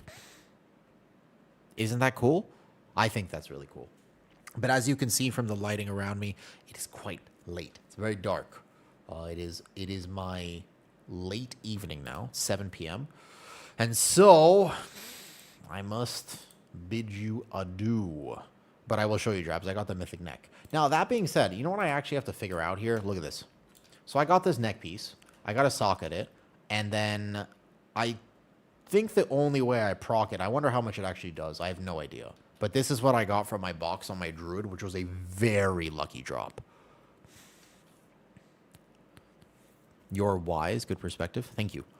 One day, maybe at some point later on, one day I'll consider sharing with you a speech at some point that I used to give. Like, maybe at some point I'll just be like, here's a speech that I gave. I think that would be kind of cool. What's up, Chocapoke? Because I used to talk about my life on stage, literally. That was my job, actually, for a little bit. I used to give speeches talking about my life. This was a long time ago, so not really anymore. But and then I learned so much doing that, actually. I learned a ton doing that. What's up, McCracken? Who this? No, I don't know this person. I am going over here.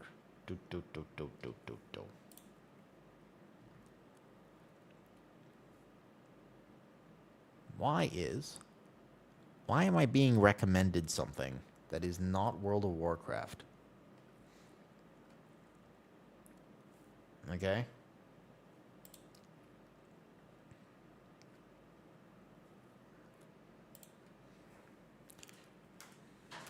What? This person has a cat. I don't know what that means. Do. I like cats. Do. Boom. I hope you guys have a great night. I'm gonna go say hi to somebody. And we'll see what's up. Who this? What is this? Do. Oh, they're not English. I made a Druid tank in WoW. I found your video on YouTube. Game changer on your build. Oh, nice. I'm glad. What's the fastest way to get hero shoulders? Lateral raises. I don't know else. Okay, I thought that was actually pretty funny. To be honest with you, I did think that was kind of funny. I actually did think that was... I thought that was a good answer. That is a good way to get heroic shoulders.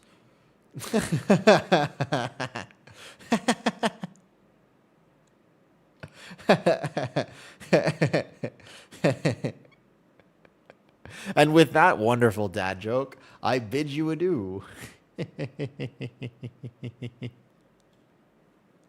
All right. It is 7 p.m. for me right now. Mysticism. Sorry. So I just got to 90. What tank do you oh, I got to 90 on your druid. Check my Discord. I would just play my macroed Ironfur build. I think it's really simple to play. You can play whatever you want, but ultimately I feel like you will enjoy that build. I have a feeling that that's going to give you like a lot of good results, basically. Does anybody have somebody on? There's a lot of people I have on right now, but I've been kind of trying to make new friends.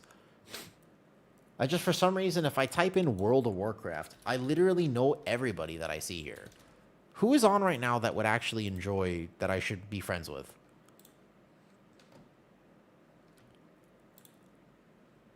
Drabs, you got any suggestions? I don't know. Twitch category searching is so weird. I'm just going to pick I'm going to literally like randomly play this. I'm just going to decide somebody and I don't know who they are.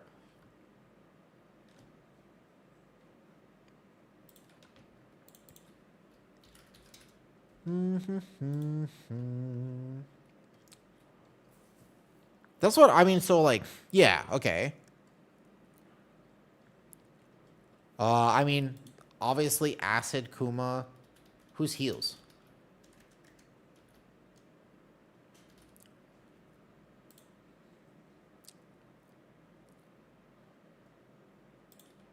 Hi, Deet. Chaos Raid Team. Oh, he's raid tanking.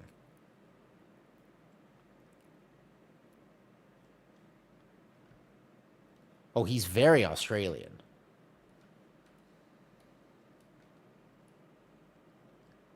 Won't be talking to chat. Oh, no. Yeah, I was about to say, it's hard for him to reply. Such a weird... I normally don't stream this late. I guess I was like, all right, I'm not going to think about it too much. Rob is just starting his stream. We can always say hi to Rob. Zorthis is on rating. I mean, Rob's starting his stream at this time. Might as well say hi to Rob. Works for me. Cool. Let's go say hi to Rob. He's a chill dude. I think he plays football.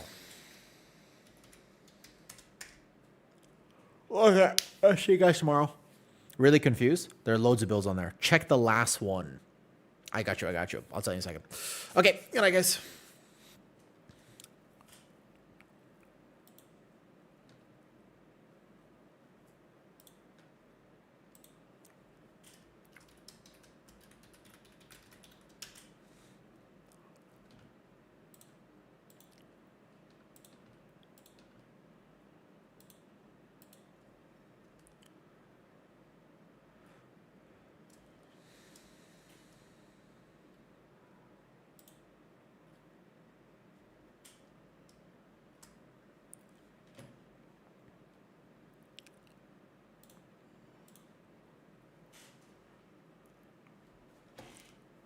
Do.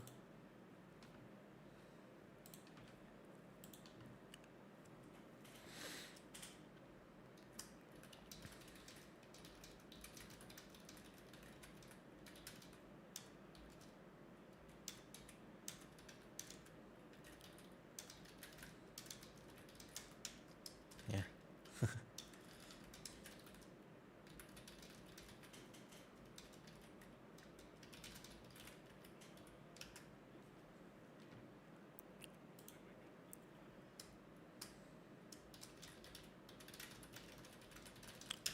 Mist. Okay. I will show you right now. So, I got you, Mr. Stitious. Sorry, I was just ending stream on the other platform. I got you. What I would recommend, there is a Guardian Druid build. It is a macroed Ironfur, no Apex, no raise. This one is the most straightforward, easiest way to play Guardian right now. It's not the most powerful necessarily, but it's very tanky, extremely powerful defensively. This does little less damage. This build, the most recent one, this one will allow you to basically, you just basically macro your Ironfur to thrash, and then you find that macro here. You can either look at my screen now, or you can find it in Discord. It's right there. You just walk in, thrash, Lunar Beam, Moonfire. Chillin'.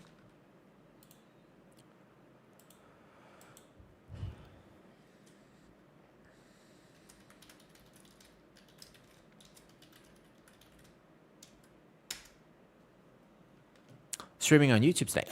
Well, I always multi-stream, by the way. I tried to be live. I'm live on 3 platforms, Eli, for what it's worth. I'm live on 3 platforms. My stream for YouTube is no need to mangle. With this build, surprisingly, no, you don't mangle, actually. As crazy as it sounds, actually, this build is a no mangle build, which is wild, but it does work. Yeah. It's actually wild. It's very, very interesting to me.